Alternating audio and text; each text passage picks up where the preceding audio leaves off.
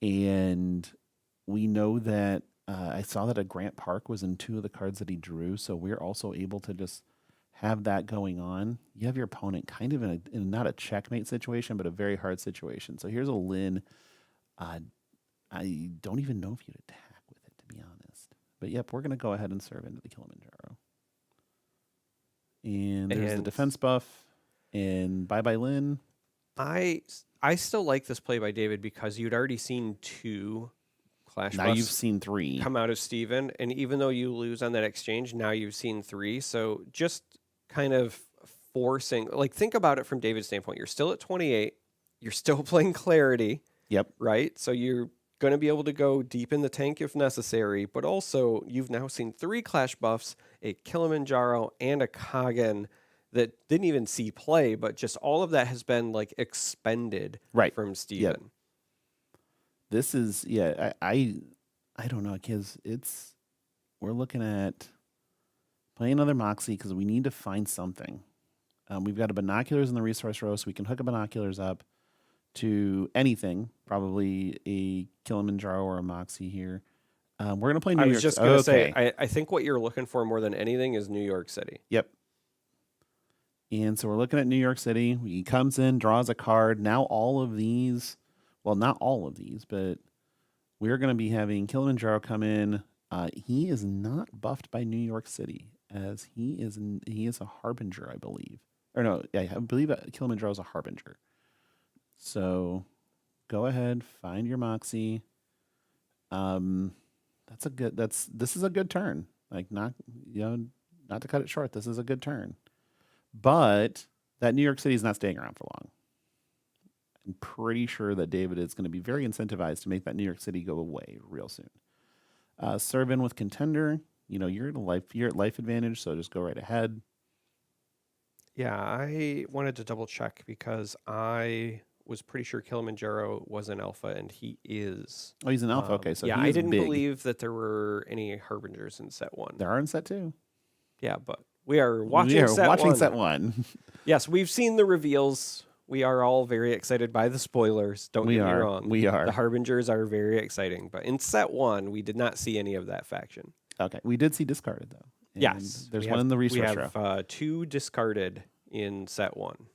We're just going to go ahead and, blow up your New York City. Yeah, so I was just getting ready to say that, yeah, you found the New York City, but we hadn't seen any of the Clash grounds from David's side. And obviously, with all that filtration, sitting on one for just a quick overwrite makes a lot of sense. That's what I talked about with that Rainforest early on, right? Having that nice cheap option. So we know that David's running Denver, obviously, because we can see it on the board. There's a couple of them in his deck, along with the 3 copies of Grant Park, Chicago. The likelihood of him having ran into at least one of them and held onto it was pretty high. We do see there is one Grant Park also in the resource row for David. So slowly coming down on that count, but there is only 3 New York Cities in all of Steven's deck as well. So really, David just needs to have answers for 2 more if they do pop up. Yep, and here's a Plasmax. We don't see a lot of Plasmax in our day-to-day life. So this is just a body, but it's an effective one, and it also helps shore up your colors. Yep, absolutely. It is. It's a good play. I don't know because there's 1 in the main and 2 in his sideboard, but I'm not 100% sure that he would actually be bringing the extras in this matchup. But we'll see.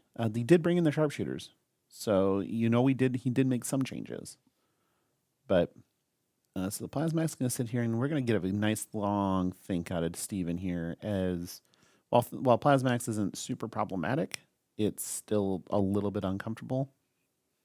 And yep, we're just going to keep digging.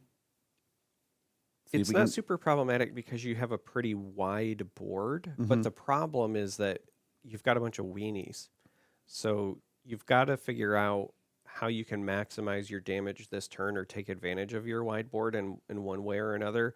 I wouldn't be surprised if, I was just about to say, we see a bunch of these 1/1s attack first to see if they engage the Plasmax, and then that gives you like that opening, or if you're trying to bait out a I Clash. think you're trying to bait out something. Yeah, a Clash buff or something so that you know what to expect. And so right now, Steven is content to just kind of run these Moxies into the contender. And now we're going to come in with the Kilimanjaro. 3 cards in hand. We're going to binoculars, find another Moxie. So that will run the Moxie train out, I believe. Yes, that'll be the 4th one. So right now, with 4 cards in hand, this Kilimanjaro's coming in. David's got to kind of think through this now. Like, okay, what do I want to do? Because, we can trade with we can block with the Plasmax and see what happens.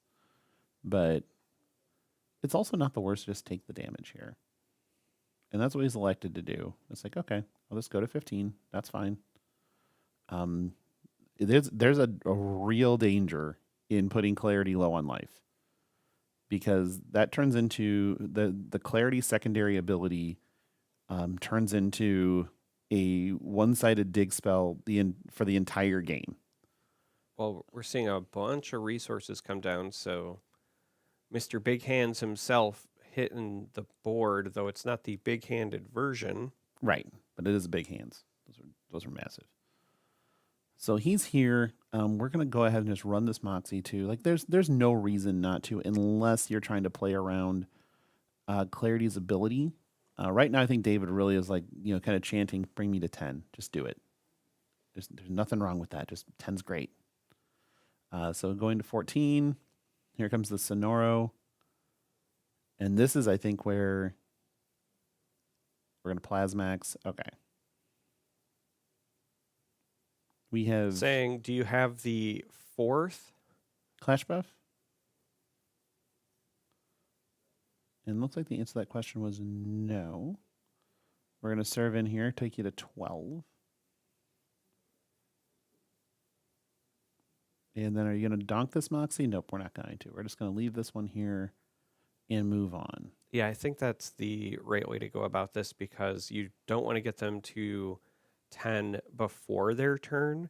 Now, there is an opportunity here for David. If they really want to push the envelope, they could just swing with their contender into a unit just to kind of self-take the damage. If they wanted that, they would have just let the Sonoro hit. Like, let's be fair. But they elected not to. Things might have changed. You just got to see even more cards because of your Clarity, and so perhaps you have now found some Clarity. You sure did. And turns out you did, and now you're playing some Clarity. Well, we searched for some Clarity and we found it. Uh-oh. Just going to go ahead and resolve this ability now. Is that okay? Yeah, okay. I guess that's fine. And so David's going to have to think on this. He does look like, resource-wise, only has black open. And so it's going to be part of the equation here with resolving this Clarity. With, I believe, just the Morak and the resource row. Now, what do you do here? If you're... Because I don't think that with this Clarity you can go up top with it. You can leave it back for obstruction purposes. Your opponent is down to 2 cards in hand. You've seen 3 clash buffs. Are you just trying to take something off the board here? I think you might just play defense. Ensure that you can survive one more round. I am looking at this more and more, and I believe David might be trying to set up a board reset with an alpha Aster play. Well, we have 7, so we're 1 away. Yep, and there's a Kagan. And there's the Kagan. And, sometimes they just play Kagan. Sometimes they just play Kagan. So we have Steven even it up here with at 1-1 with a well-timed Kagan to just take the game down. That one was a little bit more interesting because Steven definitely got a lot of value out of his cards. And in game 1, that really wasn't the case.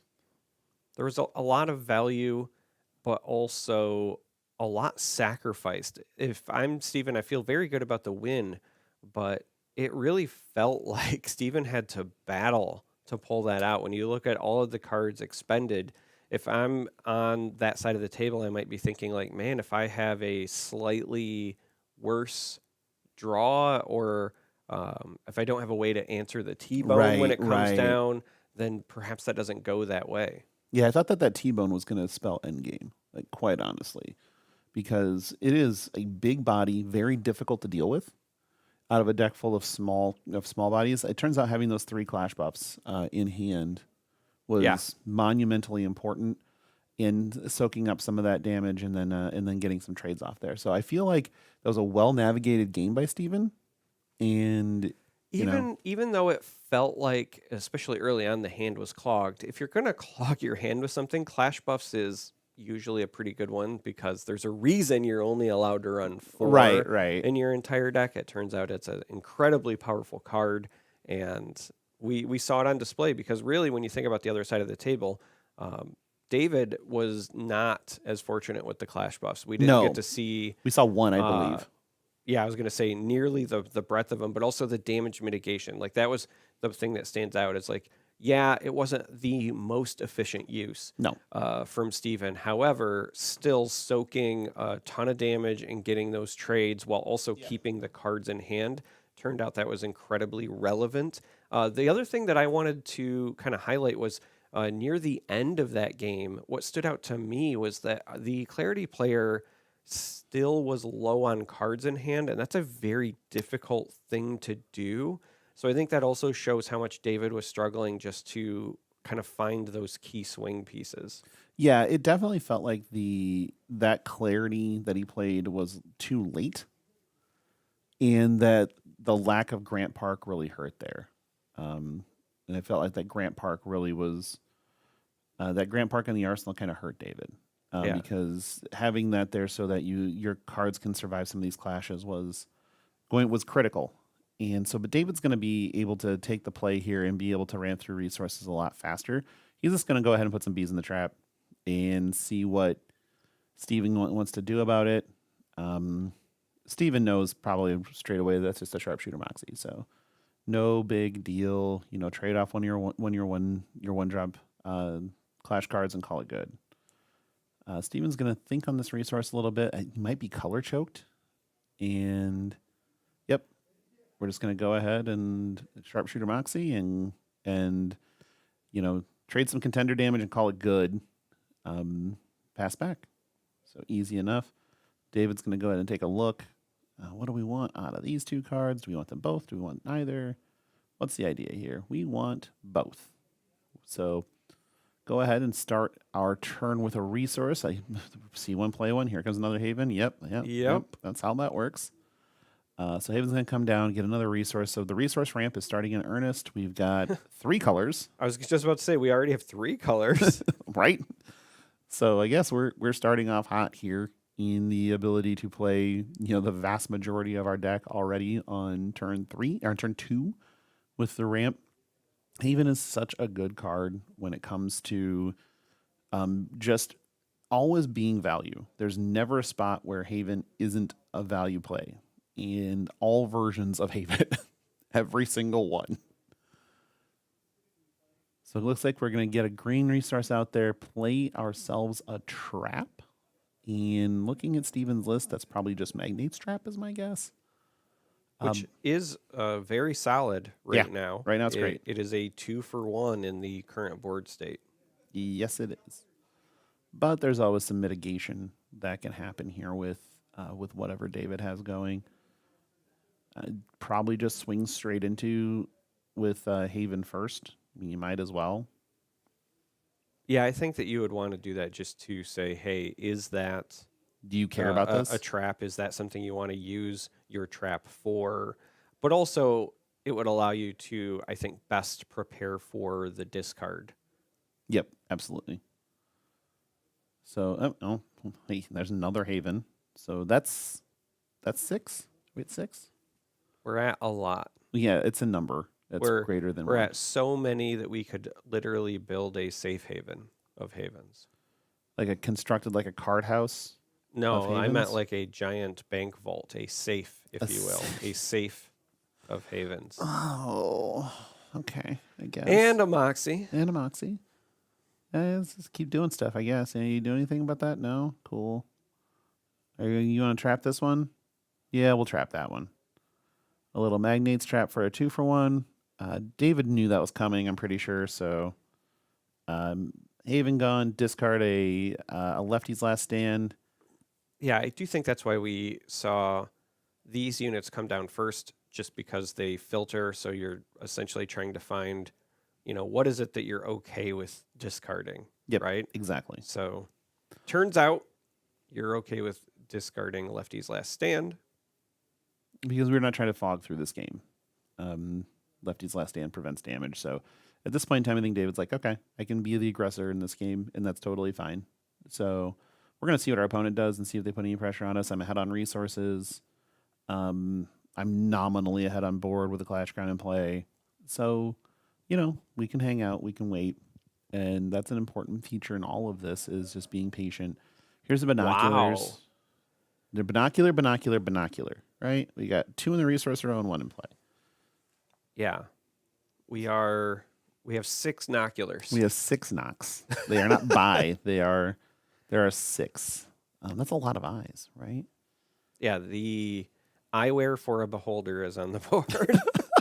Beholder eyewear. We should record that commercial to go at the Kilimanjaro men's store. Looks like a swing and a miss and a Coggin on the bottom Wow. of the deck. That can't feel great. And then Clash buff to destroy your Clash card there. So we're just gonna go ahead and clear the board again. Yeah, that turn had to feel pretty bad if you're Steven, because you're already kind of choked. You're on 3 binoculars. You finally got the 1 on the board so that you could both play and equip it. You had a unit to equip it too. And then you hit nothing. You see one of your best cards go to the bottom. And then your opponent also gets rid of your only unit. And then just reloads here. So we do have the mean streak Yep. coming down. Mean streak intercepting, I believe. It is like these blue cards are just like value are going to be a value train for David as he keeps playing. He did discard a T-Bone already, which he saw T-Bone not put in the work he wanted to in game 1, so maybe he's like, maybe we can get rid of this one. But looks like we're oof. That's okay. I think we're choked on what the kind of value we can get out of our resource row is for on Steven's side, because you kind of in his situation right now, you kind of need all the things. You need a way to answer Grant Park, so you need a Clash round. You need ways to stabilize the board, so you need Clash cards. And then you need answers for when their board gets out of hand for on your side, so you need Clash buffs. It's not looking great. So we're gonna go ahead and start just playing things to the board. We got a sidearm, and it looks like we got a sidearm. Yeah, I was gonna say interesting. Opted to go with the sidearm equip as opposed to the binocular equip, which means that this might just be playing defense. Most likely, yes. Here we're gonna trade contender damage and pass. So yeah, we're just playing defense over here. You never know what's about to happen with what they end up drawing on the other side of the board. We'll see what's going on here. So you got the search for a Clash card, and normally this would be we're just gonna go get another. We're gonna go get a Plasmax. Plasmax, yeah. Sure, that is reasonable. That is a thing that you are allowed to do, and might be the right thing in this board state too, honestly. So Plasmax to hand. David is a fan of the Plas. In fact, some might say he takes it to the max. Okay. So we're going to go ahead and put a street counter and draw a card because, why not? Now, this is not... Grant Park's in play. So his thought process here is like, okay, I could serve in this one if I wanted to. Also, I can just stay back. I have no reason to give extra value right now. We can go into full turtle mode and just wait this out. See if they have an answer for this Grant Park. They might not. I think that is a fair plan. We've also seen in the past that Steven hasn't really been holding on to answers for the Clash Grounds. No. Perhaps Steven has learned to hold on to something like a rainforest here so that you can just get that quick overwrite. Yeah, popping that Grant Park is pretty important, but David made a very heads-up play of, okay, you pop my Grant Park. Well, I'm not, my Clash cards are in a fine state. They're not attackable, so okay. and then he starts getting Rainforest value, and that's also not ideal on Steven's side of the board. What Steven really needs right now is some additional, I was going to say bodies to equip the binoculars to, but instead we're going to overwrite the Grant Park with a New York City. And then there was a changing of the equipping, right? So we had the sidearm equipped when you were playing defense, but now that you want to go on offense, we want to dig, and does actually find something this time around, which is very important. Yep, finds a Sonora with a New York City in play. We're just gonna go ahead and intercept with a Plasmax and do a little bit of tradesies here. Or sorry, with the streaks. Sorry, the mean streak, and then a little one-offs with our contenders. So New York City came down and caused some consternation, I believe, on David's side of the board, and just wanted to kind of fade that a little bit. Getting our look at the two cards from Clarity. Keep one, ditch the other. Is this where we're going to start seeing some trading of... with this board being clear, we might just start seeing okay, well, I'm just going to start putting big dumb cards and see what you can do about it. So I think that is going to be the case. Okay, we just decided to Morak away your Plash Ground, so we have decided that this is no longer fun for you. We're just going to go bury your Clash Ground and then crash in. And this is why I like the discarded. And this is why you like the discarded. We finally get to see some in action, too. And so, no Rizlak, though, just the Morak. Unless I'm misreading, I didn't see a Rizlak. No. This is just going for a little bit more instead of, putting your Riz on display. No Riz. So this is a kids Kogan, say. right? Yeah, Kogan away your Morak.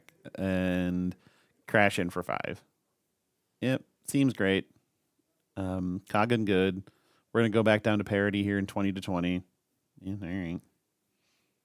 That's just, you resign yourself to that as on the other side of the non-Kogan player, where you're just like, yep, sometimes you get Kogan. It is what it is.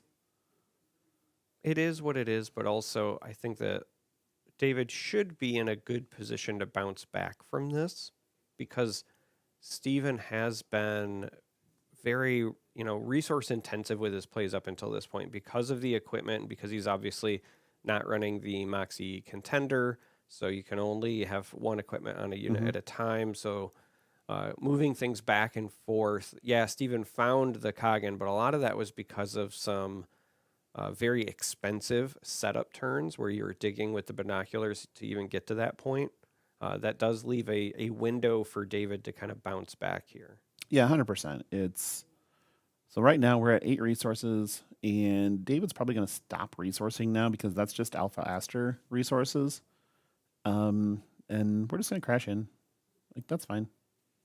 I was going to say that's a trade. That may be a signal that we might be seeing the Alpha Aster here. Yeah. You'd get the value. Yep, and there it we're is. Just going to Aster. Kogan goes away. And if Steven feels like it, he can go grab a Kogan. He does not have anything super large in his deck, so I don't feel like he's going to want to get a Kogan here. I don't think you want to, because the thing with the Alpha Aster is the comes into play effects Doesn't happen. Yeah, I was about to say they do not trigger, right? This is why the Alpha into Machina is the play, if you will, and this is why this is technically a 5-color deck. As you said at the start of the day, you run the 1 Machina to fetch with Alpha Aster, but also the effect, right, is on attack. It's not the comes into play. Right. So here... But we did go get a Kogan, so that... I don't know. That feels bad to me if you're Steven, because I feel like you went and got one of your best cards that you want to get the value when it comes into play, and instead it's just going to be eaten. Right. It's just not going to do a whole lot here. It may crash in for 6 with a sidearm or get a binoculars play out of it. Unless you have your other Kogan in hand, which you might, that can take out the Machina and crash for 10. But that's still... it's still not what you want necessarily, as those Kogans become vulnerable I mean, that would And be it for your Coggins, because and we know that's that it for your Steven's only running Coggins. 3. So Right. that would be, yeah, you'd get that kind of a swing play, but you're not finishing David off. You're putting him at below 10, so clarity is online. And he turns out still has an Alpha Aster over there, even if you Right. clean up the Machina. Yeah, and that Alpha Aster can just eat your Coggin. Eat a Coggin, and you're not. You've taken them to 9, which is obviously not the world we want to live in. So he's going to start just playing to the board. Yeah, this I like much better as a strategy. Go wide. Go wide and play in New York City. Just jam. New York City. Yeah, the problem is that you also give that Machina flight too. Yeah, So, but so we're gonna Coggin a sidearm, and probably Sonoros and binoculars. Yep, binoculars up a Sonoro. Coggin, the dragon, an alpha Alpha. so powerful he can take out other alphas, but also give him a gun. Give him a gun. Yeah, just give him a sidearm just in case. He is, sometimes you just need some ammunition. I don't know why I have the mental image of those memes where it's like, the Lord of the Rings, and then the Lord of the Rings if Legolas has a sniper rifle or whatever. It's like this. It's like Alpha Clash of Coggin has a sidearm. Sidearm. Yeah. Yeah, Steven's give this a think like, can I kill this Aster? Do I lose everything if I try to kill this Aster? I don't know. This is not what we call a great position. Go? Are we just saying go? Yeah, we're Yes. just saying go. Oh, we're in time here, so we're in turn 1. And there's a clash buff. Hi. Yeah, that is a pretty big deal. Yeah. So that Machina's going to be able to do some cleaning. Yes, turns out before he became an alpha, he was a janitor, very adept at cleaning. Yeah, it's kind of like a Toxic Avenger, but instead of becoming like a mutated monster with a mop that fights crime, it's also he just became a massive alpha that also chucks rocks, very large rocks. Yeah, don't be fooled by the rocks that he's got, though. He's also got some big power, and there we see the clash buff. So going to go through the dragon. Looks like we got some questions here. All right, so we're getting some stuff cleaned up on the board here to figure out what's going on. And Yep. we got a handshake. I don't exactly know what happened here, if we had a concession or if we had... Yeah, I'm not sure what the outcome is there either, but I'm sure we're going to find out in just a We're moment. going to get a nice little talk with the Machina here. But that was, that showed what the 5-color deck does. Yes. And I really love the 5-color deck as far as something interesting, something that carries some weight in those matchups where you have a lot of different ways to go with it. We also kind of saw the disadvantage where it seemed a little choked in game 2. And A little bit, but I also think that it was as much about the other player having all of the stuff as it was about that deck being choked. I don't really think that it was true choked. It's just that it was still in phase 1, which is the cycling. That's what that deck does. Like Yep. when you look at the cards, it's literally just cards that replace themselves ad nauseum, and then you use your clarity contender to dig until you find the interesting stuff. The other side had 3 clash buffs. They threw a Coggin away. Yeah, like why they not? were just bleeding all of their best cards, right? Yep. So I really think game 2 is as much about the other player having a good draw as not as much about the bad draw, if you will. But the 5-color deck, it really does. Like, if I had to describe it, I would describe it as the Lance Armstrong of Alpha Clash, because it cycles on steroids. we're going to take a break. So we'll be back with more Alpha Clash here shortly. Stick around.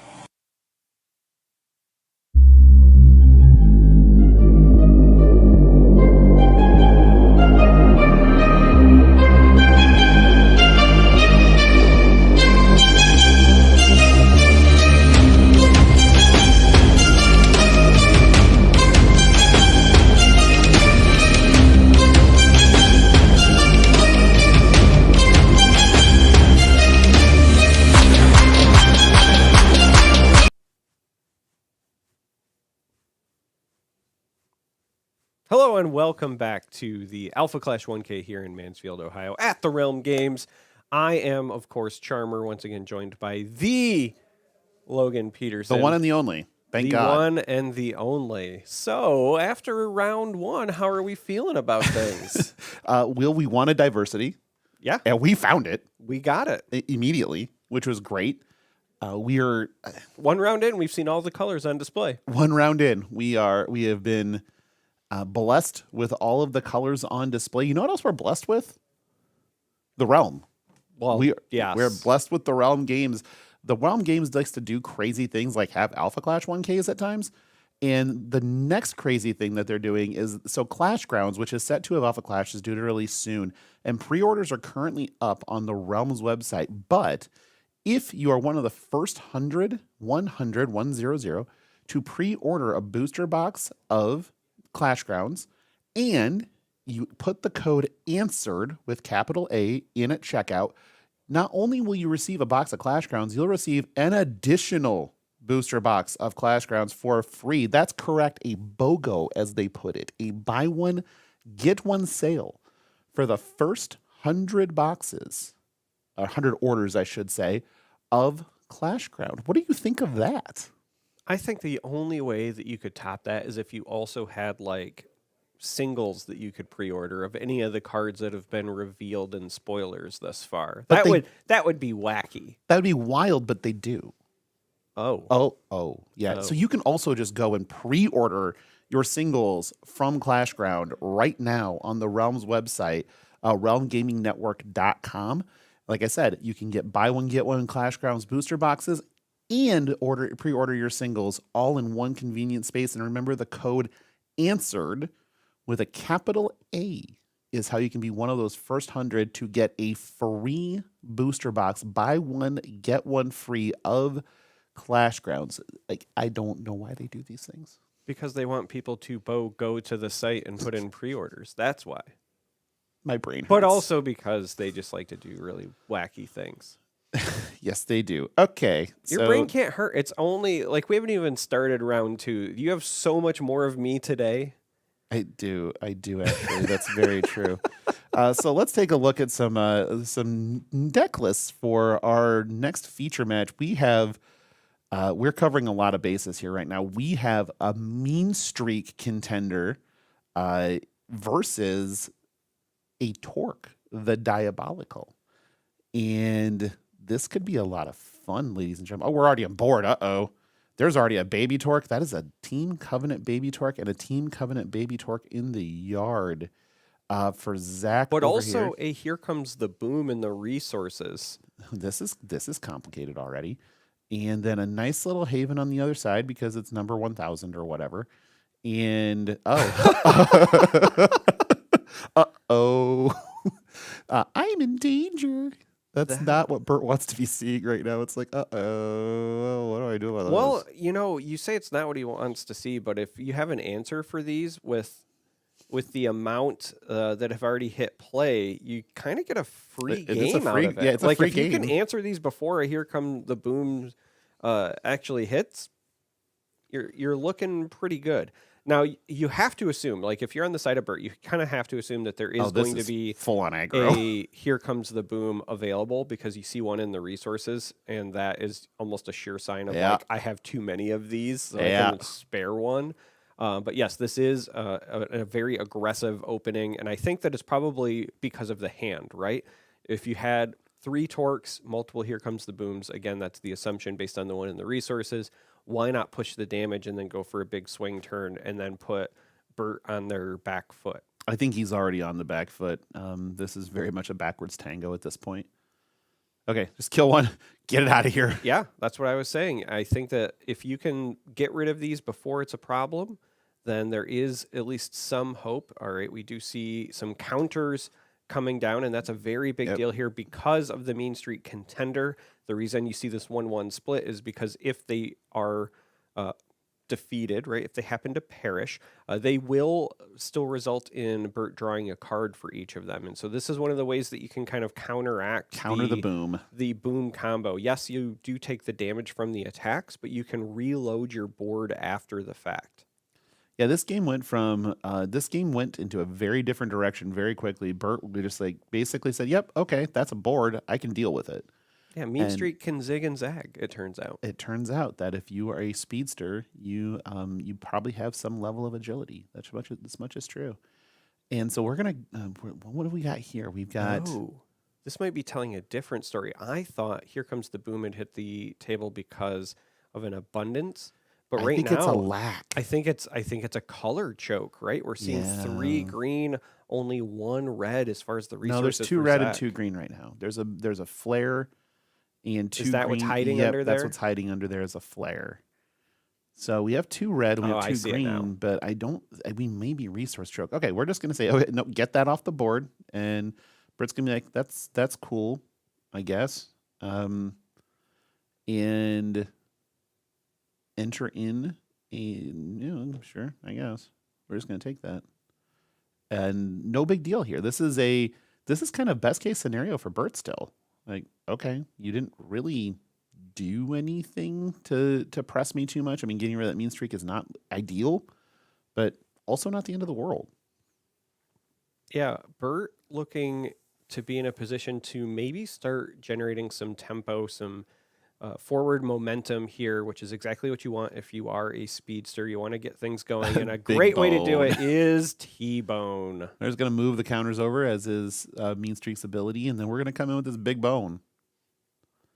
Now, the counter by itself on a T-Bone doesn't mean anything. It's the Mean Streak contender that's going to make it so that, again, if that card should perish, then you would get to draw a card. If it was defeated, correct. Or, if you get down to 10 life on the mean streak side, then those counters start meaning something different. And that's also important. Looks like we've got a little bit of a think here, because again, we're not resource choked. We're not where we want to be in life, and that's totally fine. Looks like we've got, again, 2 red, 3 green, pay 4. We're just going to boom the board here. And that's probably a good cleanup with that T-bone coming at you. And Yeah, you will get a good chunk of damage in here as well, just because of the nature of Torque. But again, if you're Bert, like, yeah, you had your board wiped, you're going to take a bunch of damage. However, that's now 3 Torques that have hit the table, still 1 in play, and 2 here come the booms that are gone, right? 1 played, 1 in the resource. So you got to be feeling pretty good about your ability to rebound, unless Zach just kind of curves out the best possible answers for the next couple of turns. sure. I think on the Zach side too, you're pretty happy there because your Here Comes the Boom only drew them 1 card. Where in a lot of instances against a Mean Street deck, a Here Comes the Boom is a necessary evil, but you're going to play it and they're going to draw 5. And here, or we just T-bone it again, and we're just going to get rid of that thing. That feels great for the Burt side of this matchup right now because he's like, okay, well, I survived a Here Comes the Boom. There's a Here Comes the Boom in the resource row, and there's 3 Torques gone. You feel pretty good right now. Yeah, the cards that you got to be worried about if you're Bert at this point, because we're kind of hitting this kind of turn 6 mid-game-ish, is, of course, Kagan, right? There are 4 copies in Zach's deck that I can see here in the deck list. This is the reason that most folks play the green-red variant of Torque, is because you get the Here Comes the Boom combo as well as Kagan. Yeah, just so everybody knows, there are 8 Kagans in this match, so we all have them. We're going to flare to draw a card. We're trying to find answers. That's an answer. That's a Sonoro. Sonoro's going to come in to our T-bone.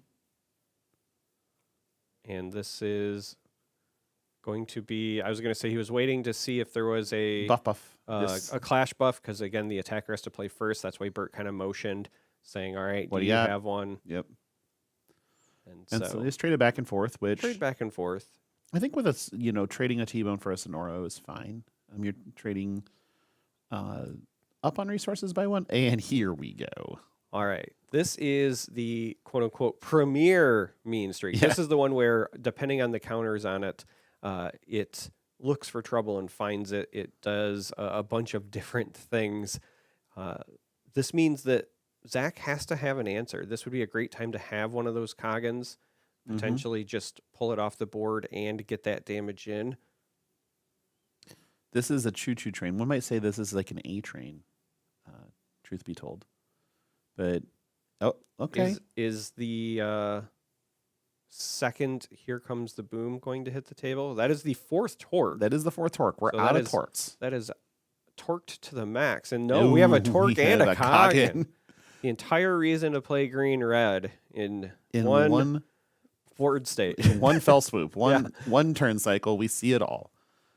And Kagan's going to come in here and just dome them for 5. What a casual way to play the game. And, it's like, slam these cards. These are pretty good, right? Yeah. Well, it turns out. I wonder if we're going to get the Kagan trade off here. And then we're going to come in for 2. We're going to ping my Torque and come in for 2. Now, this is a very important turn for Zach, because you want to get the health total of Bert down low. Because I was just about to say, you have to expect your Kagan will be answered by a Kagan. This is kind of the nature of this stage of the game when you have these green decks against each other.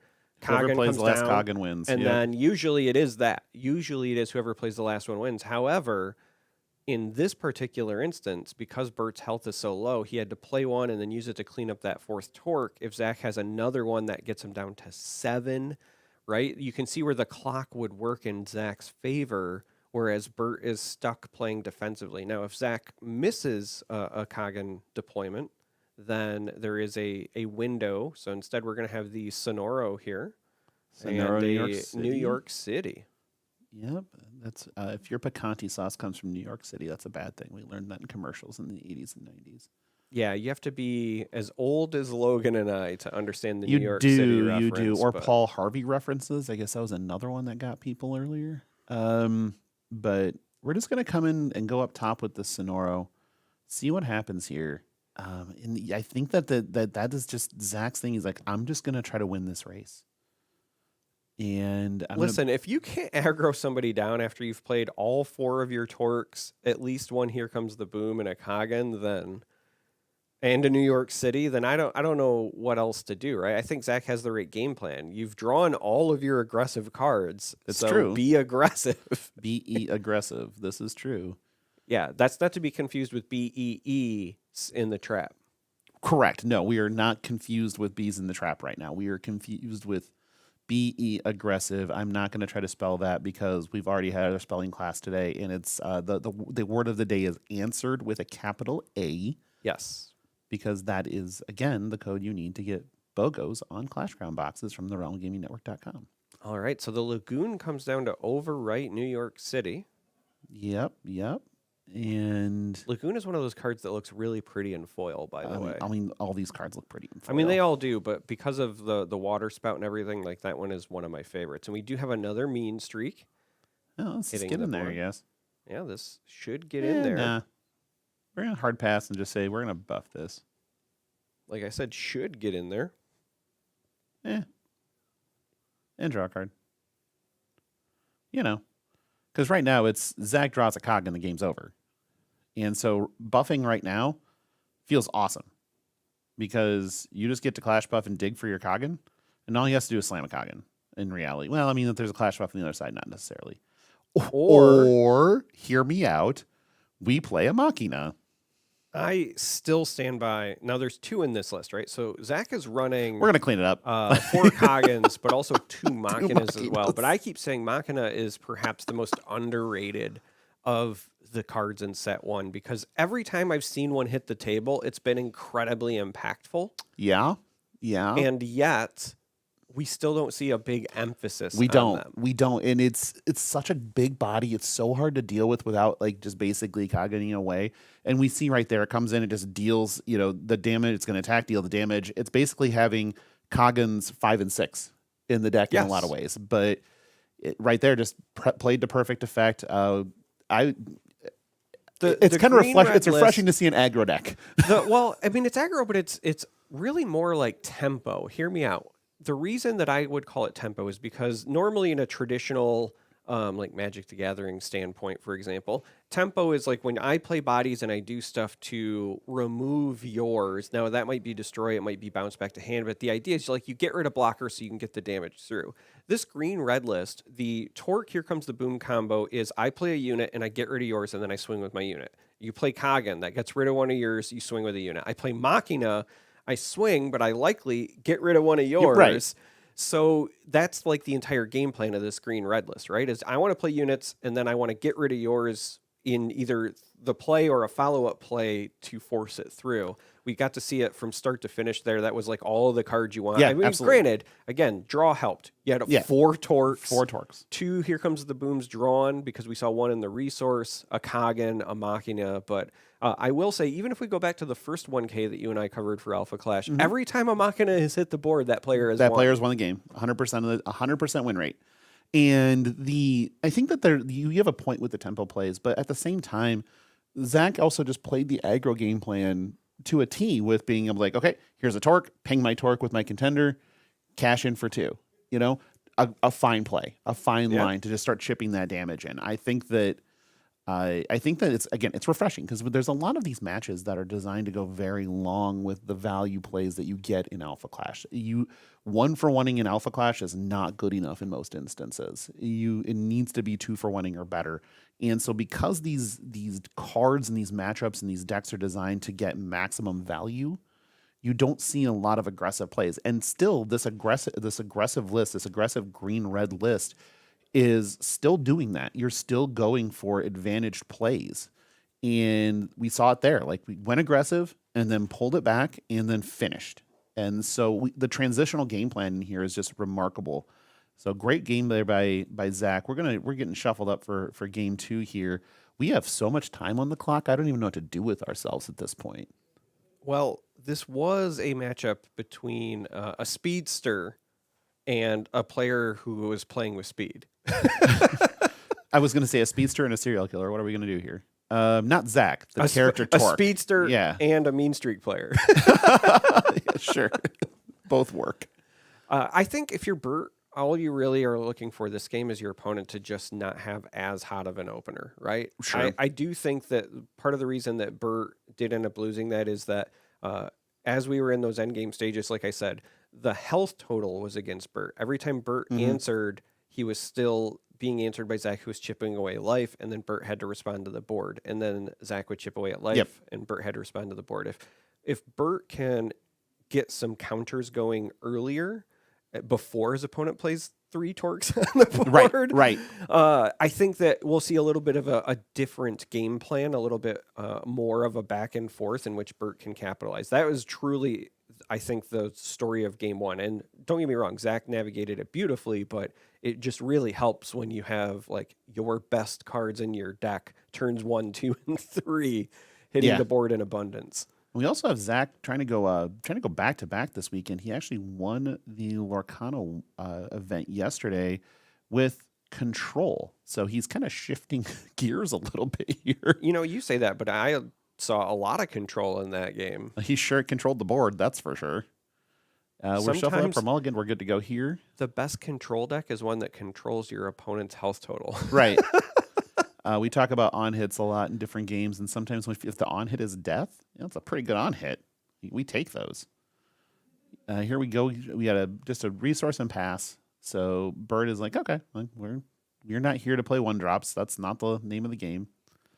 Zach's like, if I keep shuffling these cards long enough, maybe they'll be different, and they're not. So we're just gonna play a magnate and pass here. Let's see what Bert has going for him. Probably just I'm gonna guess a 2-drop Haven, or is there Havens in Bert's deck, or are we in a Haven free matchup? No, there's definitely a Haven. Okay, well, How dare you? How dare I assume? No Havens. Come on now. There we go. There's a Haven. We did. I can't it. believe you even thought. I know. There's no such thing as a Havenless universe in Alpha Clash. I mean, unless you're playing like some sort of Moxie combo, right? I could see yeah. foregoing a Haven, but even then, a lot of times, I think the best Moxie decks right now are still black-white and run Sure. the white Haven. Well, also, if we ever see a red-green mirror, we would have a Havenless universe. Yeah. That'd be great. But I don't think we've ever seen a red-green mirror, to be honest. We've seen red-white versus red-green, but here we go. We're just keeping our resources flat with, and then passing. There's no real reason to jam this into anything. And we got a little ramp out of Bert. I'm interested what he's trying to get to here. We get think a a lagoon. T-bone? Yep, I Yep. think we're just going to play bones. I think that if you're on this kind of like green-blue game plan, one of the best things you can do is do this ramp into a big, powerful 4-drop, right? No, And T-bone absolutely, absolutely. is kind of like the poster child for that. Yep. Oh, apparently our good friend Greg, Darth Prentice, says he's in love with my sultry voice. Yeah, okay, Greg. That's I'll try to go a little bit lower for you, but that might be too much for you. I don't know. He's one of our very good friends and a co-host of one of our other shows that we do as a way to blow off steam at times. And you can find us on a lot of different places, but right now we're in the Alpha Clash universe, and we're looking at Zach trying to make a decision on resources, and it looks like it's a difficult choice here. We're going to get another magnate. He decided to not take the T-bone damage, basically because I think he understands that he's not the aggressor right now, and he needs to find the combo pieces to try to win this game through. So we're just going to play another one to try to stem some damage and pass. Our only goal here is to not die, which is a good goal. Yeah, it's an okay goal, but I prefer to win, Okay, goal. right? Playing to not lose isn't the same as playing to win. This is true. It is not the same. We got 2 streak counters over here. We're okay. No, we have one. Okay, I was going to say, we're I think we're going to do the spread 'em 1 out. and 1. Yeah, We're going streaking. we're going And, streaking, baby. We want this, again, at least one counter across the board because of the ability for the Torque deck to wipe your board. You want to be able to draw a card for each of the ones that goes. The only time that you'll see them go tall is on very specific cards. Usually they are other copies of Mean Streak where you get the additional bonuses. Late in the game, you might see things move things around a bit as well, just because of the 10 or less health portion of Right. Mean Streak. But a lot of this, especially in the early to mid game, is just going to be all about that card draw. No, 100%. And I feel right now Zach's looking at this and going, okay, this is a hard cleanup even with a boom, because if I boom here, he's going to draw, and that doesn't feel good. He understands he's a little bit behind the sticks and also behind the resource curve, as he doesn't have two red resources right now. So he's going to have to just continue to kind of go, okay, stem damage, try to draw into what I need. It's getting a little complicated on Zach's side of the board very quickly, and he's got to really focus on how to turn the tide here without giving his opponent too much advantage, honestly. Well, this is kind of a tale of openings, right? The game 1 opening of multiple Torques by Zach showed exactly what that deck wants to do early. This time around, Bert got the ideal opener, which is, again, of course, the Haven into the T-Bone. Now, the reason that is ideal is, one, obviously you get the big body early, but also, you were talking about the resource thing. That Haven ramp is very relevant as well, because if the Mean Streak player does have their board wiped, as you said, it's not even just that they get to draw cards, but they're going to have all of those resources to just replay them all, whatever they've drawn, right? So all you're really doing is paying a cost or using one of your best cards for a very expensive fog. Right. And so so the one Mean Streak on that you're seeing on the board allows you to pay 2 to add a speed counter to it, or a streak counter to it. And when you do, you draw a card. And so now we're just going to keep making a counter, moving a counter every turn. So we're just going to go and do some fun stuff here and move the counter. So we move 2 over here to pump our cards with the other Mean Streak, and then we're going to crash in. Like this is a lot for Zach to deal with very early, and he may have to focus really hard to clean this up.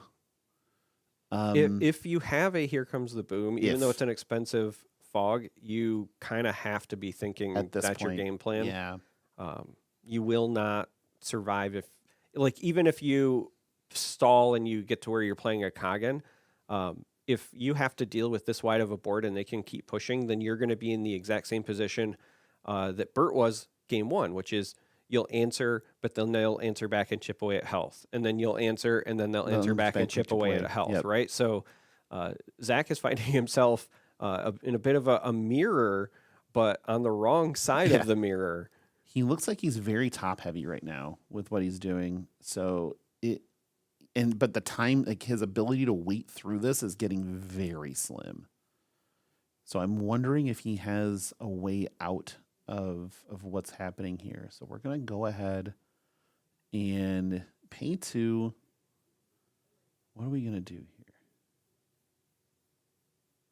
Looks like we're thinking this through. We're just going to go ahead and blow up that Mean Streak. And again, great. Sounds awesome. I'm going to draw a card. And it's still not enough. You need to deploy a unit here to just not eat damage from this T-Bone. Yeah, I think we might see a 1-drop. Yep, there's the the Torque. And what are we going to get here? Looks like it's just a Torque. And if there's a way to bounce it or deal with it on the Mean Streak side, they're going to be coming in for a boatload of damage. I mean, this would be a heck of a time to slap down a Kagan. Oh, yeah. A Kagan here would be... No, we're just going to... Like I said, if we have removal... Yeah, we have a removal too, but also had speed counters. Kagan, even though it's only on the 1-drop, being able to swing with it. But it turns out removal plus a T-Bone is... and then aggro What bone. happens when you order Kagan from Wish? Yep. Wish.com Kagan. And so here's a aggro bone. We're going to move bone. We're going to move a speed counter onto bone. It's going to be damage, and we're going to lose the... Yep, we're going to keep crashing. And this is getting to turn a very, very hard corner for Zach to come back from. We still have a Mean Streak. We might as well keep sinking you down. You're to the 10, so I might as well keep doing it. That one died. We draw a card. We're just gonna contender smash 6 to 27. You're feeling pretty good on the Mean Streak side here. Now, granted, the boom is going to, if a boom happens, you're only drawing the 1 card. But we also know that Zach has a Kagan in hand. So he's probably going to just Kagan away this T-Bone and then attack through that Mean Streak and call it good. Like basically a nice little board reset, but you're The still problem in is that, danger. Is the like, problem? I don't even think I was just gonna say I don't even think you can attack the mean streak. I think you have to attack the mean streak because I think the problem is you you're lose dead to a either way. you're dead to a cog in either way. Yeah. Right now, you're done to a cog in either way. The reason I was thinking that they're not going to attack that mean streak though is yeah, you're dead to a Kagan either way. But if it's not a Kagan and they just start playing units, right? If they just play a bigger unit and you have no blocker, then you just lose on the spot, right? Well, you need a blocker for if they play, something that you can't deal with. Because that Yeah. mean streak by itself, it doesn't kill you, right? No, You're no. threatened right now, but that by itself doesn't kill you. So The heady play out of Burt here could just be to swing with the mean streak into the cog and see if they decide to intercept or to obstruct. If they do, then great. That Coggan's out of the way. If I can start playing smaller units and you're playing to they're out as a clash buff and they may have it, Yeah. right? Like, well, I mean, I think you'd still swing with that mean streak anyway, just because that is your free damage, right? Either, as you said, they intercept and then you basically have the game won, or we just play in New York City. New York City. They still have to get rid of this Coggan though. But okay, we're just gonna keep jamming to the board here with a T-bone and pick them up. Yep, we're good. That's all I need to see out of you. So we're gonna go to game 3 with infinite time on the clock. Well, as I said, 2 fast players. Yeah. Just pushing through. Both of these decks know exactly what they want to do. I think that is part of the reason that this is going as quickly as it is. Neither one of these, while they have top end threats, neither one of these are built around stalling. No, absolutely. They're definitely around executing their forward game plan. I lot of think push. the stalling decks, again, they traditionally tend to be like clarity-based decks, for example, because you want to be able to filter through your deck, find your answers, do the thing. These decks, well, card draw is always good, filtering is always good, etc. That's not the main goal, right? No, they absolutely not. They want to play something and then do the thing. And it turned out game 1, the thing was Torque, and then Boom and Coggan. Game 2, it was Haven into T-Bone into a lot more of T-Bone. stuff. Like Coggan from Wish. draw infinite cards, Coggan from Wish.com, maybe a Mercari like Machina there just a little bit, clear up a bunch of space with like just some little dudes. There was so much work that was done there by the Mean Streak deck, and it kind of just showed the power of being able to just pay 2 to draw a card at any point in time in your once per turn, and then getting those streak counters to move so that you can keep drawing cards when your units are defeated. Like basically, the Mean Streak's player's hand was never less than 4 cards ever. Yeah, if you're coming from other card games or you play like digital card games, this green-blue list is what you'd traditionally call zoo in other card games. Sure. The idea is you want to play a bunch of very cost-effective units and you want to refill your hand when they die, right?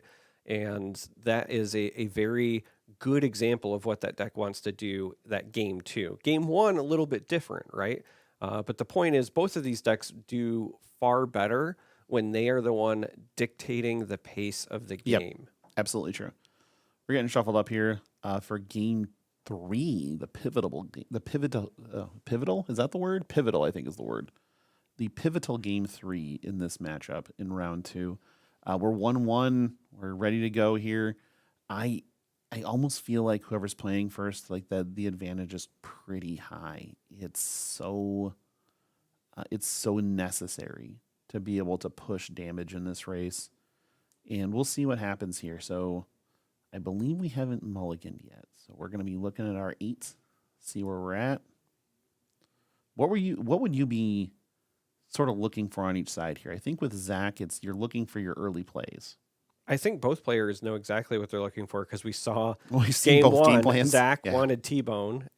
Game 2, Bert wants Haven and a 4-drop, right? So, Yep. oh, sorry, I said Zach wanted T-Bone. Zach wants Torque. It's Torque. I mean, Yeah. we understand. I'm still on the T-Bone being the Coggan from Wish train. And when you play the smaller, the cheaper T-Bone drop, that is the Timu Bone. Oh. Why? Because Timu is like the new Wish, like where you order super cheap stuff from. Oh, I was thinking of Timu from like League of Legends. No. No, Oh. that's Timo. Timo. Oh, Temu, sure. Temu. It's another one of the like Chinese surplus. You know what you can't get? You can't get Clash Grounds that buy one get one free. You can only do that. No. You can only do that at realmgamingnetwork.com. But you have to have that special code. But the code is answered and they're listening, so they have the answer with a capital A. with a capital A. But they have the answer. They do have the answer. They do. Now you just got another question. So we're shuffled up. We're mulliganed. We're ready to go here, and we're just gonna play to the board. Like that's probably the perfect thing to do in this case. Just get going early and see what we can make out of it. You might even see this come in with a clash buff on it. Like just get in and start finding your game plan immediately. We're gonna resource and probably pass. There's not a lot of one drops or one cost things that Bert's gonna want to do here. I don't think. I'm always willing to be wrong. Yeah, Yep, absolutely wrong. Look at this. there we go. He's, I was wondering if we were, because he kept kind of pausing, and I would almost wonder if there was even a decision there, That whether or could not have they wanted to play that versus something else. But we are just going to We're just have it gonna get ping it. pinged, They're just but gonna ping it. it cycles because of the street counter. Mm-hmm. And we're gonna play to the board, play to the board, play to the board. Yeah, but that's a really important play to the That's board. a pretty important play to the board. And I think that you're just gonna pass here. There's no really good reason to swing this magnate in and get nothing out of it at this point in time. We're gonna probably Haven ramp is my guess. Hey, what do you know? We're Haven ramping. This is exactly what you want if you're Bert, as you try to set up a big pivotal T-bone the next turn. The problem is that Zach has the torque down, and so what we might be seeing is Bert loads up the T-bone, and then Zach will potentially be able to answer back then with the boom combo. But instead we're gonna New York City and just crash. Well, yeah, you can do this, but then also still do the boom combo afterwards. The other big difference between the two right now is that while Bert is going to be first to 4 because of the ramp, because Zach has that resource out, right, they'll be able to go immediately to 4. It's not like the going first and second parity is a little Right. bit different from the last time as well. So So it looks like we had some clash buffs back and forth, and we're still going to take some damage here, just due to the New York City, along with the magnate. He's probably going to just chill on this torque. If serving it in is just actually pointless, and probably just hang out here. I really hope the T-bone play here out of Bert happens, because that's going to be a good way. What are we doing? Okay, we're just going to do this. That's interesting. Okay. if you don't like your hand and you want to cycle, Sure, but you're leaving this torque open to just getting eaten by this Haven. And I don't know if well, no, I guess you can't. no, because Haven is not an alpha. So Right, Haven right. shouldn't have by itself anyway enough attack power to get over the hump here. Yeah. So I think this is you could just slam T-bone and go straight into this torque if you wanted to. Or This would be a great time if you had, for example, the magnate with breakthrough, just to eat the torque, Just but eat the also torque. leak some damage. Absolutely true. Especially if you could actually slam that and then go into leak some damage and then play like a lagoon behind it to get rid of the New York City. And then we're going to, for 3, go ahead and play Sonoro. So we're going to swap out the Haven, get the mean streak back. Yep, and that is an alpha. So it is pumped, and And here then we go. so a lot of options because of the New York City. Now, again, Clash Grounds, if you are just tuning in or maybe you're not familiar, they are symmetrical. So the effects hit both sides of the board, meaning both players get the benefit. And here we see the magnate going in, but I think that is the third It's a clash third buff. clash buff out of Zach. Turns out those are also very powerful cards. Yep, and so that was a straight up. Okay, I'm going to draw 2 cards then from Bert. That's real good value. Now, the interesting bit there is that Bert attacked the Ooh, contender Machina first. in the row. and then that shut it down. I'm actually really surprised that Bert didn't try still cleaning up the torque. Yeah, I probably would have. I mean, we're gonna boom here, and we're gonna ping the torques, and then we're gonna come in for 8. Yeah, I mean this is a ton, and that's why I was thinking to myself like, yeah, okay, the uh, the clash buff. It was either the Bert attacked the torque and the clash buff put it up, and the other two couldn't clean it up, in which case they should have still went to the contender, Yep. or he was going to the contender that got clash buffed, and they should have cleaned up the torque. But either way, the other two units they were just kind of left hanging out, and they Yep. didn't get any value there. No, 100% true. It looked like that was a 9 ball. So I think from 22 to 13 in one fell swoop. So that's a pretty good boom turn.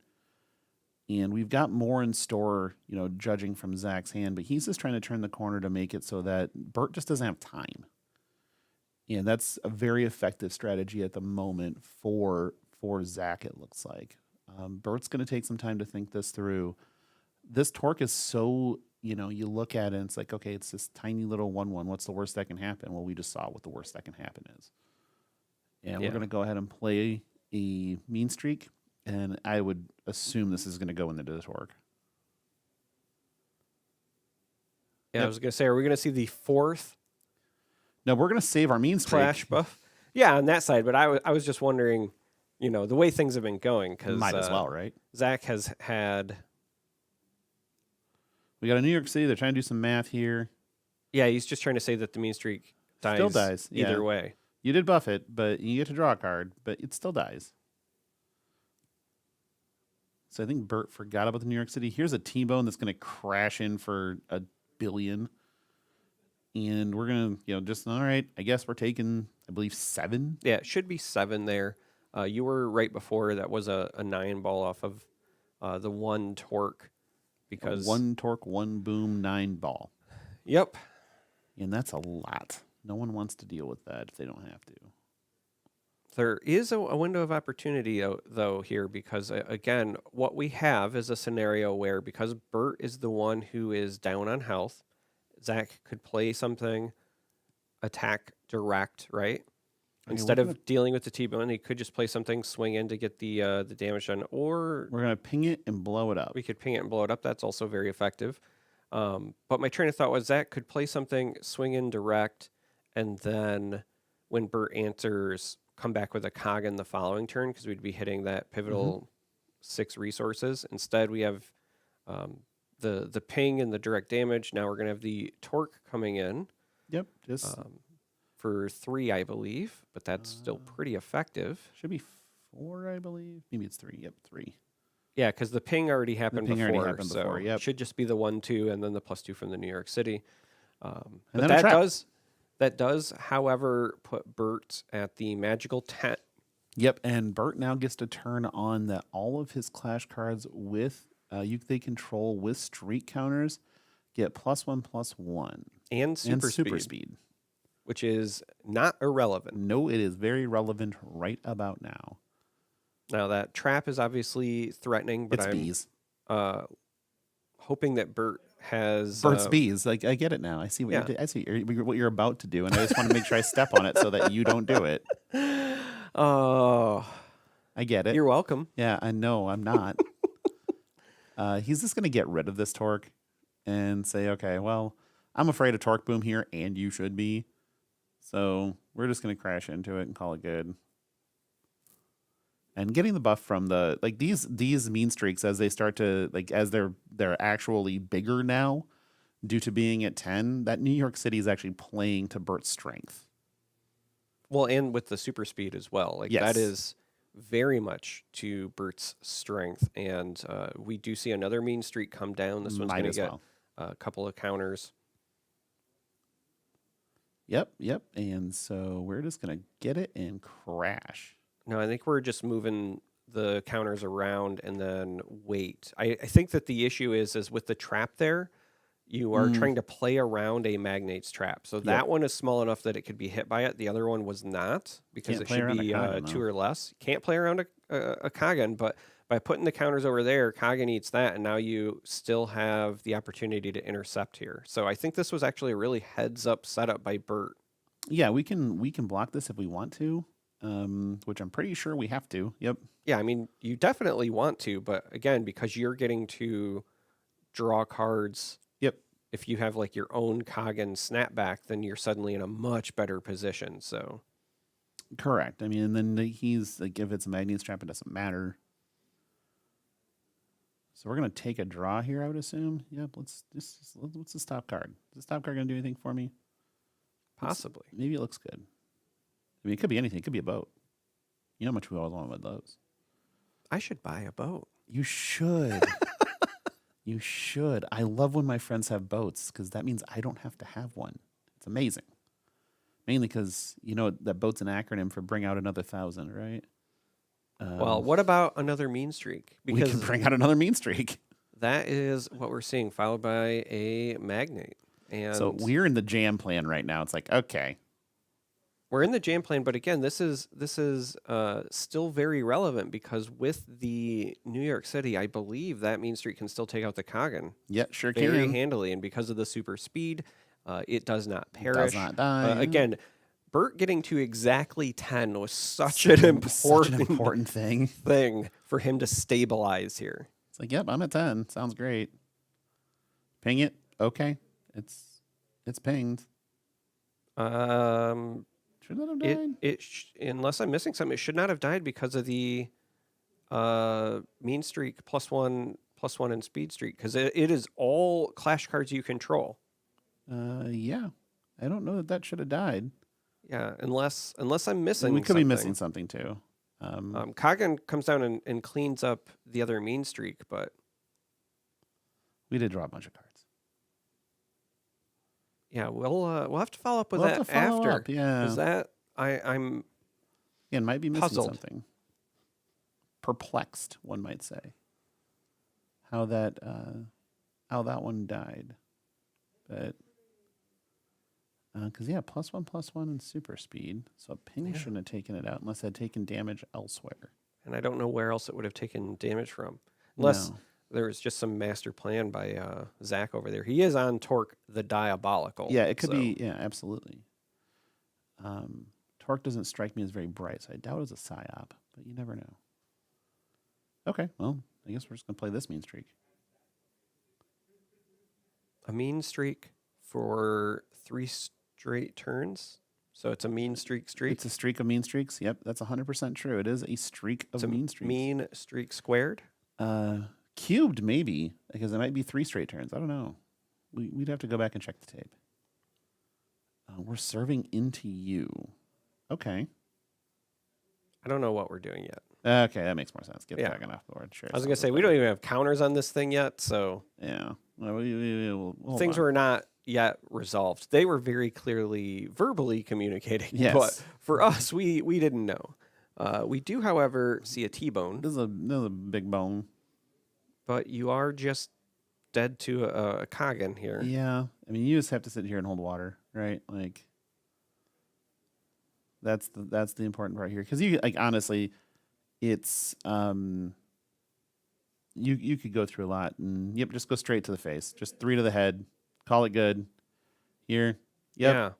So it does look like Zach ends up being the victor. We will, at some point, after our wrap up, likely take a break, and I'll see if I Yeah. can track down Bert and ask about How that magnate was. the magnate death, because it might have just been an oversight as well. Sure. I do think that sometimes folks think that the mean streak counters only affect mean streak cards because the text on the mean streak cards matters for the counters. Right. Otherwise, normally the streak counters do nothing except for the first line of contender text. But the second line applies to all clash cards. It's not even alphas. No, it's it's just straight all. all clash cards, which is usually very relevant, and it's what that deck wants to do in the late stages of the game plan. So, nonetheless, I guess congratulations to Zach. Yep. It goes to 2-0 on the day with your pretty common green red alphas list, but we're playing multiple Machinas and that makes me happy. Oh yeah, absolutely. I still think that Machina is, like I said, one of the most underrated cards. Like nobody looks at it and says like, "Oh, it's not good." It's just I don't think that they value it as high as they should because when it hits the table, it is incredibly impactful. The impact cannot And be overstated. Yeah. if you're running red, I would argue that at a minimum, whether it's in the main deck or the sideboard, you should always be running at least one anyway, because we've already seen the 5-color deck, for example, show us the power of getting it with Alpha Aster. And one of the reasons that Alpha Aster is so good in the current meta is that most folks are just running Kagan, like as their top end. So when you Alpha Aster, as we saw in round 1 today, you run into that situation of like, well, I can't go get my best card because I don't get the comes into play effect. Right. But if you go get the Machina, then you're still going to get all of that value. So I do think that as popular as red is, and with Alpha Aster being, the game plan of some players, that we should be seeing more in lists than Yeah. what we are just in general. Let's do a quick box check on Alpha Aster, right? I mean, it costs 8. Mhm. Yep. It's a 9 power, 9 toughness, or Mhm. 9 defense. Yeah. It comes into play at board wipes. Is this Yep. correct? Yep. Okay. And then you go get your best card out of your deck and put it in play alongside this 9/9. Mhm. Okay. Okay. Good. I understand. But your opponent gets to go get a card as well. Sure. It's just that usually your opponent doesn't go get something as good as what you get. Right. And that's why I still make the strong argument for Machina. Machina. Yep, that makes sense to me. Okay, well, I think we're going to take a break here. And while round 2 finishes up, that was a little bit on the quick side. But we will be back shortly with some more Alpha Clash. Please stick around.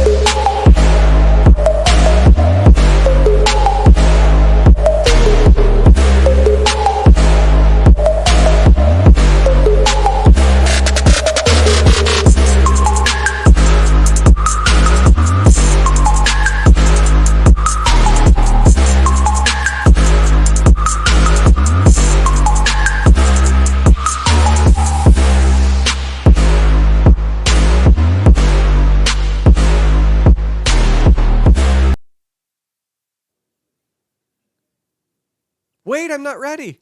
No, just kidding. Of course. Of course, okay. We're back. Hello. Welcome back to the Alpha Clash 1K at the Realm Games here in Mansfield, Ohio.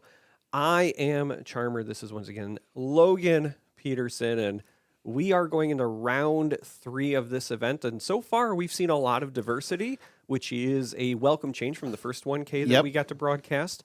And I'm looking forward to even more potentially in our next matchup. Get a Moxie. That's the word on the street. That's the word on the street as we finally get to see a Moxie contender getting in here and mixing it up. Like, it's kind of an underrated contender. I think we've talked about this a lot of times where people just don't play Moxie. And we saw it in round 1 where we had a player that was on black, that was on equipment, that had to keep moving their equipment around to like basically re-equip and unequip, and it's inefficient. Moxie, we break that, don't we? Yeah, you break it because you can just totally armor up, live that Iron Man dream, that War Machine dream, if you will, but instead it's with Moxie and the power armor, but also potentially, and this is the real reason that I enjoy Moxie as a contender, you talk about the opening power plays a lot in this game, right? You have Kagan and whatever on the top end, Machina. Most decks have some sort of like finisher. Right. But in the early game, most decks also have a plan, whether it's Haven, whether it's Torque into Here Comes the Boom. The Moxie one is where, you play the Moxie on 2 to find the Colonel into the Colonel power armor. to Edwards right? and to So Weber's you and to- just yep. casually on turn 2 get 3 extra cards on the board, and you generate so much board presence. And so we're kind of hoping that we get to see that in action. But I do think that is a very underrated start because, again, with cards like Kagan, with cards like Here Come the Boom, yeah, you enter the units, but the ability to have the equipment stick around, and there's not a lot of ways that people are able to deal with it. Yeah. You do get some of that preserved power on the board. I do think that's very relevant. Yeah, right here we have so we have the start with a little bit of a sidearm, and then we're gonna just play ourselves a Moxie and draw a card. We might slap a sidearm on this Moxie, and we're just gonna we're gonna get busy. There's no reason not to. Let's just get in there. You want to spend a clash buff on my dude? Go for it. Yep, cool. That's fine. I've got more. And this is kind of going to be the premise of just trying to run them out of resources until we find like the overcards to start beating them down. It's going to be a very interesting go here. This is our 5-color clarity deck again. 4 or 5 color? Is it 4.2 or what? I mean, it's some number. But we're going to get to see that again, where this is a very interesting deck in and of itself too. But we just play Havens. This is the Livestrong deck. It is. It is cycling on steroids. You are correct. And so we've got, we've got 3 colors on turn 2. So we're doing great over here for David. And the Moxie deck's like, okay, that's fine. We're just a mono black Moxie deck, so we're gonna keep going at you. We don't have to worry about these color requirements. Here's a power armor. You're eventually gonna have to deal with this. Yeah, And- he is already getting on board exactly what he wants, right? You want equipment early. The power armor is ideally the one to start with just because it's so cost effective. If you can get, of course, the 4-cost armor, then that's an even bigger hit, but you have to, pay for the armor, pay to do the equipping.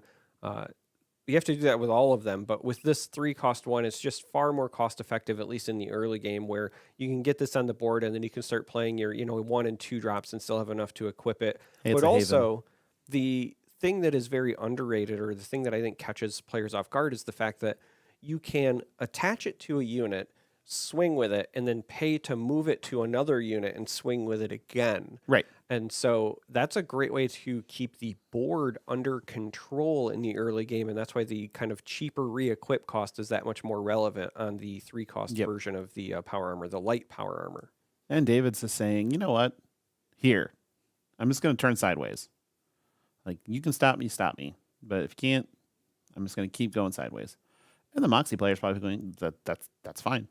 Like, if that's what you want to do, I will take this chip damage and call it good. And we're going to see a few different things. He looks like he has a handful of kind of gas, to be honest.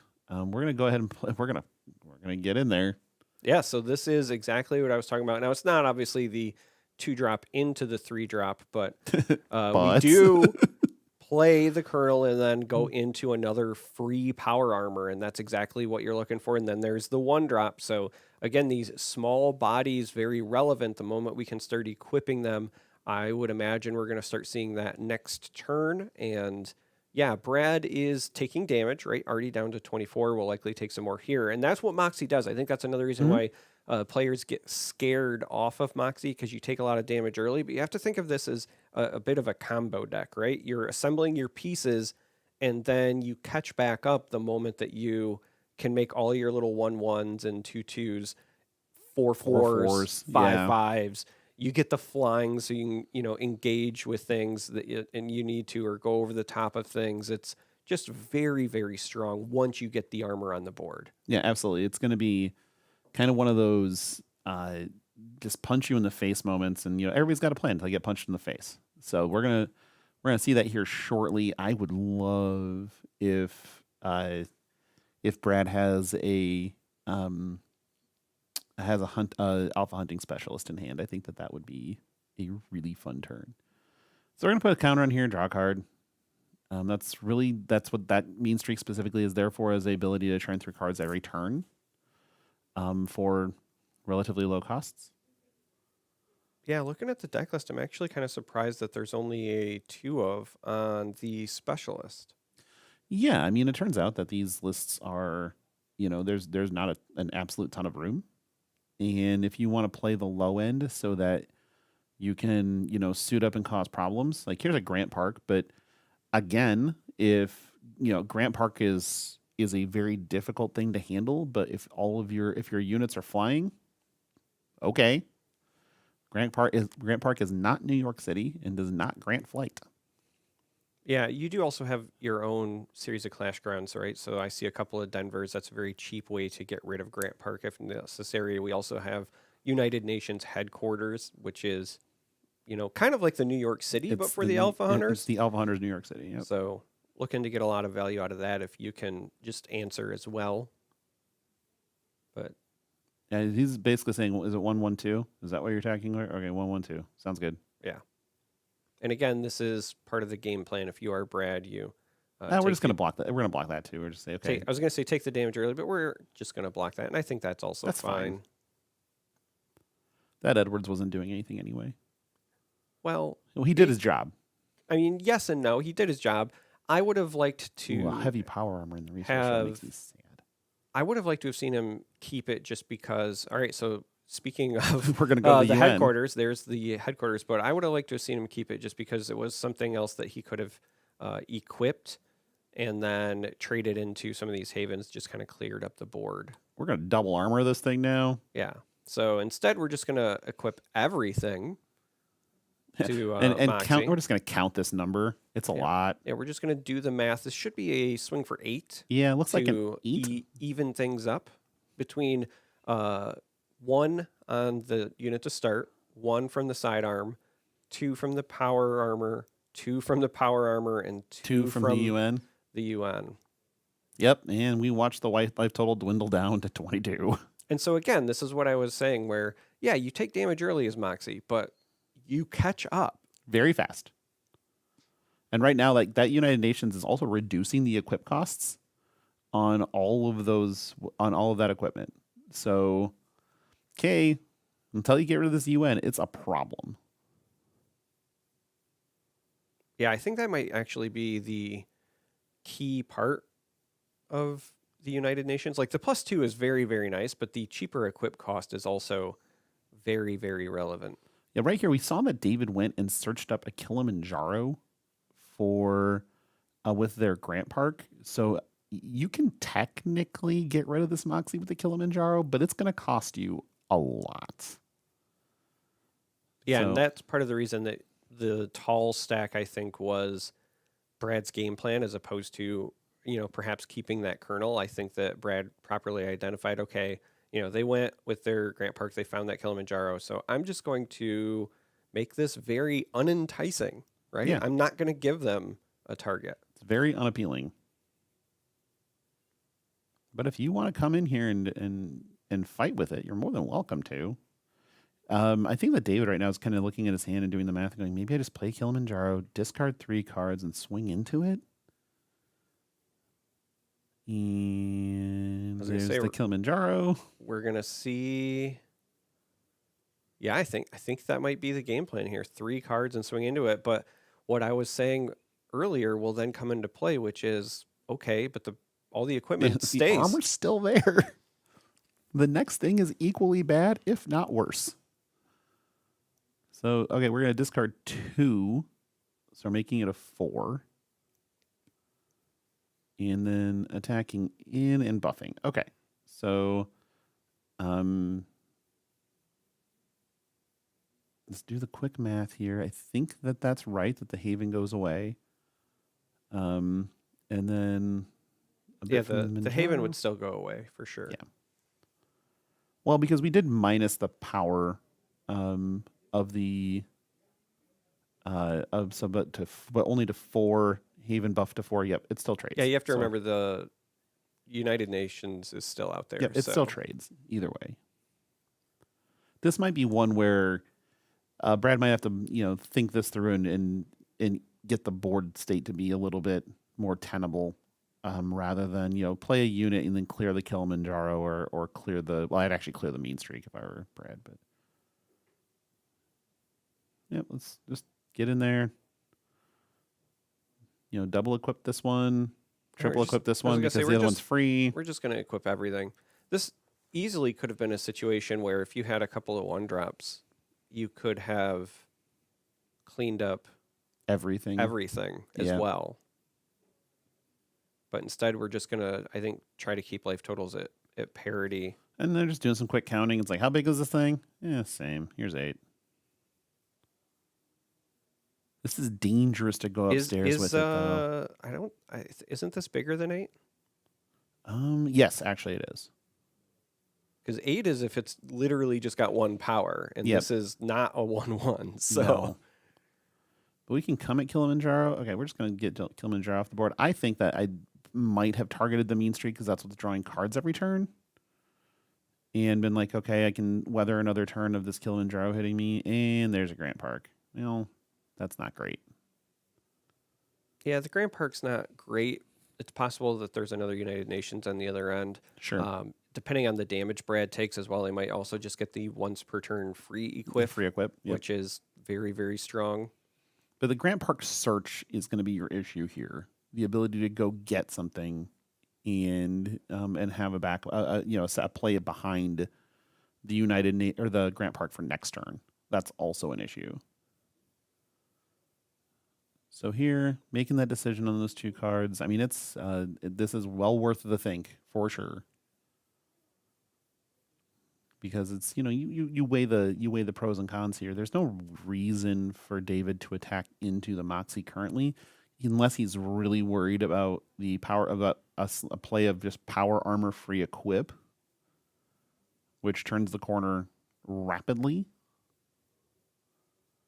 I think the idea is to get Grant Park, resource something, search with Grant Park, play the thing you searched, and be in a good spot.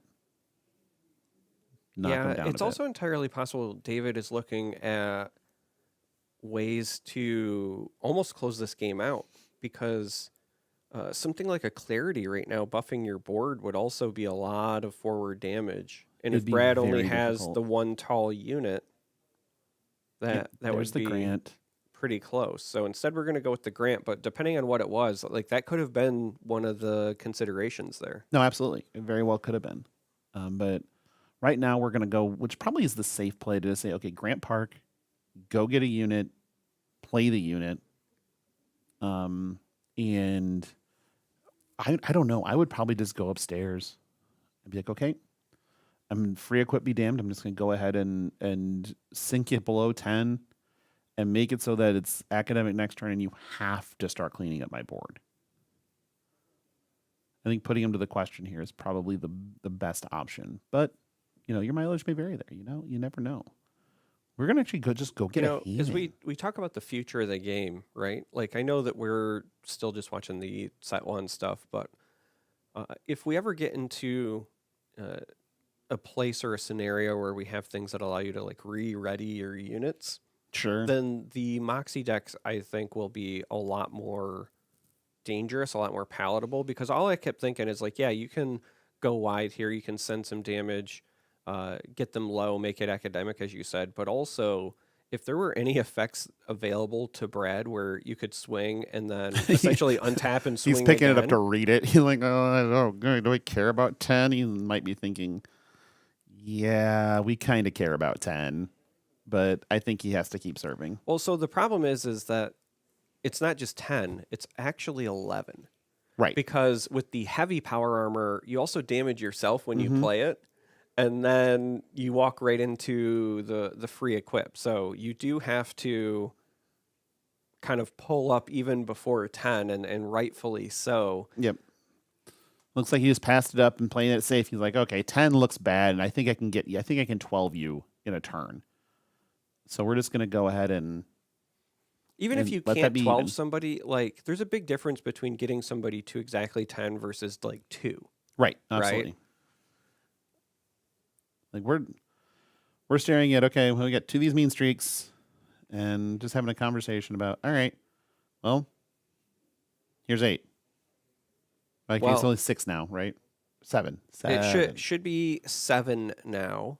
You don't have the United Nations giving the additional +2. You do still have the flight though, which is very relevant. But Can you, does that? I don't think that one has flight, right? I don't remember if Grant Part. Grant Park doesn't give flight. Pretty sure. All right, so here is some of the fun tricks that are available to the Moxie list. This is what I was talking about, where you can move stuff around and then re-attack as necessary. But you're right. I'm thinking it through, and I don't think that Moxie has the Mean Streak had intercept, and I don't think that that Moxie should have been engaged potentially. But All right, well, we're just gonna make a board. Like, let's just make a board. We're gonna move a sidearm over here for free.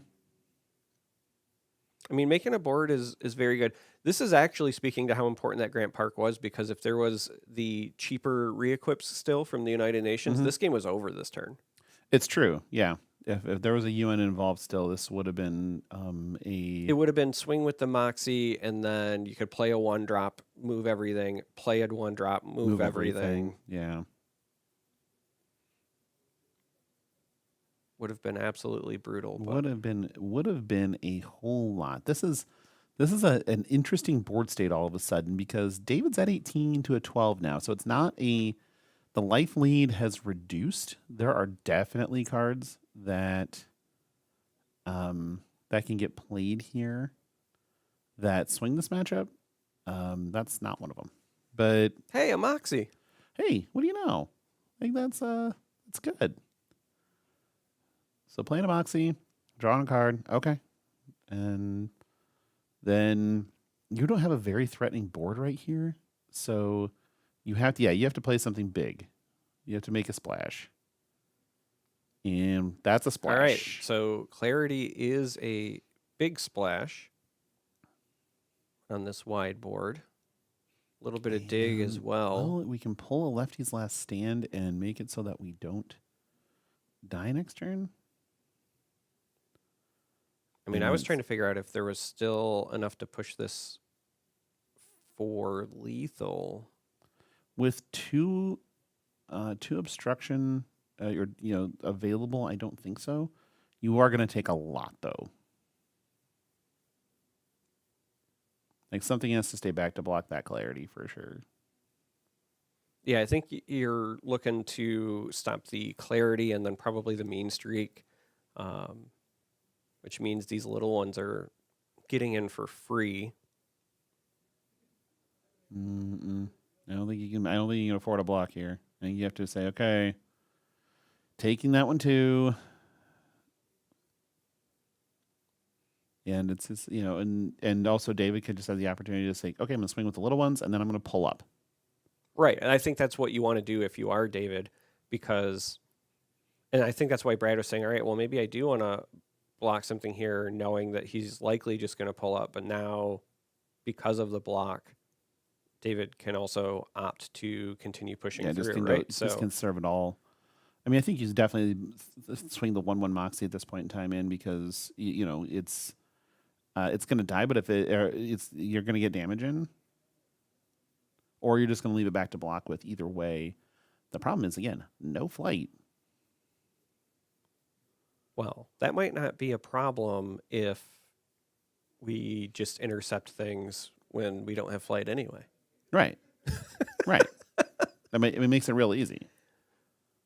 Sometimes you can just turn your card sideways and your opponent thinks it's relevant. Sometimes that's true.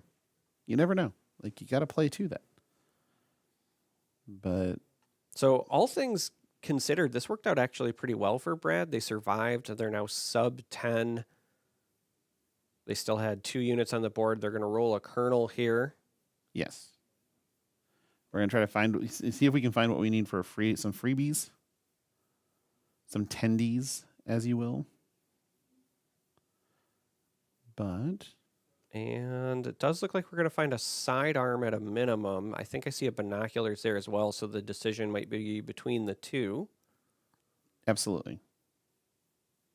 The question is, at this point, do you value the card draw or the power? I feel like as good as binoculars are at this stage in the game, you're only looking at like 1 to 2 turns more max in all likelihood. And so Right.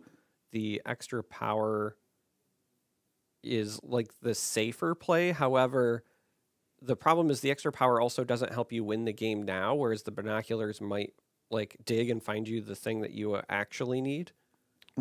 Right, and that's sort of, I don't think it does, but you never know. Here, you're still at 9. So you're not at the end of the world. All right, so I think that repositioning is the once per turn free.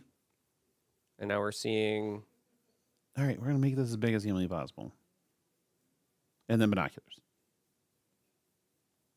Yeah, and I don't hate it if you're just going to leave the other two back as blockers. And you get a 1-drop to stay, to play out with your 1 left over. But what are we crashing into here? Are we trying to go into that clarity? I don't... maybe I'm wrong, but I don't think that you put everything on this if you were just trying to trade into clarity. I feel like this has got to be going at the contender, right? I would think so. Because otherwise, I think you would have equipped just enough to crash into the clarity. Yeah. I think and leave the other equipment on the other units, right? Right. But I think this is I'm going to try to end the game in 2 So swings. we see that the health total going down.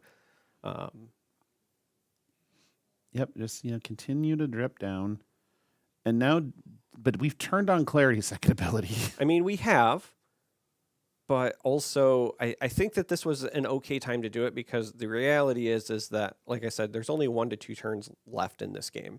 So you're only going to give them that clarity ability 1 to 2 times max. Yeah. I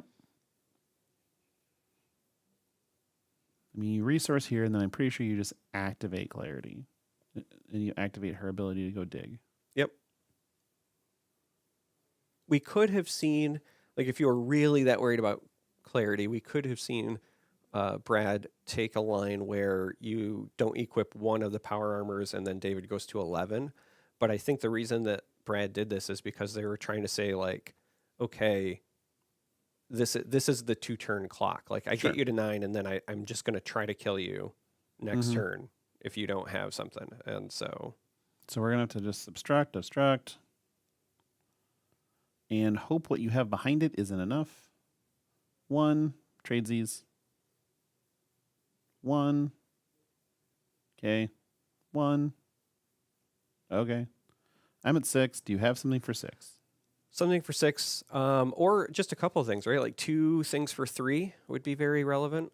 This is a Lin. This is pretty good. This is a Lin, so, and then the buff.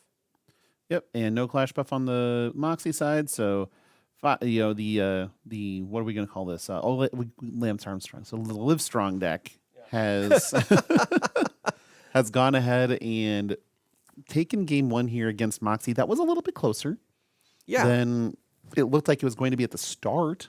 If I can be honest, I feel like the Moxie player had a chance. The one time that they opted to, I think it was crash into the Kilimanjaro instead of going face, Instead of going hard. Yeah.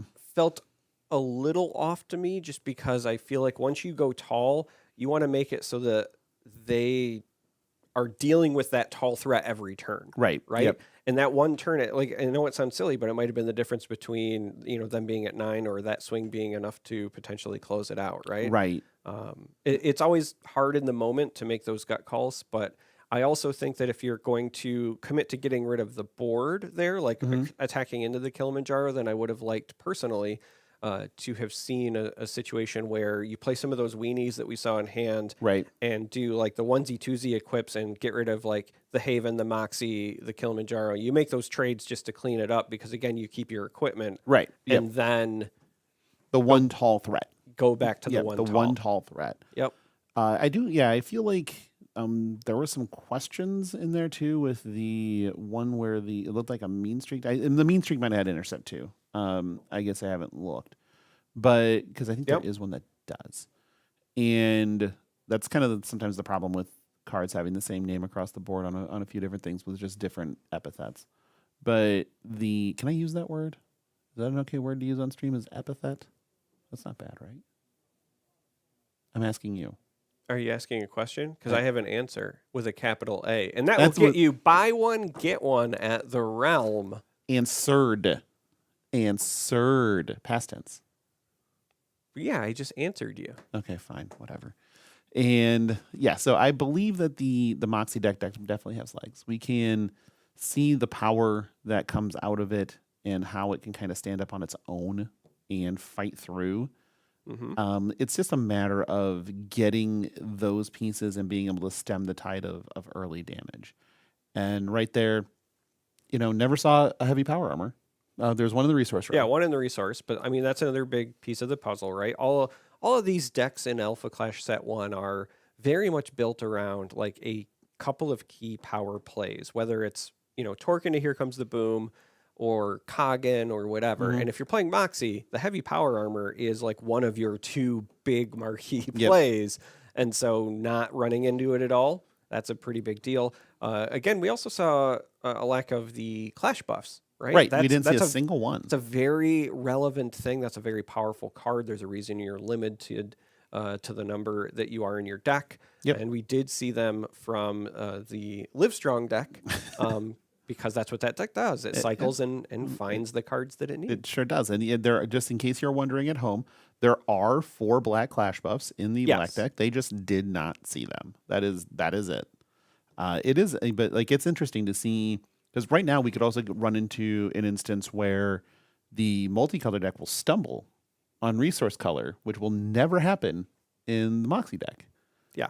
So we could even see one of those Because where this one is strictly black. Now, I do personally like, there are some versions that will splash white because of, again, some of the filtering that is available. Some of the, Haven's good. Those cards are still, I think, worth including. But yeah, this one is in particular just all black. So every card that's a resource is the relevant color. it's the relevant color. The right color. Did you go to Carnegie Mellon? I am on my way to Columbia, actually. No, that's our friend Elaine. That's right. She's on her way to Columbia. No, I'm on my way to Columbia, the country, to be an expat escaping the law. You can make better choices than Columbia. I could, but citizenship is actually very easy there. Oh. You only have to live there like a quarter of the year. I don't know why I know this. I'm Yeah, going to but stop talking now. I'm giving up too much. Anyway, Okay. we're going to game 2. Let's see what we got here. Oh, we're already on the board. Uh-oh. So Moxie's just going to kind of jam in for one. I think he's just trap checking. We're going to buff. We're going to take a look. We're going to buff back. I'm going to say, yeah, sure. Fine trade. So in case you're wondering, yes, there are clash buffs. Hey! We did it. And it's a little bit of card draw. And then, of course, this deck is full of 1-drops. So we're going to see quite a few of those. As we're getting through here. We're gonna see a 2-drop. Like let's do this. And oh no, it looks like we had a What is happening here? Oh, we had to draw a card first. Off of we played a Denver, it looks like. Yeah, it's just kind of hidden Obscured. by the logo there, but it is there on the board. So the Denver did come down, So a Denver, a card draw, a discard, and then there's the discard as you and there we go. then go into the one drop, And then then get that shot. gets Moxie shot a Moxie. yeah. You played a Denver, and then your unit got John Denvered. Okay. That's too soon. It was decades ago. Okay, still too soon. Fair. Okay. Making sure you understand. I love John Denver. But All right. Well, here's a Haven. this is a Haven. Yes, you were correct. Our numbered like 19,000 Haven. We've of seen the weekend. this Haven in the multicolor deck do so much work. So much work. Because it helps clean up your colors, as long as you have them in hand, mind you, but it helps clean up your colors so quickly. Yeah. Again, we're already to 3 different colored resources on the board. Having white, blue, and black already covered by David, that's a pretty big deal. Right. And then Denver is also in play. So things to be aware of with our time is we're looking at clash grounds that are symmetrical. And so rogue clash cards alongside alpha hunters are getting the +1. So a lot of David's deck is Yeah. getting pumped by that Denver as well. Yeah, I was just about to say, you know who happens to be a rogue, don't you? John Denver? Haven. Oh, yes. And John Denver. Used to be a rogue. He used to be a rogue. I guess it's past tense, isn't it? Yeah. Like the code answered that you can use at Realm Gaming Network to get buy one get one free Clash Ground booster boxes. Yeah, but See, you have to we use did it. you have to use a Capital capital A, A. just like the capital A for the alpha units in Alpha Clash. Yeah, I figured that's where that came from. Maybe I should just ask the question instead of assuming with a capital A. Yeah, Yeah, probably. Well, back to the game here, folks. We get a little bit of a Moxie, a captain Hey, speaking of Denver, there is now one in the resource side resource Denver. for David. This could be maybe signaling a Kilimanjaro. Could be. Yeah, it's like, all right, well, take a damage or something. They're just trying to get the life totals corrected here. We do have, and then we're just going to kill him, draw this, discard a card, pop it. Sure, sounds great. Keep this clean, attack you. Got rid of that other Haven because, once you've played that first one, granted, they're all good, but once you've played that first one, the others can kind of be shipped off. You've already got your resource ramp. You've got your colors sorted out. So this is a good use of that additional Haven, but also just a great way to get value out of Kilimanjaro without feeling bad about the card you're letting go. Mm-hmm. What are we doing over here? It looks like we're looking to play a Maxine, but I think what we are looking for is equipment because unlike game one, Brad is missing the accessories here. So we're gonna try to attack down this this Kilimanjaro and buff it. Yeah, okay. Okay, so 2 clash buffs now played for Brad where we saw 0 in game 1. Yeah, it's not ideal at this point because you're trading your units and your clash buffs for their units, and your hand is rapidly being dissipated. But if you don't have the units or the equipment in hand, there's not a lot to do. And so David's going to be just like, okay, well, I get to be nice and calm with my hand. Looks like I still have a ton of things to do. We're going to go up to 5 resources, which is really where we start to shine.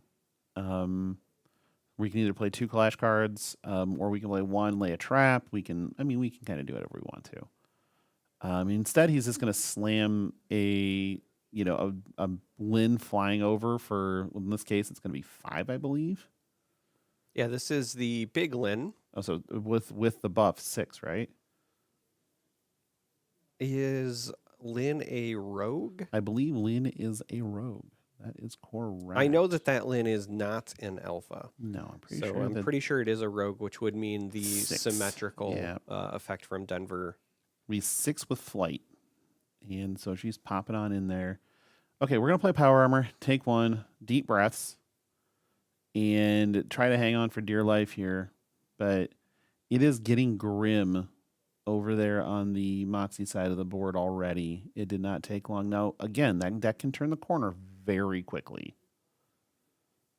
No concerns as a lefty's last stand hits the resource row. Moxie, draw a card. Maybe hit another Lin. No, we didn't hit another Lin, but we might have hit another Lin. Who knows? I'm just gonna 6 you right now, see what happens. And getting sixed is not ideal, as you're dropping to 12.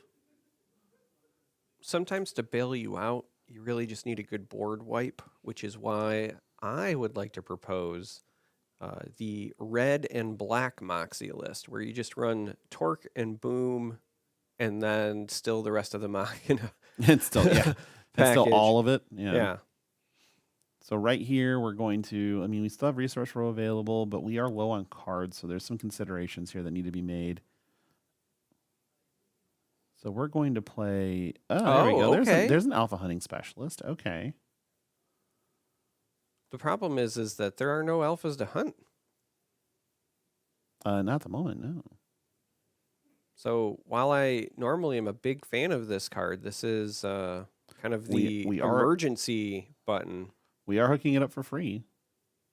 Yeah, you do get the one equip for free because you're at 10 now, so your contender allows you to do that. And so this is a big one. We're attacking for large amounts. Big number go burr. And we're going to clash buff. I was going to say, I believe this has to be into the Lin. It would be 7 and 7, so it should be an even trade here. It is. Which is honestly just really good for David, because now that means the board is clear on Brad's side. Things are just not going well. Brad needed to find equipment sooner. Yep. And David is low on cards. Like, he is running him out a little bit, but card selection is going to be the king here, or queen in this case. He's even thinking, do I even really need to resource anything, or do I just want to keep cards in hand? No, we're going to resource. It's a Haven. What's most it could do is draw me a card, right? And then we're just going to tap 6, play this Clarity. We're just going to, search some more. Yeah, that looks good. And then we're just going to, casual just get in there. Oh. Yeah, this is ouch. very effective because Brad likely doesn't have any more clash buffs. We've already seen him use a pair of them. Yep. And so we're just going to say, okay, are we done here? Yeah, I mean, we saw David even just get in there with the Clarity Contender as well. No reason not to. Sure, no and reason not to. Health has such a huge disparity. Nope, I think that this is a pretty clean 2-0 for David right now. There's not a whole lot Brad's game 2 is looking spotless. Yeah, this is. But yep, we're going to do this. Draw a card. See if we can find an out here. We can attack down this Clarity if we want to, but with that Denver in play, even just a clean swing from the Moxie and the Contender, yeah. Yeah. So, I mean, we do still have the option, right? So you could clean up the Clarity, and then you could, if you've got another like 1-drop, for example, you could play the 1-drop and then equip the armor to it. Sure. I mean, ideally you would have more, ideally you would have like a 1-drop and a 2-drop here, just so that you can try to go wide with your potential blockers. But yep, you have to come in and I think you have to clean up this Clarity. Agreed. Trade accepted. So that trade's accepted, and all right. So we see a Weber. Weber with the effect does grant the free equip. Yes. So, but here's the problem: is that at this point in time, any other Clash card probably ends this, unless he has the 4th Clash buff, because I think we've seen 3, right? I thought we've only seen 2. Ooh. It just feels like a lot, but that's going to get close to academic here, isn't it? Again, possible Clash buff to keep this from being lethal. Or that I'm pretty sure seals it, specifically because it's another Moxie, right? So the Denver buffs that. So You could do a block. Well, I suppose if you've got the clash buff, There it is. There's the you handshake. could have Yeah. still survived that for one turn. But yeah, the handshake means no clash buff. No, everything was coming up Millhouse for David in that one. Just lots of the deck operated exactly as you'd think it would, and for the Moxie contender, woof, did not find the gas you needed, and if you stumble at all in those types of matchups, if somebody's going to get to do everything they want to do and you're going to do nothing that you want to do, you're not winning that game. So in card games, it's pretty common for there to be like deck checks, things like that, administrative tasks. But this might be the first time where I'm calling for mandatory testing for steroids because that was very one-sided. It was. It very much by was. what I have dubbed the Lance Armstrong, the Livestrong. Lance Armstrong deck. Cycling on steroids. Cycling on steroids, Yeah. because everything just draws cards or filters cards until you find exactly what you want. You're playing with the full gamut of colors because why not? Why wouldn't when you? you can see your entire deck, it feels like every game. Right. If you can dig to whatever you need at any point in time, Clarity is such a strong contender. And this was one of those instances where we get to see her show off again. And it's remarkable when you see it happen. I don't know. Like that looked like that was not that was impolite, one might say. Yeah. Now, the first game, it was a lot closer because the Moxie deck got to do what you would expect, right? You get the early units, but also the early power armor, including the free ones. That's really Sure. like the ideal thing you're looking for there. I still feel like that first game, there were either potentially some sequencing things or some other things that could have been done. Doesn't necessarily mean the outcome is the same or different or whatever, but there were, I think, some hard forks, right? Yep. Where maybe if it goes a different way, it's not a 2-0 sweep. Yep. But game two is just completely one-sided because there weren't early equipment. And this is a deck that runs a lot, right? It's not even just about the power armors. We didn't see sidearms. We didn't see binoculars. Binoculars is another really important piece to the Moxie lists, just because you need a steady flow of the cheap bodies to equip them too, right? A lot of those 1 and 2 drops are very important. We didn't see really a lot of those early either. So it was just the wrong half of the deck in game 2. Yeah, on the bright side, it looks like we're probably going to see David in this very colorful pile show up again in the top 4 here. I think, and then I think once we start ending into untimed rounds, we're going to have some interesting lines of play because some of these decks are definitely playing faster to make sure they can close in the gap, and we know that we're going to have.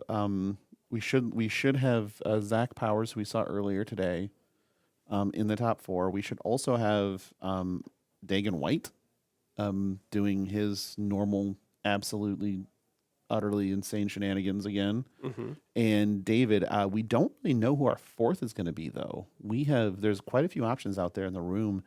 I'm interested to see what comes through because obviously, we've seen out of the rounds that we've covered, we've seen now 5 different decks. And it might be something we haven't seen yet. What do you think going into these types of untimed rounds would you say would be the best strategy to have? Is it trying to close quick with your Torque Boom package, or is it trying to extend the game out a bit with your clarities and then the snowball of advantage eventually winning the game? So that's an interesting question. I think obviously when you go to any sort of untimed rounds, the clarity decks get better just because you can take more time to make your decisions. But just because they get better, it doesn't mean that they are necessarily the best option. I actually think the red-green deck that we saw earlier with the 2 Machinas as well is pretty favored in an untimed round because you don't have to force the I'm going to, play Torque Boom early. You can wait if necessary and then do it as a combo on a turn, right? Mm-hmm. So if you're not fighting the clock, you can let your opponent overextend And then when you're sitting on 6 and they might be expecting you to play the Kagan, instead you go torque, here comes the boom. Yeah. And then wipe their board and you have a big tempo swing. You can play it almost like a combo deck. And you can still fall back on the Kagans and the Machinas and the things like that to bail you out if needed. So as good as the Clarity decks become when you go to untimed rounds, I do think that the mid-range, so specifically the red-green version of the Torque decks, also gain a lot because they can be flexible with their game plan. Yeah, absolutely. We, and you know, thinking about that and thinking forward, we had the privilege of spoiling a contender for Clash Grounds. Yeah. And that contender is Haven. If you haven't seen it yet, you can go to the Clash Ground YouTube page and watch the video. But the shameless plug, that was really just a shameless plug. You get that, right? Or was there not shame in that? It seemed shameless. I didn't hear an ounce of shame in your voice. No shame. No shame. Okay, perfect. And so it was a shameless plug. But that contender is going to be one of those that makes the untimed round portion of the show and the timed portion of the round have a different impact. Yes. Because with a lot of things coming up in Clash Ground, you're going to see a much larger spread of what decks are capable of doing. And right now we're kind of seeing that, generating advantage, generating at minimum 2-for-1s is the way to win these games. It is definitely a game built around card advantage. But when you have engines, which we don't really have engines right now, we have pieces of like 2-card combos, but we don't have engines. Set 1, at least so far, all of the meta decks that have come out are really about capitalizing on windows of opportunity.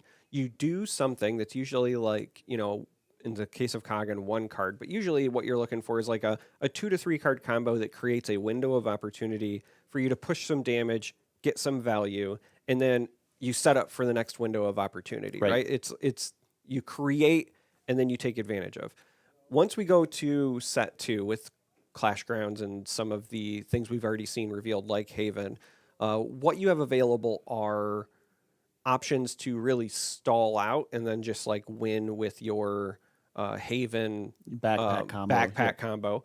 But we also see things like with Pestilence, for example, where you have what you said, engines, combos, these things where you are kind of building momentum. The closest thing I can think of is like Mean Streak and Set 1. If you're unchecked, you can build momentum with your streak counters. But it's a bit easier to do with some of these things we've already seen spoiled in Set 2, where you get something online and then you can just continue to rinse and repeat with it. And that's a really big deal, right? Right, absolutely. It's not about a window of opportunity. It's about creating like a new floor for the game state. No, 100% true. People, apparently we can't speak very well. So for the code for the buy one, get one booster boxes at realmgamingnetwork.com, the code is answered past tense, ANSWERED. Yeah, I think the problem is because you and I have been making a lot of jokes about questions and answers and me answering you, and then you did something and I had an answer. And so because of all that, they're not hearing that it's answered, as in we have answered your prayers by giving you an amazing BOGO deal. Sure, that sounds great. We're going to take a short break before the top 4. But when we come back, we're going to have the first match of the knockout rounds here. So this will be a fun time. Don't you think? Yes, I have answered your question. Answered my question. Perfect. Answered. Awesome. Stick around. We'll have more Alpha Clash coming up real soon. Thank you.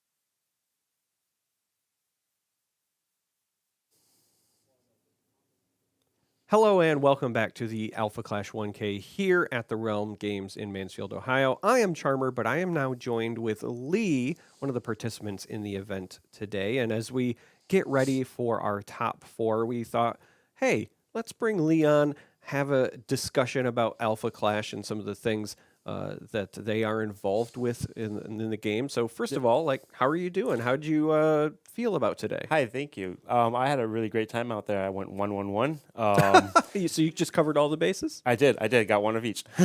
But what was really important to me was I actually did really good, and I felt really good with the games. They felt solid.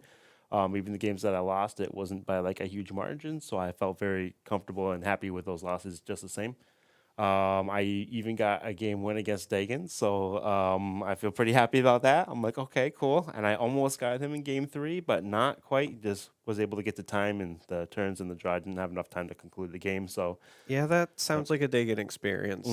Yeah. so that's where we ended up today. If I got that game, maybe I'd be sitting up there instead of sitting here talking to you today. But I had a really great time, and I'm very happy with that. And wish Dagan good luck and everybody else good luck as well. What drew you to Alpha Clash? First, the community that I have going on. We are a multi-game community and team, and sometimes you meet people who are checking out or playing these other card games, and then they draw you to it, and they hey, like check this game out. I want to try it out. Sometimes you have a teammate on the team who's like, I'm gonna dabble in this game and want to push this game, and so I have Call Me Crow is our Discord teammate, and he wanted to be the lead for Alpha Clash for our game. I'm like, okay, take it away, and I'll give you all the support I can and play and check it out. And so I tried it. I learned how to play the game, and I actually just instantly fell in love with the mechanics and the colors and the artwork and the feel of the game itself was very fun to play. Very basic enough for me to be able to get into right away without too much struggle, but complex enough to be able to learn and grow into it some more too.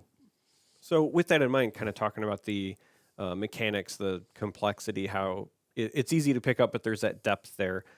Has there been any spoilers for set two that have really caught your eye so far? Because there's a couple of spicy things out there, and I'm getting what's interesting is when I talk to folks, I'm getting different answers, which I think is a good thing. It means there's a lot of the set that's appealing to different people. But what Yeah. stands out to you so far? So it's funny you ask that because I'm usually a spoiler avoider. I don't like to really like overthink about it too much. I have too much going on, and I don't like to speculate too much ahead of time and get myself all worked up about, oh, this is going to be really cool with this. And by the time the set comes out, then it just kind of like doesn't work out the same way that you expect it to. So I kind of avoid it until all the cards are there. Well, fair enough. Well, I thank you for coming on and joining me. It sounds like we are getting ready to jump into our game. So we're going to take a short break, and then I'll be back with Logan for us to cover the top four. So thank you again, and I hope the rest of your day is great. Absolutely. Thank you very much. I have a long trip, so have a great day. Thank you.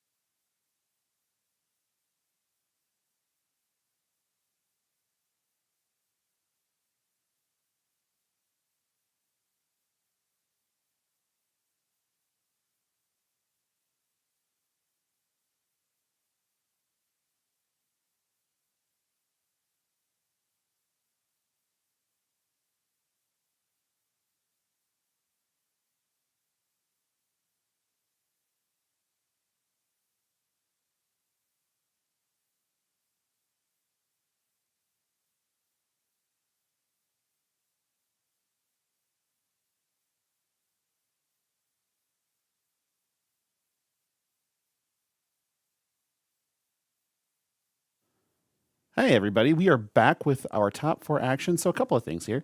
That's not Brad. That's not David. And those are not the scores. So, Yeah, that's going to be updated very, very soon. yes. So, don't take that as gospel. Right now, we are looking at clarity. Yeah, we are looking at Dagon on Clarity. Shocking. And then on the other side of the table, we have Keith on what should be Torque. This should be the red-green Torque. So we are in for a slugfest. 100% correct. So here There we go. we go. Did it. Both teams played hard. And so we have Dagon's fully foiled promo deck versus Torque Go Boom, most likely, allegedly. And we're just going to say Magnate. And Magnate Flare. Ping that. And ping me. Draw a card.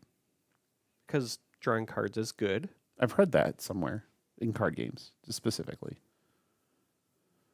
So, we're starting off hot over here on the Torque side of things. Dagon's going to do what he does best, which is hop in the tank for a hot second while he decides which one of these cards is ones that he wants, and neither of them are the answer. So we're going to go straight off the top of the deck.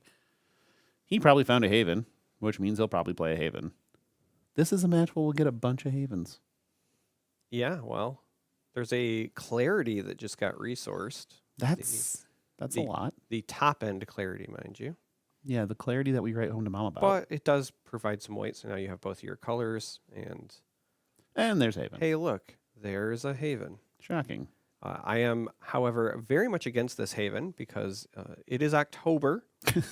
We There are are- not celebrating Christmas. There are already Christmas decorations out, my friend. Like we're already in that spot. Dagon crashed a Magnate into a Magnate, saying, hey, both of us would like to draw cards.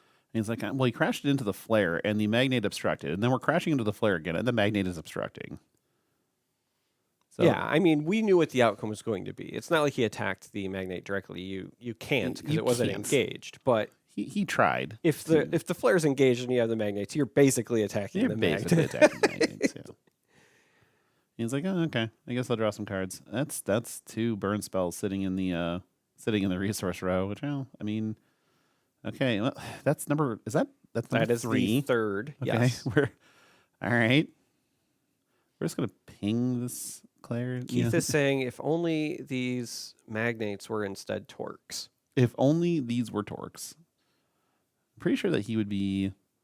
I don't know what you. I would do appreciate the fact that he got rid of that Haven, though, because, again, it is October. What I'm trying to get at is that we need some spooky We need themed spooky Alpha Havens? Clash cards. We do actually. We need some real horror show ones. What would you put as the horror show contender? Which one would you do? Oh well, I mean, we get next that we get death. So Yeah, I was just going to say, it's got to be something coming from the new... from Clash Grounds, we don't really have anybody that I would want to designate as like a cool Headless Horseman alternate art yet.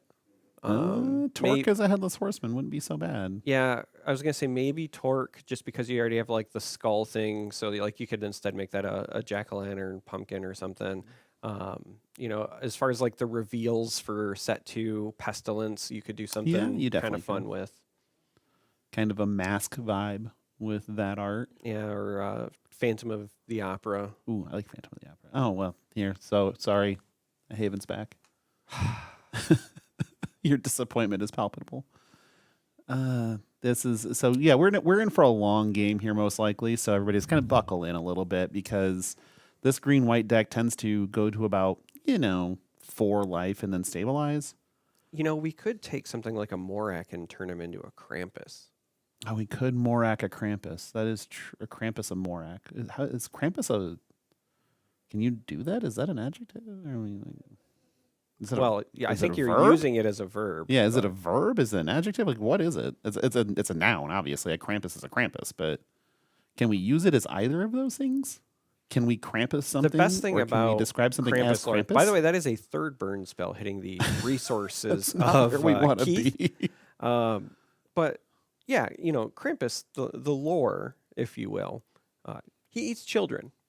So if there was ever a card I needed for There's a tarp, dealing by the with way. havens, Yeah, okay. It would be a Krampus. It would yeah. be a Krampus. That makes sense. This is what it's like to listen to our podcast, by the way. Yep, we're going to burn down a Haven. There, are you happy again? Nope, Yes. don't answer.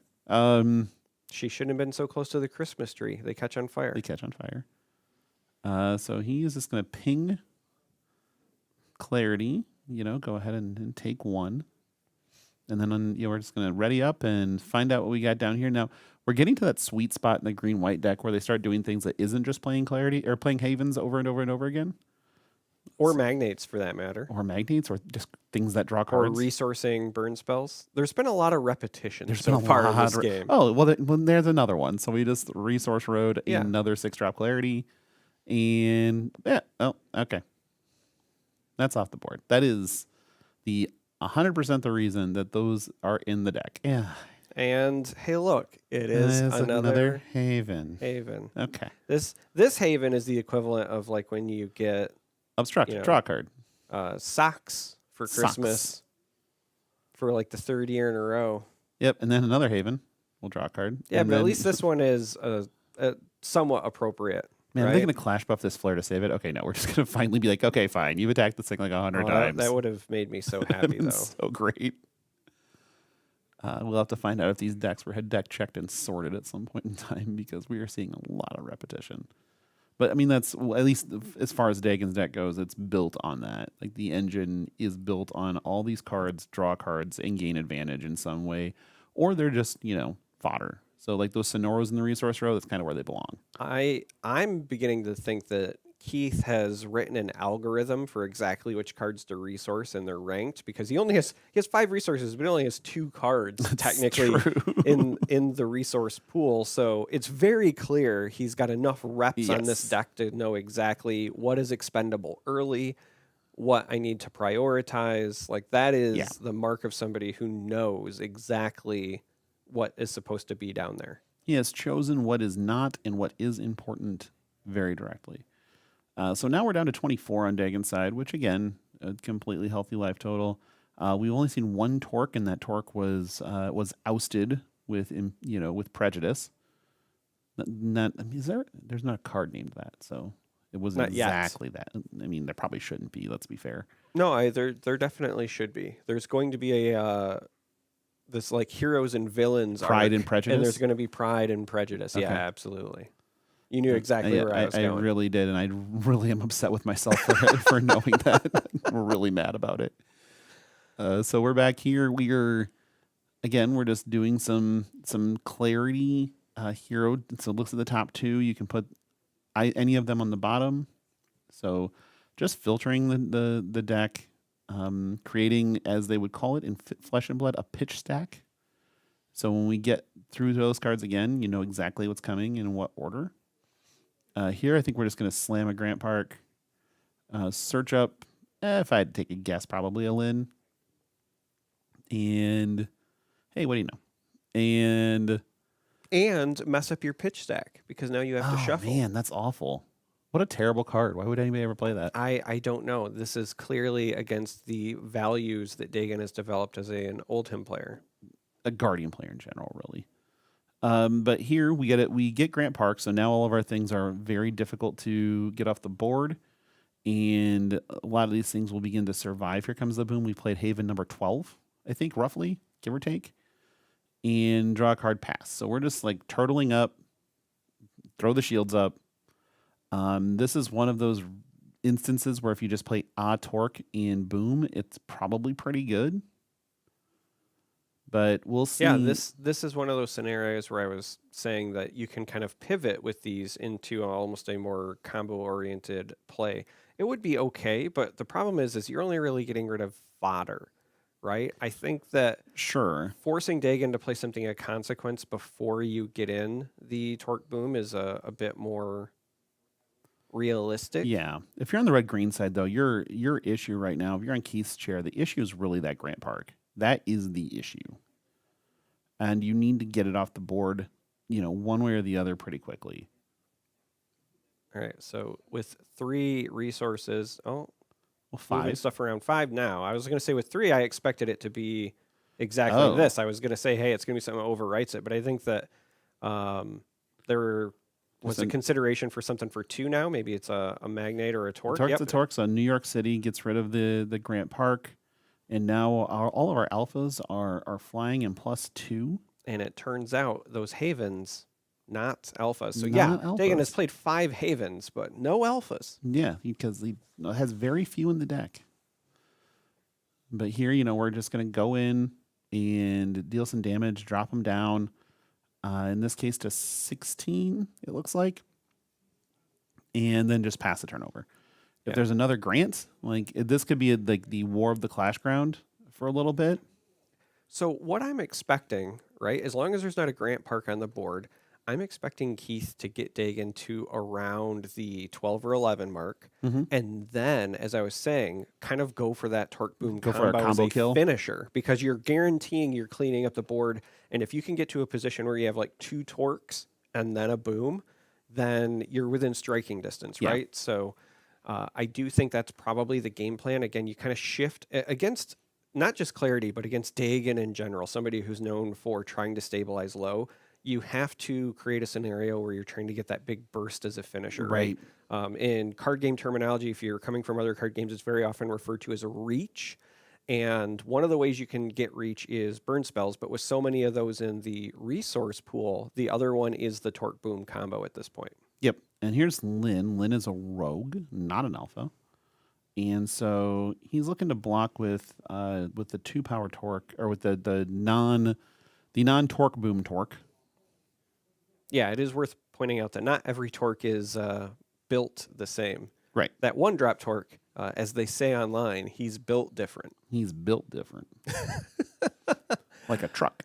Oh, men in their later stages of their life are saying things like he's built different and referencing the Riz. The Riz. And Yes. The it's we been did an get eventful day. It's true. We did get an Amazon Rainforest here to clear out that New York City, but now we're on the draw to and ditch one plan. I still think that it's in Keith's best interest to probably make sure this Amazon Rainforest doesn't stick, because we've seen what happens when Clarity gets card selection. It's brutal.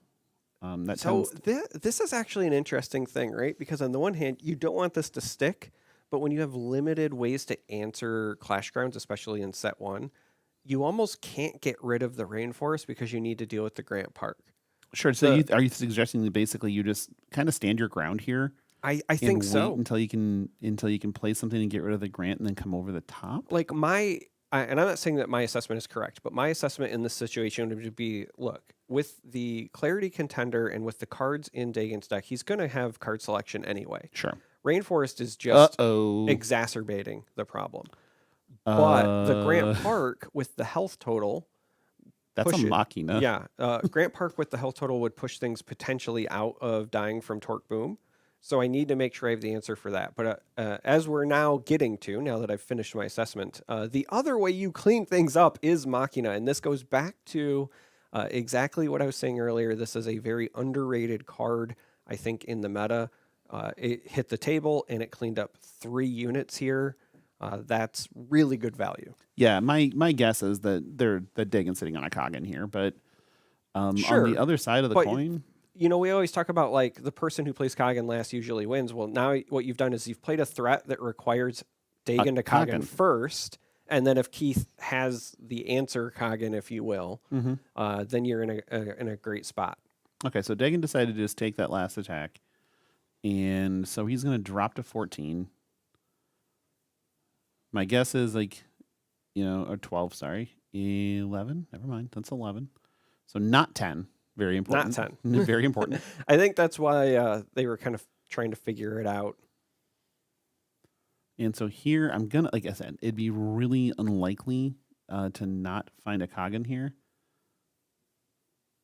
and just get rid of this Machina. Because the other side of this coin is if you can't get rid of this Machina basically now, you might just be dead. So, and I think I see multiple Kagans in Dagon's hands. So Yeah, and this goes back to why I was saying I think you wanted to keep the Rainforest on the table, right? With no Grant Park, if you play Kagan, yeah, you clean up the Machina, but if Keith is sitting on the Torque Boom combo, then he's close to just winning. right, correct. Yep. Whereas, Grant Park would have created a completely different situation. Here is the 6, so there is the Kagan. Yep. A story as old as time. Yep. A tale as old as time. Yep. So he's going to go ahead and take it and just clean up the board entirely. Clash buff, save the Kagan. And that's, going to take care of that. Yeah. Now, we are in that range where Torque Boom is a problem, and Torque Boom is a bigger problem. Torque Boom just wins the game. Correct. Well, I And- mean, Dagon could have a Clash buff for his contender, and Yeah, and but live yeah, I mean he lives, but at what like, cost? At what cost? Exactly, right? Like it's one of those you're low enough at that point that you're within that very critical striking distance. Like it would be such a powerful play that it would be hard to imagine Dagon coming back. Right. And so we're discarding here. I think he discarded a New York City, maybe, which kind of starts to lend towards maybe he is sitting on Torque Boom. And then Well, another red card going down, so that would help with the resource problem. Mm-hmm. So here is the Torque. Nope, No, it's a flare. Flare. Interesting. Flare might be one where we're pinging to draw cards. Oh no, we're cogniting. Yeah, this is Or no, we're mocking. Okay. okay. Yeah. Sure. I'd like to blow up that and that. Thank you. Yeah. So And, even this is also huge, and this is why you run multiple machinas. This is why you run more than one machina. Yeah, Dagon is going to survive this, and even if they have a clash buff, Dagon is going to be going low, and Keith still hasn't played any Coggins or any Torques or any Right. Booms. And we think we have a Coggan in hand still over on Dagon's side of the world.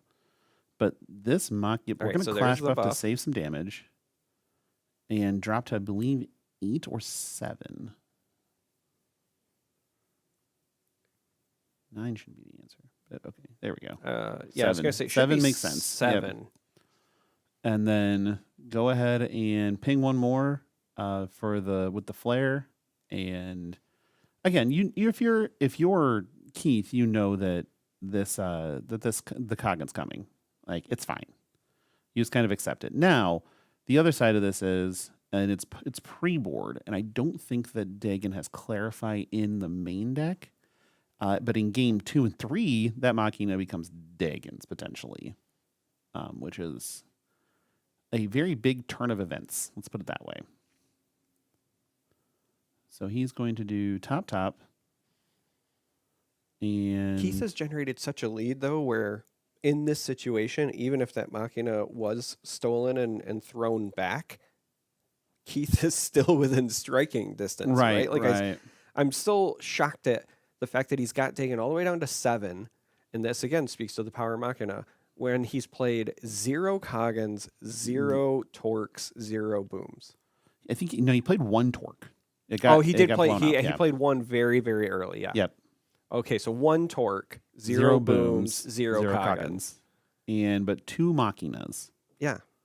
Card is good. Card is good. It's not Everyone knows Coggan good. But right now we're staring at, like I said, Dagon's out here as he has to play Coggan. And then it's most likely either stay back with it. Oh, he has Clarify main deck. All right, so we are going to see it. But again, like I was saying, like, yeah, you do this, but You still might just be dead. he's like, wait, what's going Wait, on? what? Like, yeah, I But get yeah, this. I mean, what are you doing here? Like you attack and you get some damage in and you get rid of the flare, but now you have no blockers. Like you can leave it as a blocker, but then like Coggan's still a problem. Yeah, you can't leave it as a blocker because Coggan still, unless you have a clash buff, Coggan still wins the game. So this is still a very tenuable, 10 spot for Dagon to work from. It's not pleasant. And yeah, he now has a Machina, which is great. And he did leave it back. Again, you're still in that problem. Yeah, I think Dagon just was doing the same math I was, which is you're dead to a Coggan either way, but this at least helps you to potentially block things not named Coggan. Right. I think it's better to leave back your Macho Machina. Never do that again. And It's gonna be a difficult corner turn, just depending on Keith's hand, really. What does he have? What is he looking at? And the math is, can I finish him? And you want to do that way sooner than later at this point. So Torque, okay, and you can theoretically boom the Machina off the table. Yeah, if you, So he's really thinking this through. He's like, okay, I was gonna say, I think you have to flare the Machina if you want to go through it. But instead, it looks like we're gonna flare the Contender and then use the Contender to ping the Machina, and now the boom. mm-hmm. Going to 6. That flare's very dead, by the way. Yeah, but And then send Dagon to 1 unless he has a buff. And being at 1 is very bad. Okay, we all right, have so a buff. there's the buff. So we're going to go That's ahead. I think the third Clash buff out of Yeah. Dagon already. It is not great. And then we're going to play another Torque. And then you don't And ship then- in. I Like was gonna that say, you Clash don't- buff sticks. Yeah, the Clash buff sticks. So, but I mean, you do still get it developed. Yep. So we got Dagon at 3, Keith at 26. Man, it'd be really nice to have those burn spells sitting in the resource row now, wouldn't it? Just to finish them off. Okay, sitting at 2. Well, there's, I think, still one left though. I think Yeah, Keith I does think run he the has full 4. complement. So Okay, and Dagon's like, okay, this is one where the Havens that Dagon's going to play may just start gaining life rather than. oh, drawing I mean, cards. I think they have to at this point. Yeah. You are in a heavy danger zone right now. This has been very well played by Keith, by the way.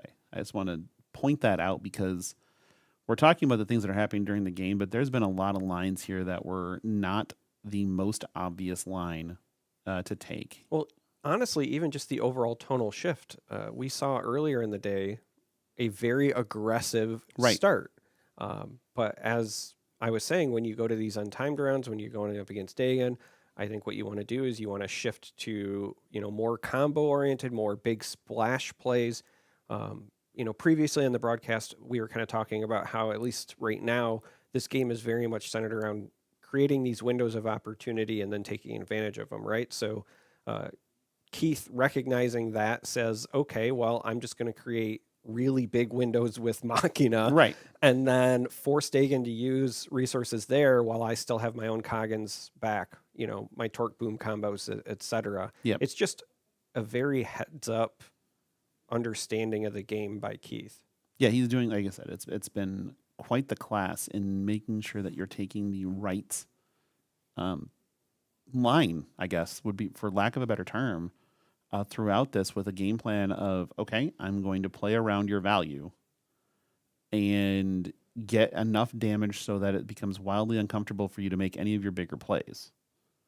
Because any of your bigger plays that can be answered 1 for 1, the game's over. I mean, yep, we're gonna dig. All right, what did we find?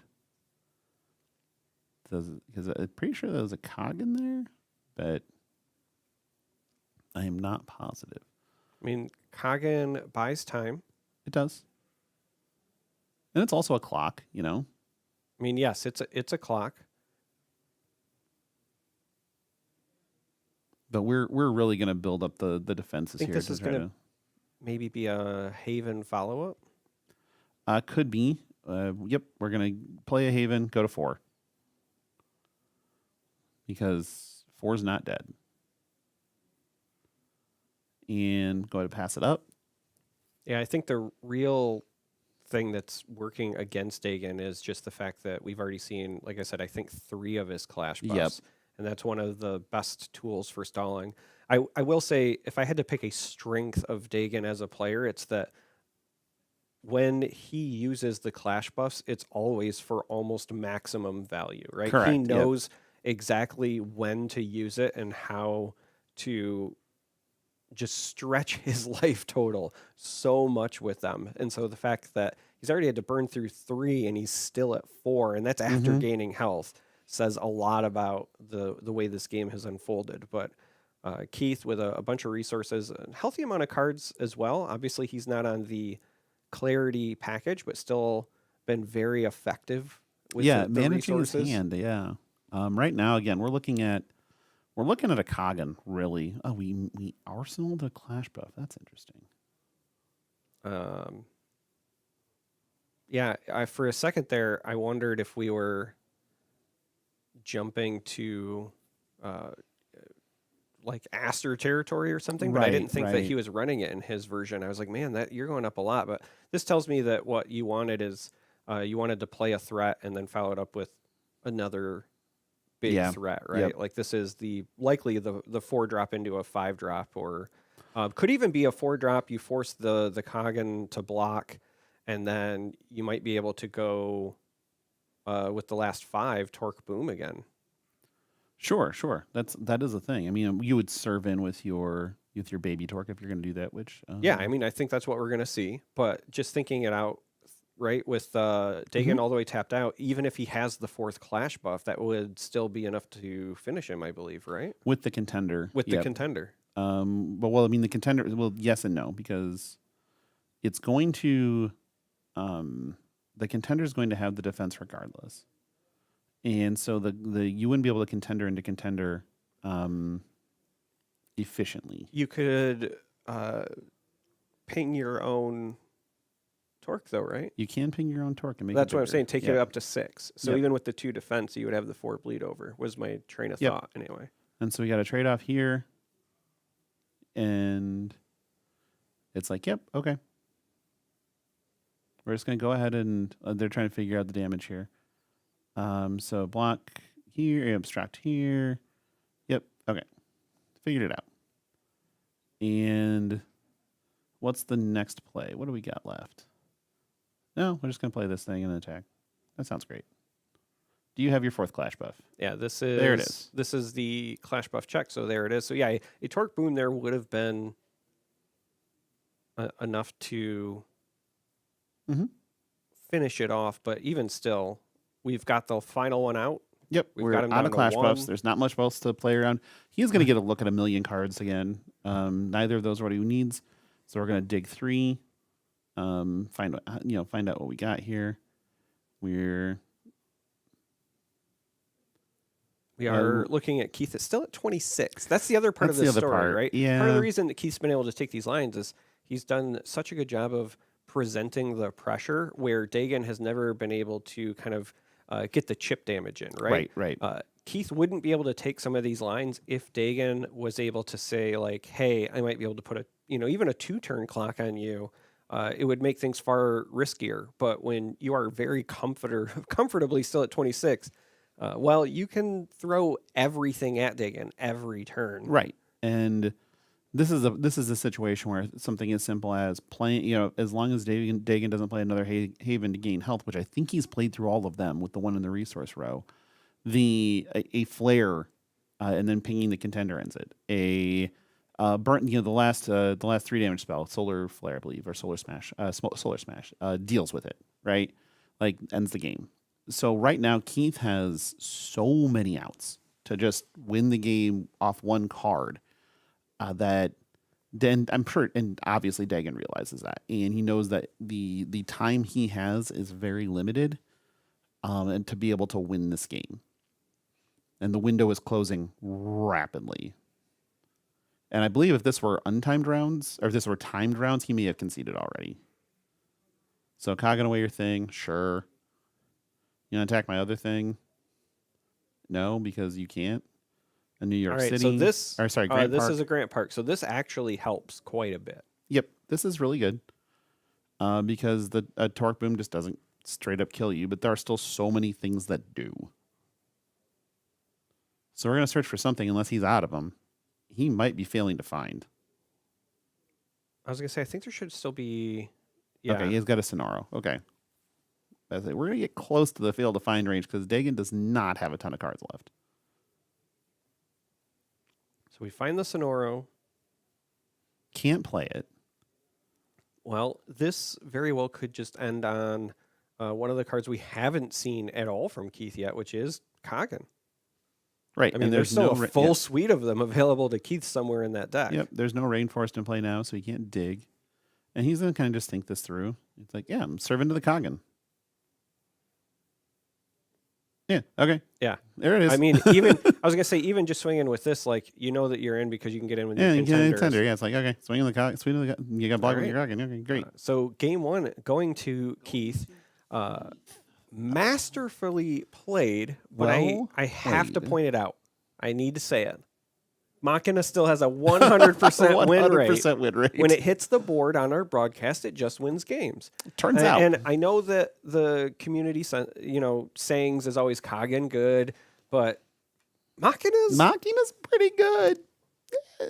It's just, again, I like the decks that treat it as Coggin's number 5 and 6. yes. Like those are, or in some cases 5, 6, 7.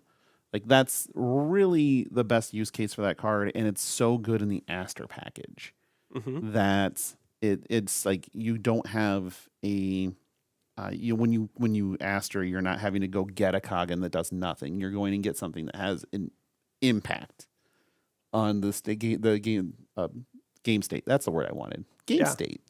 You see, I know words, kind of, not really. You know what word I know? Answered. Answered. That is the With a word I know. With a capital A. capital A, it is past tense. ANSWERED. Yes. Answered. I win the Answered. spelling bee, right? But that's the code that you need to enter in at Realm Gaming Network to get buy one, get one free booster boxes of Clash Ground, the upcoming second set of Alpha Clash. So entering, But there's a limited amount. there mind is you. a limited amount. If you've been paying attention to the assets that have been out on the screen during our breaks, you have seen that there are limited to the first 100. So if you are interested, go to realmgamingnetwork.com, go ahead and search Clash Ground, and you'll find not only booster boxes, but you'll also find singles already listed for the cards that have been already revealed for Clash Ground. We're going to go ahead and shuffle up and get ready for game 2 here with Keith up 1-0. We're in mulligans, it appears. Or no, we're still in sideboarding. Okay. So we got a minute here. But that's okay. Yeah, that's okay. We're not going to start at 40 life. This isn't Commander. Now we're gonna have both of these contenders starting at 30, and a little sideboarding going on. You know what I think is gonna stay in the deck for Keith though? Torques and Booms and Machinas. Macho Machina. Stop it. You are. I mean, I feel. Try to tell me he is not the Macho Man Randy Savage of Alpha Clash at this point. Like he shows up, he makes an impact. Until somebody alters one. He has a 100% win rate. He does have a 100% win rate. Macho Man did not have a 100% win rate. Yeah, but he is the cream of the crop. He is the cream of the crop. And The it cream rises always rises to the top. Yes, that is true. I feel like we're starting to become the Bobby Heenan and Gorilla Monsoon of commentary. You're obviously the Bobby Heenan in this case. Because I you're am not the insufferable. brain. You're not the brain? No, All right. no. You know who I am? I am the Taz. Oh. Yeah, I'm insufferable, but also bring nothing. Okay. Well, I mean, we started making pro wrestling references, so I guess that's on us. This is going to be a very interesting, Dagan saw what was happening here. Dagan saw that, okay, I can get beat by somebody being patient with this type of aggressive deck. Do I turn on the offensive a little bit and try to force them into a different game plan? Is that something worth doing? No, I mean, I think you have to. I think that if you're Dagan, what you're really hoping for is one of those early Grant Parks into something like a Lin or something that's mid-rangey value where you're forcing Keith to be the first one to respond or answer, right? Right.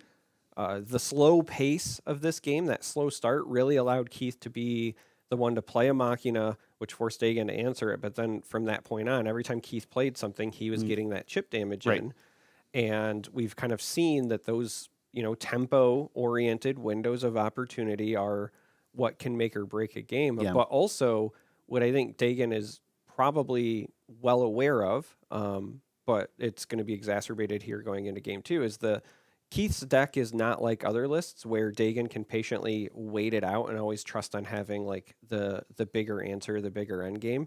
He knows he's running into somebody who has torques, has booms, but also has the full suite of Koggins, has the 2 Machinas, where you might not have an opportunity to wait until they've expended their things and always be that person who plays the Koggin last, if you will, right? You can't also wait, or like, and if you're in Dagon's spot though, you still have to be very aware that you can put yourself in a spot where you just lose by extending to the board because they're like, unless you're under the protection of Grant Park, it might just be boom die, right?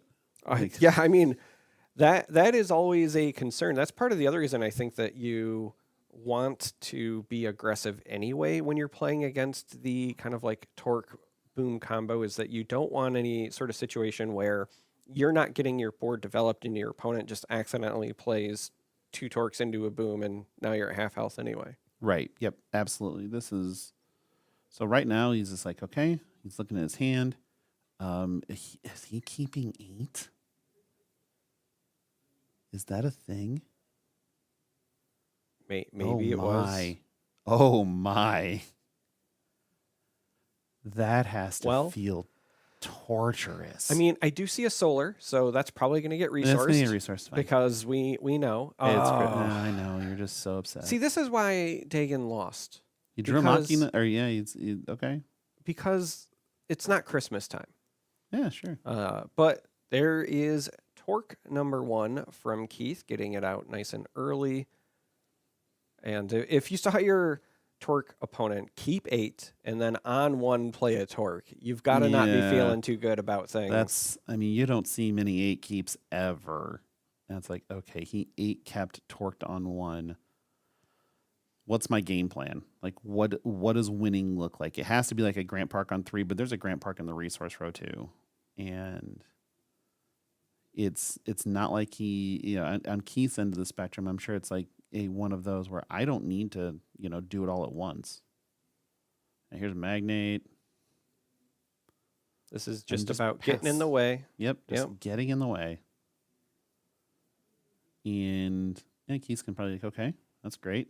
Believe I'm that's putting a New York City in the row. New York City. Yeah, exactly. This is such a like Into both a sides are magnate. into a torque. No, into I was a gonna say a flare. flare. This is gonna be a flare because this is nice, Yeah, easy way to start drawing cards. this is fascinating too because, right now it's like daring, Dagon to develop. It's like, okay, This is what I kind have. of the opener that got Dagon into trouble. When you think about how game 1 started, we saw a flare down, and then Dagon kept trying to attack into the flare, and then we had trades of magnates back and forth. Some havens lost, and I think what happened was there was all that focus on getting rid of the flare that Dagon kind of just forgot to apply general pressure. Right. He fought over a card, and because he fought over the card, it became a problem. And So here it's like to attack into the flare. Okay. What's more important? Because you're going to lose 2 cards here regardless, unless you want to lose a torque, which you're probably not doing. So we're just Or- going to buff it and say, okay, you could just clash you buff. could draw just a clash card. buff and draw a card. And okay, I guess that's fine with me. And there's the flex to play a Grant Park. Yep, we Yep. knew that was going to be a thing. We knew it was going to be a thing, but we also knew that it was essentially a requirement. Right. This is, again, very shades of game 1. What we'll have to wait and see now is whether or not Keith has an answer. The last time answered with the New York City, which was very important. And with 1 already in the resource pool, it's, I think, less likely that we see that. But it also could have been a situation where that one got resourced because there was There's already a already backup one in hand. backup, Again, we saw the keep 8, right? So Keep 8. what do you got? If you're staring at a hand of 8 and you're this You can't green think red of deck, right? and you can't think of it being any better. I mean, if I was picking my list, right, it's probably you have a torque, a boom, a New York City, a Kagen, maybe like one or two other cards, and then stuff you're okay with resourcing. Speaking of which, Speaking there's of which, the Solar, which we know is a resourceable but card for here, Keith. here it could be something as simple as, okay, play in New York City, right? Shoot down your magnate and then attack. You know, nope. We're gonna ping me. Okay. So what are we doing here? What are we Looking thinking? for that New York City. Right. Okay. Play another Torque. Sounds great. This is a pretty wide board for Keith. It is, but he knows he can't get swept. And Well, no, that's what I was getting ready to say is that normally what you see is the other player trying to go wide to kind of like race the boom. Instead, what we have is a very wide board, which means Keith will, again, be able to be very patient yep. with his here comes the booms as needed. So he then lay a trap and then just pass. Okay. Yeah. You Right. gotta Right. leave that one resource open for your bees. Well, I mean, you do, because otherwise, how are the bees going to come out of the trap? Because you know that's what's in there is It's bees. only It's bees. always It's bees in never the not trap. bees. Yeah, it's got to be bees. I'm pretty sure my wife is now watching the broadcast because she texted Oh. me, said she found the link. Oh. So if that's the bees case, in the trap are going to resonate with her very good, much. good. She likes the buzzing sound. It's Something like that. something yeah. like that. Okay, because that's a. But rest assured, there are bees in that trap. But that right now, like again, Dagon's got to take he really probably has to think through all these turns. Nothing's going to be an autoplay anymore. Not after losing game one in the fashion that he did. Okay, so he's just going to be willing to pass. He must have stacked up fives in the hand, but he doesn't want to extend into a boom, which again, admirable. There is a Brink Grant Park in play, and he's probably trying to force the issue a little bit. I'm just not sure how valuable that is right now. I honestly think that it might be a situation where Dagon just doesn't He's like, really "Yeah, fine. have another play Here's New York City. Sure. because when you're sitting on 4, we know a lot of the really good value plays come on 5. Mhm. And if you don't have any of your 1-drops that also cycle themselves, you don't, as you said, want to overextend. So this might have been a situation where Dagon just didn't have a play even if he wanted to. Yeah, we're gonna ship in with some breakthrough here. So come on. Sure. And Clash buff number 1 for Totally Dagon. fine. Totally fine. Keith happy to get those out of the way because we saw how valuable those were game 1. And then right here, like does the flare just ping the magnate? Nope, ping the contender. Okay. And then we're gonna use the contender to ping the magnate. Yep, that's Yeah. gonna happen. So Dagon's gonna draw a card off that. And then there's a Lin. Wow. Okay. Sure. So yeah, we know that there's a Lin in the hand of Dagon because that's what was searched up with the Grant Park. But He has to play it in defense mode when there's a pinger for a boom. Oof. well, you have to play it in defense mode, but also your opponent has 2 Torques and a New York City out, which means you don't even have your Grant Park to help with your health. Yeah. If you develop Grant Park, then you're not developing the body. Like this is just This is brutal. This is very unfortunate for this is Dagon being White. caught between a rock and a hard place, and the rock just happens to be lifted by a Machina. Yeah, right? So here, if it's just play a Lin in defense mode, like what does that even accomplish? So Rainforest. I was going to say, okay. we just saw a Lin go into the resource, so I think Yeah. game plan might be changing a bit here. Yep. Rainforest, I do like that. Nice, cheap way to get out of things. Haven, going to draw a card. See if we can find some more answers. We are getting close to the Slugfest, the part of the game where the Kagens go back and forth, which actually does put, as weird as it sounds, a little bit of pressure on Keith. You don't want to have these 2 Torques on the board and not get any value out of them. You also don't want to play a boom for like no value. So now Dagon is the one who's kind of put Keith in a weird spot where, if he doesn't play a boom here and get a big swing in, he might not get full value from the Torques. But also, if he does play the boom, it's only cleaning up a Haven and not doing him a whole lot of good. No, either. also true. Yeah, and he can. Keith can take a minute and just go, okay, what if I just shoot down this Haven with Flare and my contender? and then if you have a New York City, even better, right? You can just get to shoot them down and then still attack, and that's great. But instead, we're going to just slam a flare here and attack. Simple, easy. What Yeah. would you like to do? Would you like to just take some damage? I would just like to take some damage. Okay, sounds reasonable. There is a part of me that perhaps would have wanted to see the magnate swing first, because then you might have got like some free damage in, threatening like, okay, I can just ping with Sure. Yeah. flare. This magnate's been staying back for a while as a way to kind of answer. Yeah. This anything. is just a blocker that's not one of your torques as Right. needed. But We're playing a little bit of a control game here, and on both sides, honestly. oh, for sure. But I think that what's happening right now is Keith is kind of recognizing, okay, I don't have the forward pressure that I had game one, but I still need to find windows to do it, because the longer this goes, the more it's weird, right? I think Keith actually still has more top end, but the more pressure it still puts on Keith, because Dagon will just find an out. He's just wily, right? The longer you take to corner him, the worse off you're going to be. So we do have a Kagan coming down. Because you played the flare, it's not eating one of the torques, so at least you have that going for you. Yeah, and now you at least have some value. Where okay, now your boom you're getting rid of a Kagan plus.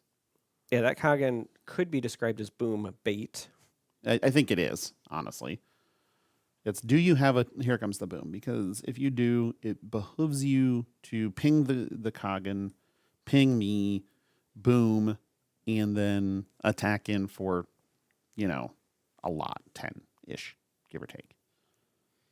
Which is, if that's the case, if that's the play he has, This that's is where a I would great love to line. see, just like as a mind game, just as a full like bluff, whether you have the boom or not, just open with swing with the magnate.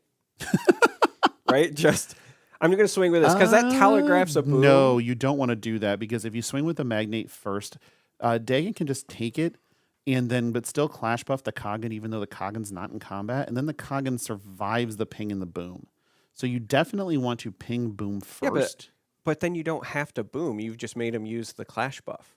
Sure, you could do that. Right? Like I love the chutzpah that it would take to just be like, I'm just going to attack That's a with this lot of magnate. chutzpah, that's for sure.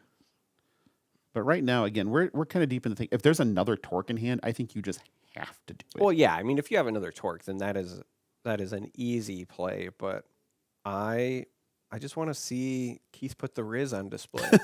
Show off a little bit of the Riz. But there's definitely options here. And so Flare pinging the Kagan. Oh, he's gonna use a burn spell on the Kagan. We don't ever see this. Yeah, we're so used to them going into the resource not in the pile. resource row. We forgot that was an option. That's an option. It's a pretty good option too. You can. Oh. Okay. Okay. We would like to have a conversation about Keith this. is trying to set up the OTK. That As is one the might put it. one turn kill. Yeah, this is getting real hairy all of a sudden. And All right, yeah, let's go. we're at 6 resources now, right? Hear me out. What are the chances that we see Keith go to 8 and then just double boom with 3 torques on the board? We might lose our minds at that point in time, because that would be so insane. Just to go, yeah, boom. It would be the most boom. monstrous play I think I've ever seen if he actually like does that or tries to pull it No, off. absolutely true. Like, I am super entertained. This could be fascinating. There you go. Well, Yeah. that's great. One of your sons. Yeah, it would be Stark. That'd be That's Stark? what Okay. started it. He was messaging me to find the link. He said, "Dad, I can't find the link." So I sent him the YouTube link, and then my wife messaged me, "Hey, I can't find it." No, never mind. I did find it. So that's why I started talking about bees in the trap. Oh, good. Okay, so we played we killed a Torque, we Kagan a Torque. Yeah, I think Dagon went, okay, wait a minute. All right, I can't have I can't hang with this. triple torque on the board. Like that's just not. And this is the interesting thing about this green red list, right?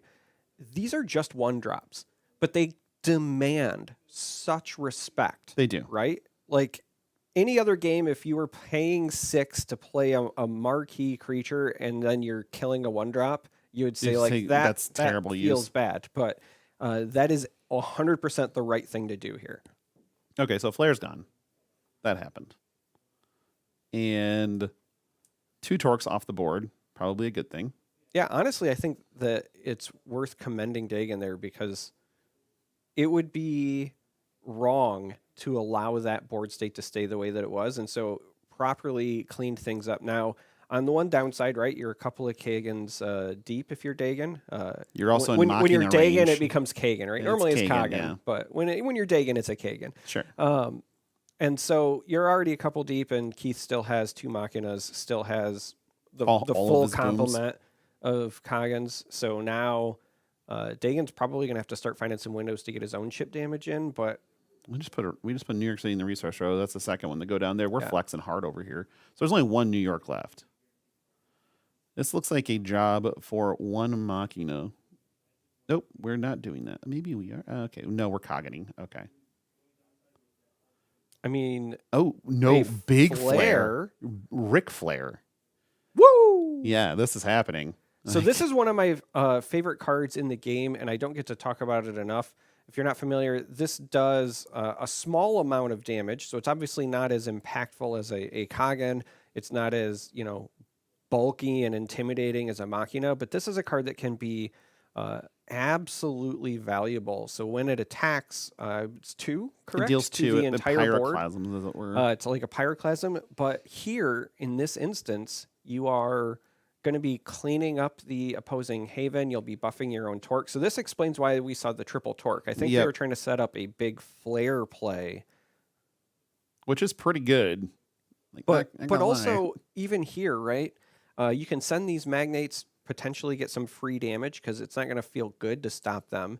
And then if you swing with your flare, Well, you can clash buff here to just say, okay, you can't kill my Kagan this turn, which is totally fine. we're going to see a clash buff from Keith. Okay. And a clash buff answer from Dagon. Sure. And we drew 2 cards from Key's side of the world. Yeah, and there's still a magnate that's likely going to die when this flare goes off. So more card draw from Keith. Again, I will also shout out Keith doing a wonderful job of hand and resource management against a Clarity player who loves to keep their hand full. Yeah, that's nothing but Value Town.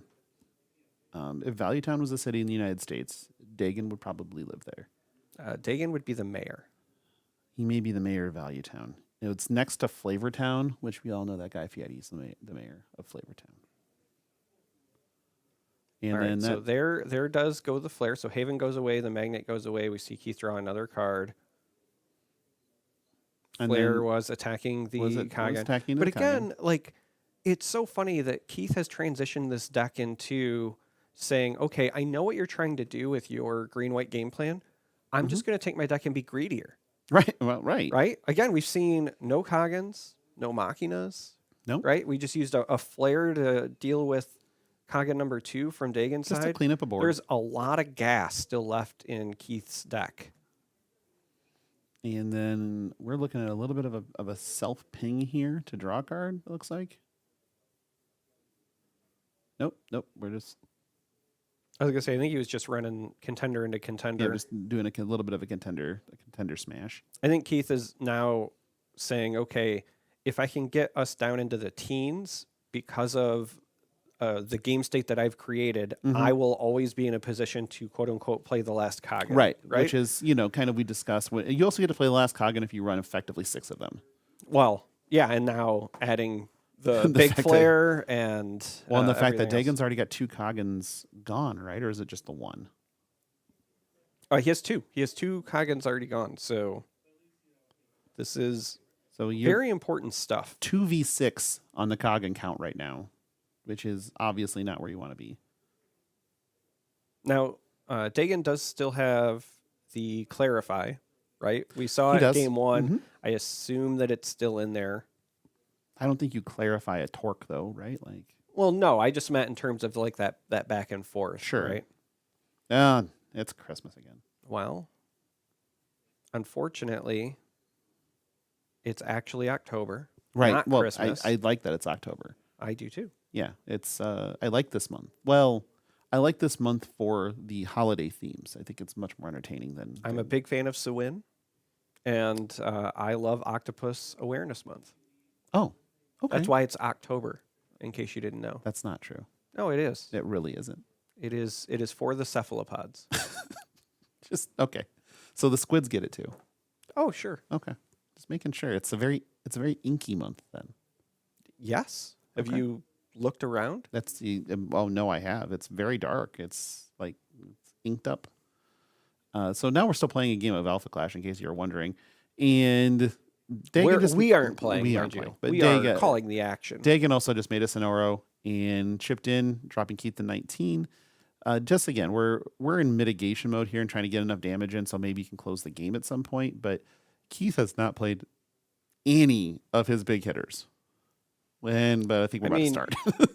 There's the Machina. Yeah, might as well. So that is very, very good for Keith because, as we know, You and and then damage. But as I was about to say, as we know, Machina has a 100% win rate when it makes an appearance. this is true, but right now, Dagan's been sitting on a hand of cards and been digging forever. He might have been waiting on a Machina. I think he does have his third Kagan in hand to handle it.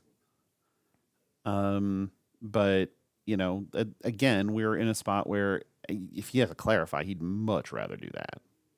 Yeah, Clarify would be a great play for Dagan. Your problem is that like your clarify doesn't do anything to torque at all. But because taking a Machina and then hitting a torque with it, the torque doesn't actually die. No, the Torque actually likes that. It's into it. Not into it, the company. If Torque had flavor text, it would say, "Thank you, sir. May I have another?" It would, yeah. Does like a little bit of the beats, that's for sure. Dagan's definitely in the tank a bit here. I mean, you're looking at a ton of cards a turn and really trying to sculpt a game plan. He may actually be through his deck at this point too, and know what's coming. Oh no, he shuffled. Well, I mean, he hasn't shuffled recently, that's for sure. Yeah, the Grant Park that was played was quite a bit ago, and we've done a lot of digging. but also additional searching because the Rainforest has been out for quite some time. Mm-hmm. Very, very true. Okay, we're resourcing a Clarity, which that's Yeah, I mean, at this point, I don't think drawing even more cards is what Dagan needs. I suspect he's got everything. okay. So he did have the ability to take care of the Torque. Yep, and then we might see a Kagan. Kagan. Yep, just get So rid of the Kagan Machina number 3. and start swinging. And Keith, I think, is just kind of keeps going with a okay, that's fine. Yeah, this should be a swing just because you're trying to keep health at parity, but this might be the point in the game where Keith transitions to, all right, now every turn is Kagan. Yeah, I'm the beatdown now, is kind of the response.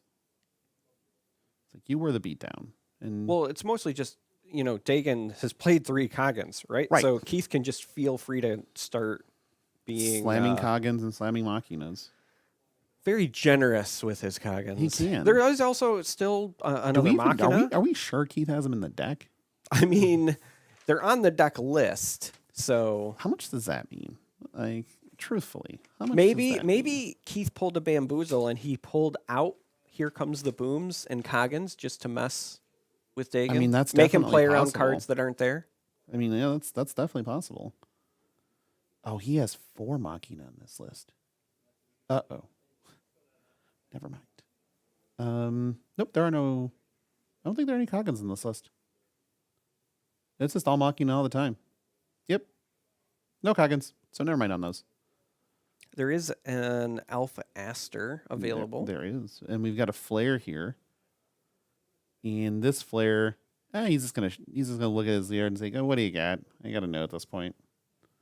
But yeah, Keith is not playing any Coggins, but he is playing an Alpha Aster, so that is a thing that he can do. Interesting. Okay.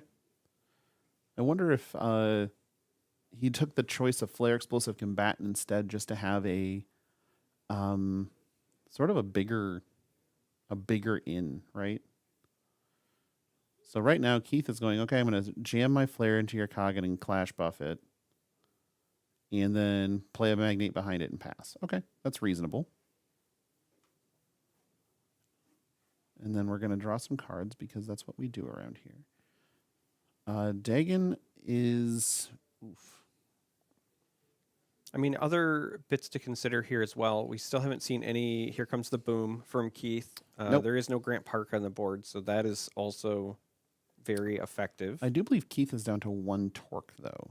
Yes, there is only one of the one-drop Torques to combo with it left in the deck, but even just as a board clear, it can be very effective. Yeah, Dagon's definitely worried about the 10 health right now, and then Keith, obviously not thinking it through, was like, yeah, what does that do?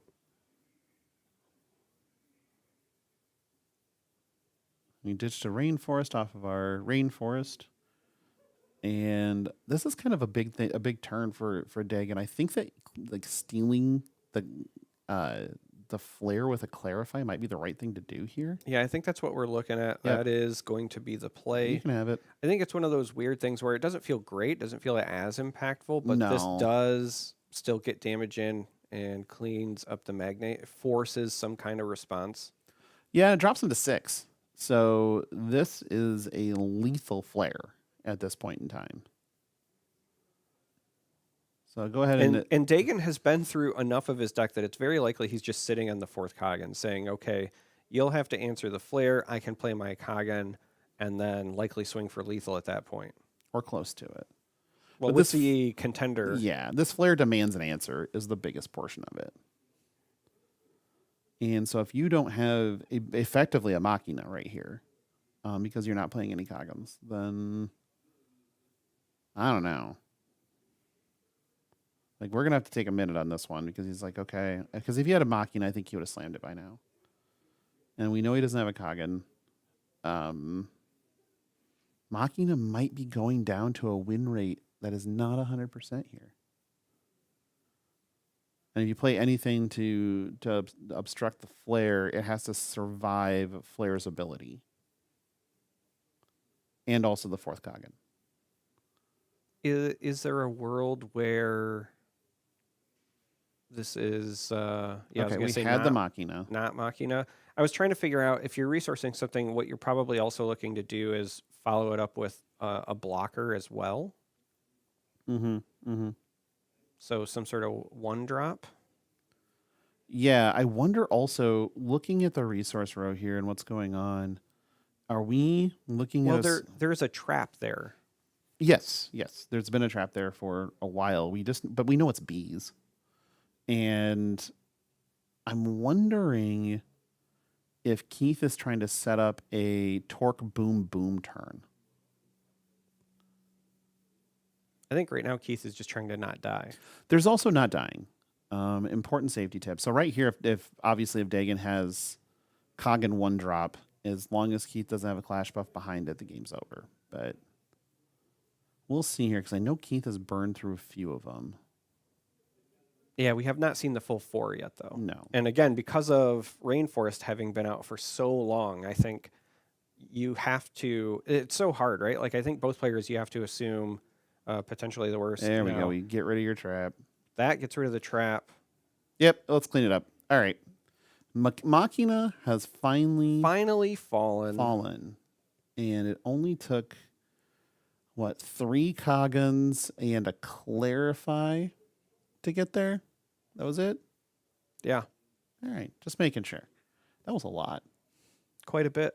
But we're going to game 3. We're going to game 3. I mean, it's Dagon. We knew that we were going to go to 3 games here. It was worth, unless it was somehow only 2. But we pretty much knew it was going to be 3 games worth, so we were priced in to this being the Dagon White experience, as it were. I mean, Yeah, Dagon White, when he plays untimed matches, It's is bad for the everybody. Lord of the Rings extended edition. Listen, he paid an entry fee to be here, and he wants every minute of that time that he paid for. He's just getting value. He's the mayor of Value Town. What do you expect? I expect him to hurry up. That's not happening. That hasn't happened. That hasn't happened. No, absolutely not. He is, to me, Dagon is going to be somebody who takes a lot of time and makes sure that he is on the line he needs to be on. Now, granted, every now and again, like any other card game player, sometimes things either don't go your way or your brain tells you to do one thing and your hands do something else. And suddenly you're on the wrong line. But I think in this specific instance, we're looking at a game 3 that's going to be as back and forth as the first 2. I mean, this is probably the type of matchup that that we really look forward to here. I also just noticed that there's only 3 Here Comes the Booms in this deck. So Yeah, this is not the list that I had mentally committed, right? Like when I'm looking at this, it's interesting, but it's not the same. I expected it to be very similar to the other red green list that we'd seen earlier today. Turns out that this one is actually very, very different. it's not built to be super low to the ground and aggressive.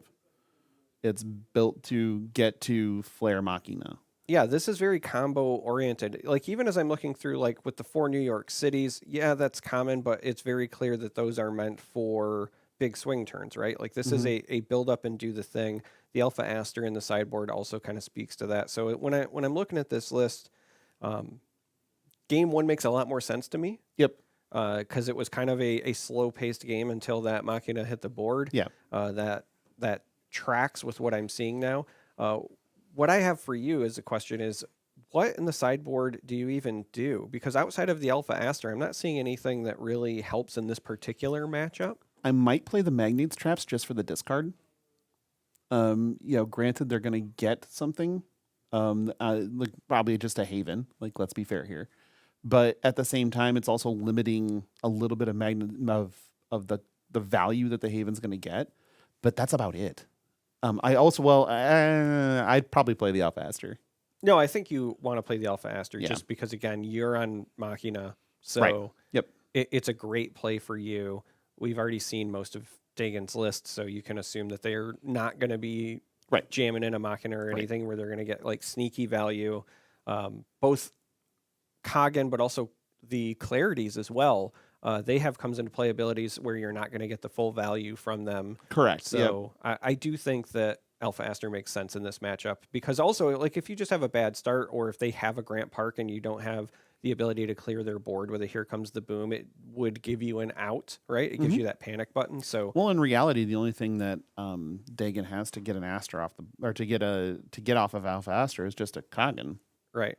Well, and the other thing to consider as well is that we know that this is going to be a game that goes the distance. You're not going to be worried about like, oh, I got Alpha Aster and I'm not going to get to 8 resources. You're going to get to 8 We're resources. going to get to 8 with this matchup. This is a heavyweight fight. Yep. And we have a 2-drop Torque into playing a 1-drop Torque.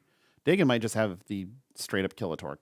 Yeah. Yep. See Sure. a Torque, kill a Torque. Yeah, see a Torque, kill a Torque. The only reason that card is in the deck is to kill Torque. But it's good enough. You know what? If it's what you think is your bad matchup, you just do it. Like, I don't that's- even think that it's like, is that a bad matchup? It's more, in my mind anyway, is that a matchup I expect to see? And Right. at an event, like, you're going to see Torque. Yeah, know? absolutely. So little Torque, we're just going to cack in for some chip damage. Sure. Then go ahead and ping. Yep. Okay. The thing about this, because like this Torque specifically, is that it's just not going to get beat by a Haven. And that's the biggest thing right now is just don't die to Havens. Like, that's why Haven is so good in a lot of instances, is because the 2 defense matters a ton. The 2 health is honestly what pushes Haven into like must include territory if you're in those colors. Bees. And we do have a trap played, so we have to assume it's bees. We have to assume it's bees. I'm pretty sure you just jam whatever into this trap. Just make sure that you have something you want to discard, that you're okay with discarding, or you just attack. Yeah, yeah. I think you just attack. Why wouldn't you attack? Well, you'd always attack. But do you feel like triggering that trap now has any advantage over triggering it later? I do. Because even if I do the exact same thing, if I would have done it in a different sequence, what I'm preserving is information. If I swing now and then I like discard and then I do other things, what I'm at least telling my opponent is I had something that I wanted to preserve, right? He did not trigger the trap off that flare either. Okay. So now So- he's just going to play for flare equity, and that's completely reasonable. That is fine. A little bit of a flare up as we see a second one hit the board. Mm-hmm. Just ping you. We're not attacking into this. And then leave your torque back to block with and call it good. Going to get the contender in as well. I mean, you might as well. I mean, staying at life parity, but, you know, if you think you can turn the corner on them, that's what you do. Well, I mean, right now, when you're looking at the board, you have 3 units and they have just the trap. So what you're doing is saying, okay, I'm fine with getting us as low as possible when I currently, anyway, have the best board state. Sure. Granted, there's a lot of ways that this could get cleaned up. I think that Dagon does still have enough low-cost units where you would be happy to play them, trade them in. A Grant Park would also drastically change things as well, but I think you want to force it. So there we go, Haven, celebrating Christmas early once again. I mean, she does give gifts. So you draw those cards. Yeah, but Given. it's still October. It is still October. You are correct. So unless that gift is a cephalopod plushie, Why I a don't plushie? want it. Why a plushie? because if it's an actual cephalopod in a box, like You? that feels like a problem. In what way? I would like it to be alive. Oh, sure. So we're going to just go ping the Haven down. Okay. Then we're going to ping myself with this flare. So I can draw a card. And again, just good quality resource management. And then we're going to play a Machina. Yeah, but this is the Machina that you order from Wish. This is the Mercari Machina. Unstoppable Force version, if I remember correctly. Yep. I think this is just actually Machina. Just plain Machina. I thought that just plain Machina was the This is the big one? You know what? We have the internet. We can actually solve this problem. Yeah, because if Unstoppable Force, then that also means that this only had 3 copies of the big one. Which is unfortunate. And that doesn't seem right to me. No, it doesn't. Running green-red with... Yep. Machina, small Machina is the 5/3, which is just called Machina. There's 4 of those in the deck, and there's only 3 big Machina in the deck. So we were so drastically wrong on all of these We thought it was numbers. 2, then we thought it was 4. In reality, it's 3. This is what happens when we are not right. Is that the best way to put it? This is why reading is hard and why we need to reiterate that the special code for the buy one, get one is answered Capital A. with a capital A. Yes. ANSWERED, answered. Do I get a prize? Bees. Oh, damn it. It's always bees. Spelling bees in the trap. There's a There's Grant a Grant Park. Okay. hitting the board. Well, I mean, how much is this Grant Park doing at this exact second? It's At really, this exact second, it's finding you it's tutoring? a Lin, which honestly, with the board state the way it is still a really powerful blocker potentially. Yeah, but you can't play it till next turn, so you are going to take some damage. I'm going to guess there's a Clash buff involved on Dagon's side when this attack Are you sure? happens. I don't think I've ever seen him play a Clash buff. Only all of them that are Every allowed. game, Yeah, that all are of them. allowed. Yeah, but I mean, he also seems to find all of them. Well, you are digging like X number of cards every turn. So Don't you dare make sense. don't I dare make sense. Okay, I will. All right, so we have a Magnate hitting the board. Which means it's probably getting pinged. That is very likely the case, but at least it chews up some damage while cycling. So Dagon's still trying to get that value. No resources available though, so at least at the moment Keith doesn't have Oh wait, to. we have a Grant Park that's not getting pinged. You have to play something behind it, and then you can ping it. But right now it Well, doesn't do anything. couldn't you ping and then contender? Well, yeah, I guess if you So, really like, wanted to cash in You 3 could things, do it if you really wanted to. if you're but really with interested. no resources available. Yeah, well, as I guess was that's saying, what we're doing. No trap. Oh, okay. Ping, Like- ping, ping. Like, yeah, I was gonna say, like, why not? If you can get rid of their unit and you don't lose anything, That's true. And traps are down. and then you can play more things and swing, why not? Right? Yeah, Just might get as rid of the well. blocker, push damage. I think that's just, yeah, like that game plan is exactly where we're at. It's like, well, And you laughed at me. I You're like, well, if you want to, yeah, I do want to. I do get want it to. out of here. And there's So that clash buff. we There is talked the about. clash buff, but that ping game plan is what got that out, right? Yeah, no, absolutely. And right now, this Machina is going to crash in, but that Machina is going to. Oh, there we go.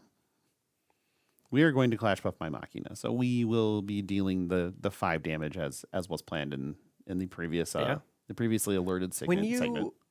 When you send a bunch of pings and then your opponent answers with a clash buff, is that called a pong? I think Is it's the called a response pong. to It's a ping, ping a then pong? pong. Yeah, I played pong before. I like pong I also have played pong because I'm old. because I'm old as dirt, so I played a lot of pong. Here we go. Like we've got a giant board state versus a nil board state, and 11 to 25, and this is far from over. Like we are. It is far from over, but this does give me kind of flashbacks to game one where Keith did ultimately come through victorious. What we're seeing is the big lead in health and well navigated because Keith has properly put Dagon at exactly 11. So we know that he doesn't have the second part of Clarity's game text alive quite yet. He could just attack him with a contender though and beat it. Could, but you're at least preventing it for one more turn, Sure. right? And that would also then potentially open Keith up to getting one of those big swings in, right? When you have this big wide board, if your opponent really wants to give you one free damage, I think you'll take it. Yeah, you do. Okay, so yep, Lynn. We kind of knew that would be a thing. Lynn flies, so Lynn may just attack into this Machina and get it off the board. Nope, he's going to stay on defense. He might be checking on something. He's like, Yeah, I think what he's looking at, he's saying, okay, my opponent has 5 resources. We're still 2 turns away from getting Machina, Machina. Unstoppable Force. So I might be able to get away with leaving this as a blocker now But he- that we know there are no. Yeah, he Coggins also to might be sitting here consider. going, New York City is a very bad thing for me right now. Right. Okay, we're thinking this through, and we're going to buff this Lynn into this Machina. And I think the red player might, that Keith here might just go, okay, I guess. You did it. And then we have a monstrous crackback. Well, I think it depends on whether or not you think you can kill Dagon or not, right? Because if you don't think that you are threatening lethal or at least getting very close, it might be worth it to get that trade just to get the Lin off. But play a clash card in a New York City here, and we're pretty much at endgame. Dagon So could let's see what we have have. another clash buff for the contender, which would be problematic, but in New York City would help with a lot of that. Yeah, New York City negates it. But we'll see what we got here. So we're gonna ping first. Yeah, Ping this makes second. sense. I think you want to get that in before the opportunity for any clash buffs. Mm-hmm. Just get the damage in. We obviously don't have a New York City, and that's fine. Unless we're trying to Now, finish the way them- that the non-clash damage works, right? It stays assigned. Does that also work with contenders? Does this technically negate? a Dagon clash has buff? to scoop it up with Machina ending the game. Just didn't have it, apparently. Yeah, hand extended. We're showing off some Oh, and clash we have buffs. a clash buff and a we have burn, burn spell. Yeah. So we had a big Machina, a clash buff, and a burn spell. So Keith just, with all of the offense. all the offense and all the answers. Yeah. Just look at all the activities. Dagon had a game plan. He did. And Keith Punched him in the face. answered with That a is- capital A Capital A. But also, everybody has a plan. until they get punched in the mouth. face. Yep. Or flared. Honestly, I will say one of the things that stood out to me, as much as we are given a lot of emphasis on Machina, because it's one of my favorite cards, both the tiny flares, the ones that deal 1 damage, as well as the 6-cost ones, did a lot of work Right. in this matchup. And I think that those are often cards that are a bit overlooked. A lot of times people think about flare as, again, just being the activator for your hero to draw a card, maybe even things up, but being able to take units out of the way. Right. Again, even with the, flare hero to deal with that magnate, that forced out a clash buff for Right. Dagon, right? That was a big play. So little things like that start to add up, and I want to give a shout out to those cards, but also Keith for navigating it incredibly well. Yeah, well played. Just absolute masterclass in how to take a deck. You're playing a red-green deck and you're not playing Kagan. And then you're in the finals of this event. That Yeah. has to feel good. Kagan good. Keith might be better. And so we did finally see a game lost to Machina, but they did get the round They got the victory. W. That's all that matters. Okay, that's our first semifinal match, and I believe we'll be ready for the final shortly. So just stick around with us, and we'll be back in just a couple of minutes. Thanks much.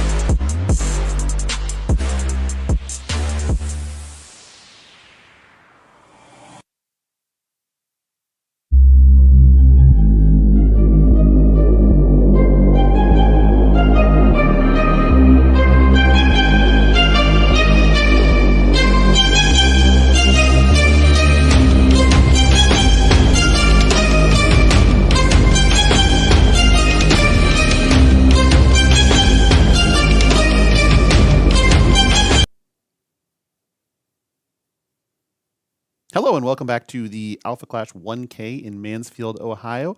I am Logan Peterson, and with me, as always, is the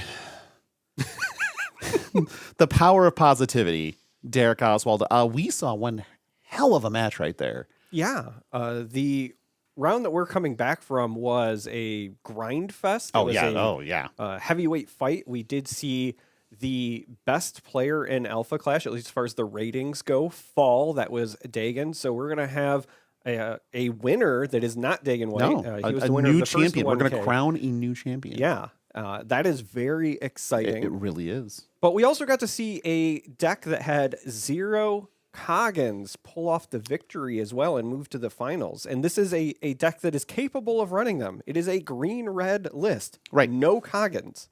Which is going into this matchup, if I recall the deck list correctly from David, our 5-color or multicolor, I should say, player, or 5.5, however you want to decide it. I don't know that there's Coggins in his list. There are not Coggins. There is the one Machina for the Alpha Aster But that means combo. we're going to a 0 Coggin finals Listen, we're going to a 0 Coggin finals. for but Machina finals. There are Machinas on both sides of the table, which just goes to tell you that if we go Yeah. all the way back to the first 1K when I said, hey, this card is underrated, Looks like. turns out I was kind of an expert in that field. But we will be jumping into the finals here in just a moment. And I will say, at the start of the broadcast, we had talked about what we really wanted to see the most was some more diversity. And I do think that we have accomplished that. We got saw it. a bunch of decks this time around that we didn't get to see at the last event. Right. But also, we're seeing a 5-color list in the finals. The Live Strong deck. The Live Strong deck, cycling on steroids. Here we go. We're probably going to get sued for that. You But can't sue us over facts. it's true. You can't sue for facts. So yeah, let's go ahead and get to that matchup right now. We have David versus Keith for the title. Looks like we've got just some mulliganing happening here. So again, we're back. We're back to Clarity versus Torque.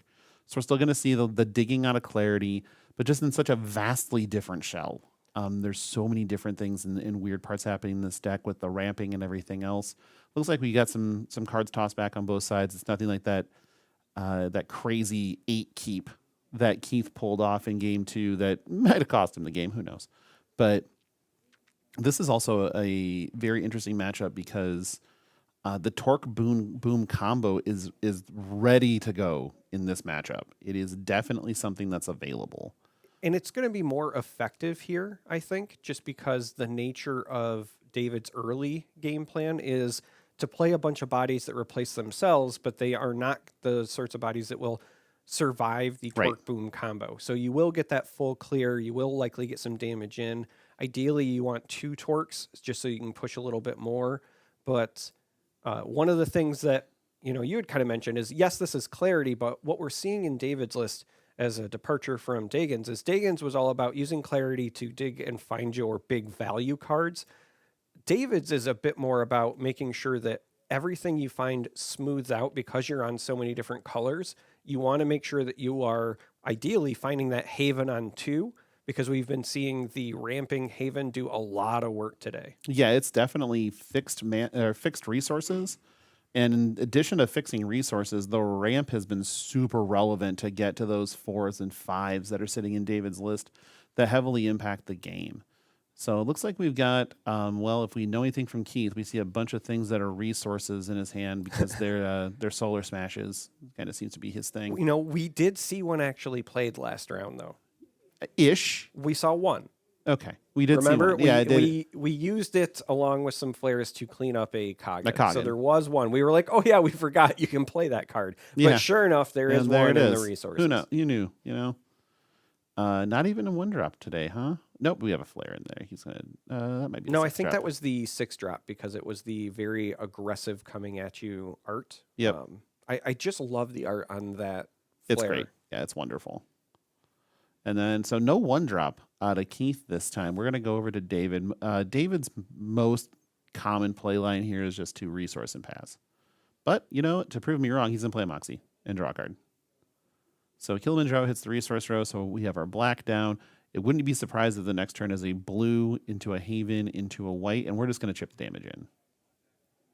We know it's going to die to the ping anyway, Yep. so you might as well get 1 damage out of it while you can.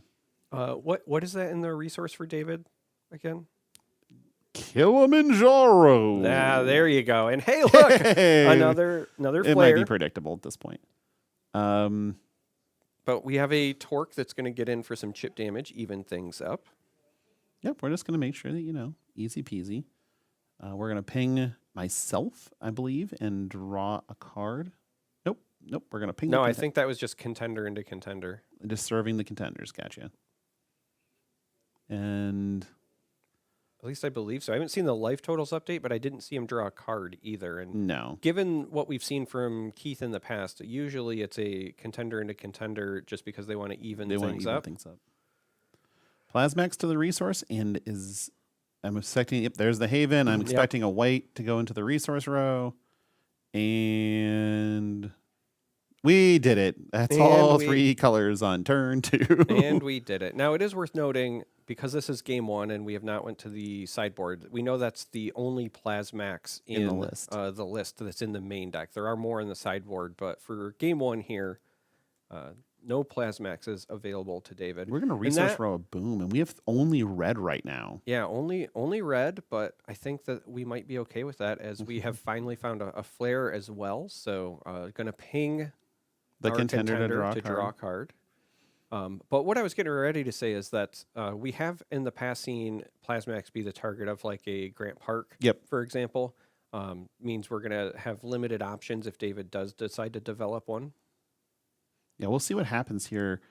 Well, we know that there's also 5-drop Lin in this list, which is also quite good into this matchup. The real issue here is I don't know that David has a good way to, outside of playing the mean streaks in the deck, to really stem a New York City. So we could be seeing that as the go-to finisher for Keith in this matchup instead of like the Torque Boomer Machina packages. Lefty's last stand. I was down just in the about to say resource there's round. there's a lefty's last stand, and that's another great way to Mm-hmm. potentially stem that, but not from the Not resource from the route. resource row. Yeah, shockingly enough, here comes a Haven. Draws a card. This one does not celebrating early Christmas though. Yeah, and that's why David And- is in the finals. Understands that we do not skip a win. We do not skip. We want the veil to keep thinning between the That worlds. is correct. Now we do have a mean streak out. That's very relevant. Okay, let's get a crash in here. You might as well. You're gonna soak up one of these torques with it, and that's totally fine. Torque's gonna go ahead and hit the bin. We're gonna draw a card, and then we're gonna do the same thing here, but this block is totally free, and then we're just gonna kill it with this other Haven. Unless there's a clash Unless buff. I was going to say, unless there's a clash buff, because then that would be outstanding. Committing resources to get rid of these flares is what we're seeing as a very common pattern, honestly. So, flare off the table, flare in the resource zone. Still no green in the resource zone. So that's interesting in and of itself. Are we valuing the green cards heavily, or are we just not drawing them? Might just not be drawing them, or the ones that they have might be the real key pieces. Like if you're sitting on, just a New York City in hand, for example, Sure. right? You don't want to resource that when all of the other cards you have available are still very good and worth playing, right? We haven't seen a turn off, if that makes sense. Right. Nope. Keith has been able to continue to develop the board, maintain a reasonable game state. So I think that if there are any green cards available, they are likely one of the high value ones. And speaking of Machina, That's a 5/3. I that, don't know if you knew that. that is a big Machina. And going to deal with that mean streak. Yep, just get it off the board, call it good. And then Serve I some think, contender. I was going to say, I think this is contender into contender again. Yep, you're trading you're trading up on resources, which is important.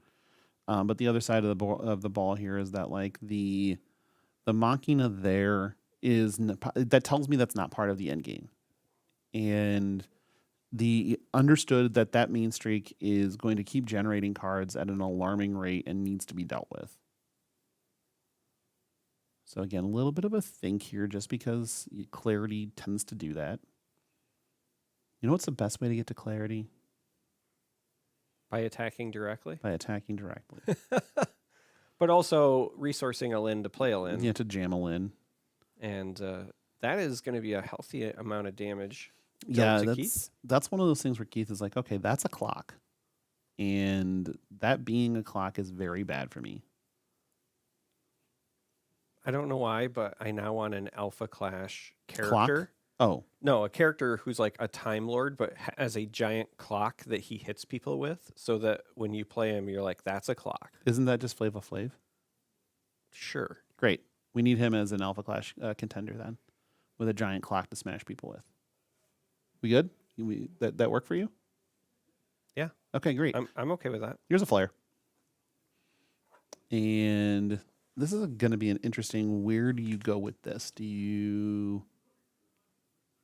I mean, you only have two choices, right? One is to get the damage in.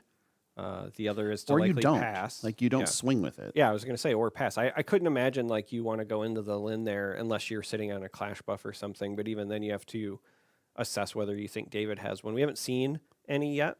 Right. So the likelihood of players having them available is pretty high, or at least if you're one of the players, you have to assume my opponent might have one. So I do like this. If you're not going to try to force the chip damage in, then Right. So we're just like, we're with the standoff right now. Flare versus Lin, they're basically the same card. Just one's the white, is a white one, a white 5 power flight, and the red one is the same. So we're going to defend here. We're going to see if there's a Clash buff so you can buff back. yeah, I think. Nope. We just were I was baiting just it going out. to say, I think that Keith just didn't have one, and so unfortunately, this means David will win the trade. I say unfortunately, is speaking for Keith, obviously. David, very fortunate Yeah, to very have fortunate. it. Loves to get that very, kind of value. very much so into it. Then we're going to look at the... Okay, let's get a Grant Park. Okay, we're gonna get a little bit bigger on the side. This is going to be a little bit of a worry for Keith at this point in time, I think, because not only is he getting a card, tutoring up a card, so the Grant Park replaces itself, but on the other side of this, now those Clash cards are going to start getting out of Here Comes the Boom range. Well, and even adding further to that, the card that was tutored was a mean streak. Yeah, so that's about to Yeah. hit the table. And with the Grant Park, as you said, things are kind of outside that boom range a bit. And now you've got a lot of value on the board. So Yeah, that was a tremendous turn for David right there to just kind of say, okay, well, here's all the stuff. What are you going to do with it? My guess is, got to find a way around it, and there's not a ton of time to do it. yeah, you're still 2 turns away from being able to develop a Machina. I think ideally what you're looking for is probably some way to get a value. Here Comes the Boom to clean up most of this and then buy yourself some time for Machina to Yeah. swing things back. Because I really feel like with the board state that David has developed here, it's going to take Keith more than one turn to really answer it all. Right. Especially, pre-board. This is a very interesting cat and mouse game post-board. But we'll see how this all You takes might off. be able to deal with it depending on what David has, if they're sitting on Clash buffs or not. But you might have been able to deal with it if you had like a Torque Here Comes the Boom combo where you could clean up most of it and then have the Torque attack into something. Instead, we're going to have the Flare go in. And there's a Grant Park in play. Yeah. And looks like we're going to get this mean streak in there too. Yeah, the Grant Park is honestly the thing that is causing a lot of issues, I think, for Keith. The additional health is such a big deal in this matchup. Oh, it's huge. It's absolutely the reason that you do half of these things. Well, even more specifically, though, the reason I say in this matchup is because this is the no Kagan version Right. of green-red. So you're relying very heavily on the non-clash damage, right? The direct damage. And when you have the additional health, it becomes that much harder for you to kind of get over that hump. You really need to have a way to deal with Grant Park when it comes down. Yeah. Well, Grant Park is doing a very good job right about now of gumming up the works. So we're looking at, again, David's going to be in the tank a little bit here, but he's in firm control of this game right now. Whoa. Ooh, okay. Interesting. I'm not sure I agree with Well, this. no. but- So what this tells me is that David is transitioning to offense. that the game plan has changed and is now going to be start smashing. Because this should be the +1 to it's +1. to offense on the rogues, right? So Yep. doing this means that you're going to get more value out of your little havens, out of the Lin. Yeah, they don't have super speed, but they are bigger. And so here, if he decides to block with this torque, it's going to trade. Or not trade, the torque's just going to die. Yeah, the torque just dies because it's a 2-2 into Yep. the 1-2. So that's why I was saying, I think David is saying, okay, right now I still have the better board position. And while I give up the kind of defense against Here Comes the Boom, I gain the ability to kind of clear out my opponent's board and push some additional damage. And then we're And just they're going to slam a Lin behind slam it. a Lin. We know there's one Here Comes the Boom in the resource pile for Keith, and this is a list that only runs 3. So there's also just 2 available. Perhaps David is saying, hey, I'm willing to take the risk, right? Right. Do the, like, if they got it, they got it. I think this is going to be Machina. We just hit 7. Okay. Yep. We're going to go ahead and pop.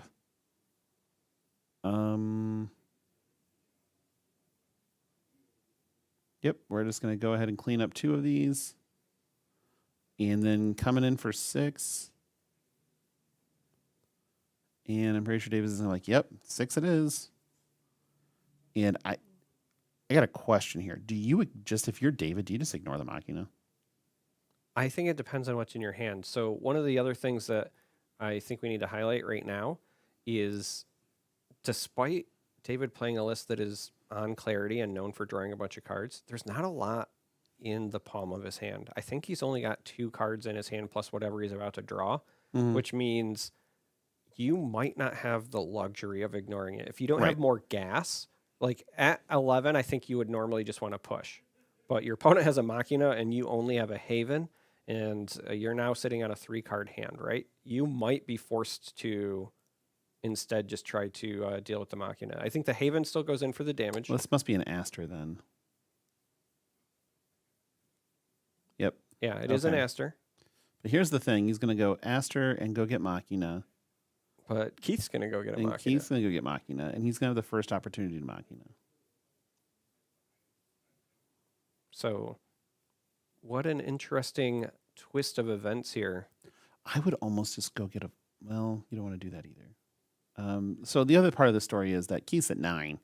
And that just so happens to be the power on an Alpha Aster. So, yep, we're just going to go get Machina. And you're going to go get Machina. And we're just going to say, okay, I'm going to send my Machina. And what are you going to do about it? My guess is not a lot. But we'll see. So there's no effect on this Machina. It's just damage. But you're at 9. Yeah, because the turn it comes into play, if you're not familiar, essentially it has no text. Right. Now, when it comes back to Keith's turn, his will be active. Right. But for this turn with the Alpha Aster, it's just no text. So Mm-hmm. I think that you just take it. I know the health totals aren't updated yet, but I do think that was... Yeah. Bigger problem for Keith right now is that he doesn't have any Coggins. And so dealing with Aster, unless, in his he doesn't have an Alpha Aster in his list for the main deck. So if you're going to send, you got to send a Machina into David, that's not going to do anything. You actually need to develop a board to block effectively. Yeah, I mean, you need to have a board just because you don't know what David's going to play. You do have options for cleaning this up. What you could do is you could attack your Machina into theirs, but use the ability on Alpha Aster, and then use Here Comes the Boom, for example, to clean that up or more damage, right? Like if you have a Yeah. flare or something. It's not entirely unreasonable to think that Keith has a way to clear this. The problem is that Keith is at 3. So whatever you do, you also have to prepare for whatever is coming the next turn as well. That's the hard part of the equation. Right. You know, if this were algebra and you were solving for X, the X is actually what is David going to play on top of the board. And here he could, Here Comes the Boom.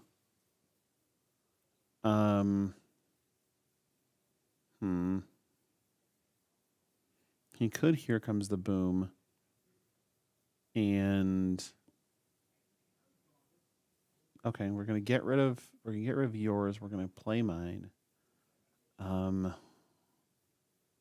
If he booms here and then attacks the Machina into the Machina and puts the damage from his Machina on the Astra, we'll get rid of the Astra.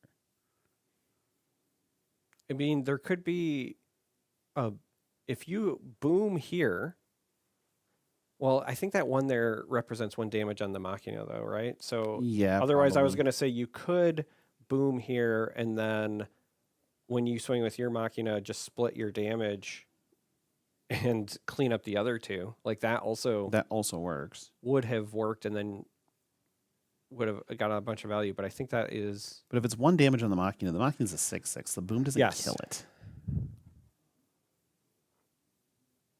So here, if he Here Comes the Booms, it's going to make it so that you can put. You still have to trade your Machina, I'm pretty sure.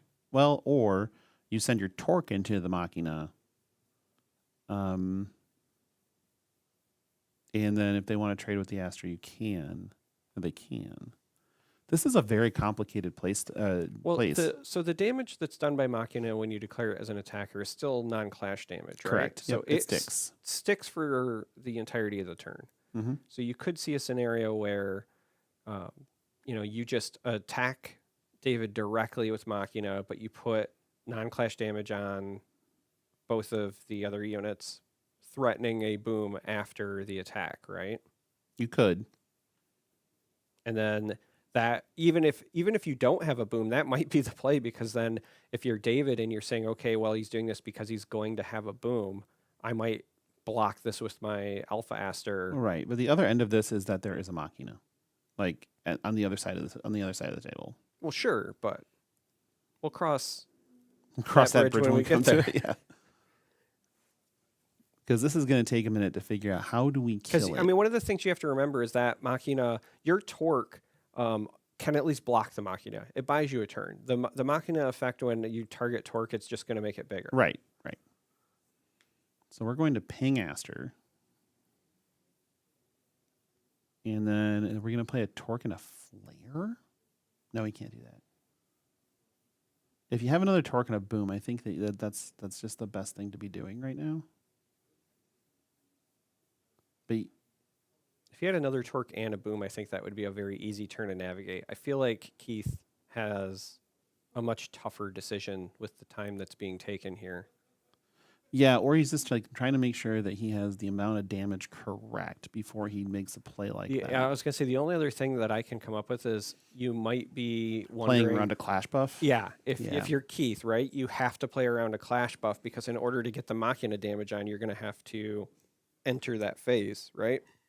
Well, the Machina damage happens on attack, so before Clash buffs. can be Right, but applied. if you were trying to get damage on something and then clean it up with a Here Comes the Boom afterwards, sure. right, that's the problem. Yeah. Well, I think that you have to boom first. Well, I don't think you can boom first. That one die that's on Keith's side is under the Machina. Under the Machina. So I assume that is 1 damage on it. So Here Comes the Boom would clean kill up it. his own. Yeah, that's a problem. So I feel like that's what has made this turn so difficult, right? Keith is trying to figure out the proper sequence, but I at think some time you can't play around it, right? You just have to do it. Maybe you don't have to. Maybe Maybe you can don't. Yeah. go back and forth But over if and over but in if an you just untimed round. yeah, right. You definitely can. All right. So yep, we're gonna polish. Okay, we're not polishing them off. We're dealing. Okay. Oh, I think I understand now. So there was a damage, but I just realized there is the effect from torque because Keith is below 10. Oh, right. And so he was trying to get the additional damage because when it takes damage, it's going to get bigger, but then that's going to be a bigger trigger when he swings with the Machina as well. Yes. Okay. Now we're The now we're sub getting 10 part was what I was not Yep. factoring into my equation. Gotcha. So that's what that's representing. So now Astra has 2 damage on it and is a 7. But staring down a Machina that's also a 7.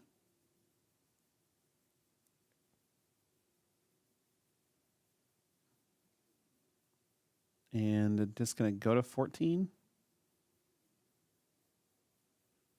And then there's no way that Keith is passing this turn without doing something else, though. So here's the flare. Yep. So flare could get the 1 more damage Takes on it to 6. alpha, but then here comes the boom. Takes it to 1. Takes it to 1. Okay. Now we're just going to play a giant. Just going to go wide with potential blockers, and I don't hate that. Well, no, when you're at 2, your options are limited. A Lin here ends you, but what are you going to do, right? Because I don't think that 1-drop flare flies. No, the 1-drop flare does not fly. It's very often like thought of as dealing with flyers, but that's because of the ping The part. But pinging, yeah. it doesn't have the ability to attack with flying. Now you're right. A Lin would be potentially problematic, but we do know that the last time Grant Park was played, Well, there's that's the a Lin. Lin. I was gonna say the last time Grant Park was played, we saw a mean streak that was Yep. fetched. Yep, that was good enough because again, a Lin was going to end it, I think, regardless. So Alpha Astra doing work yet again. Yeah, Machina hit the board on both sides, yeah, so 100%. Like we're still the win rate's still great. yeah, Yeah, absolutely. fantastic. So that's again, we're watching that wide color spread deck just kind of do things consistently, over and over again. It's Well, just- it helps when pretty consistently on turn 2 you're playing a Haven, which allows you to ramp and sort out your color issues. We have seen this deck do very well, and rightfully so. It's built to be consistent, and it's making, I think, one of the best uses of the Clarity Contender. Yep. But also, Haven on 2, when you're playing a 3-color deck and always finding your 3rd color, is another part of that story. Sure. Right? Like, that is a very wild opener for this deck. Yeah, but it seems to be just the opener. Yeah, for but this deck. but it's very, very good. It's very efficient, and right now, because of what we've kind of seen in this set 1 meta, where there's not a ton of the turbo aggressive decks, when you have the time to be able to develop a Haven and not worry about being overrun, I think that's a big part of it, right? Mm-hmm. No, it's 100% true. I mean, I'm very impressed with how resilient this deck is. It is because right now we've seen it stand up to red green. Mm-hmm. We've seen it stand up to a very interesting build of black white. Mm-hmm. And it just kind of keeps doing the thing it's doing. It just keeps snowballing in ways that are very difficult to deal with by playing high value cards of the colors it's trying to go into. And then just in an end game that is like, here's 15 power with an on attack if you let me live through this next turn.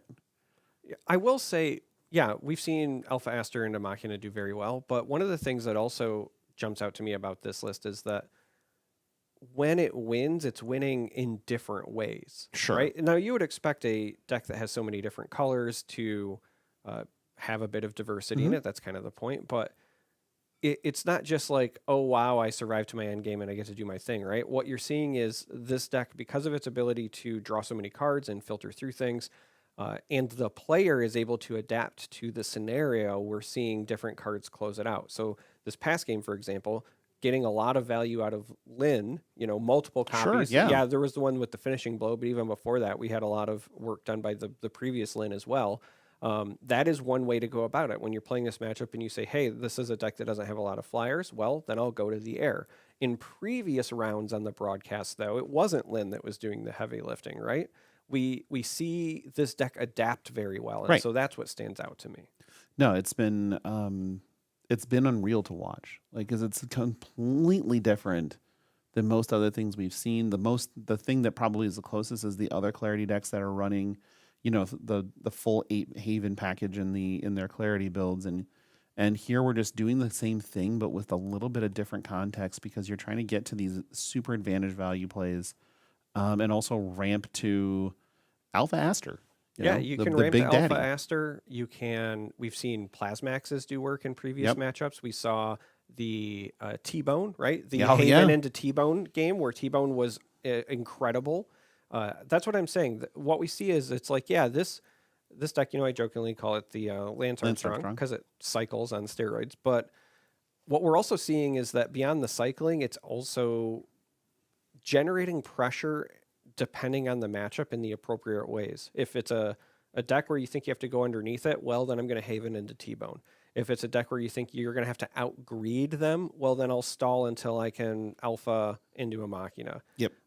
Hey, this is a deck where they don't have a lot of flying. I'll just go to the air with a couple of Lins. Like, that's what I love about this list that David has brought.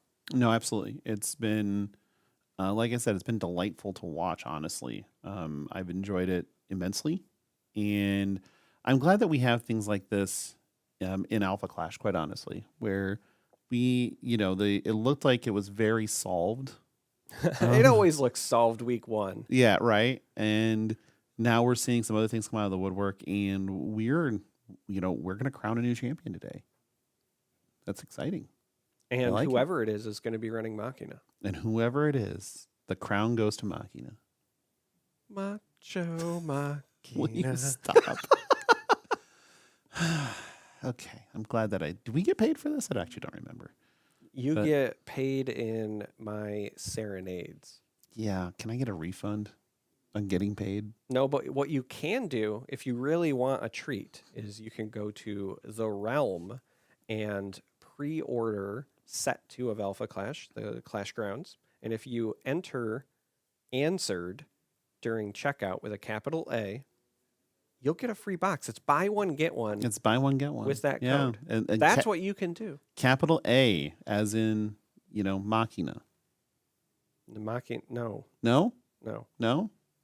Okay. Well, we're on Machina good right now, apparently. So, Haven drew a card. Yeah, okay. We've seen this movie before. So we got a magnet on the other side. This is, again, we're going to be probably playing a very slow roll here on both sides of the ball. Nothing here to really show us any sort of, okay, I want to get in there and get aggressive. There should be a flare, I'm assuming. Yep, there she is. There's the flare.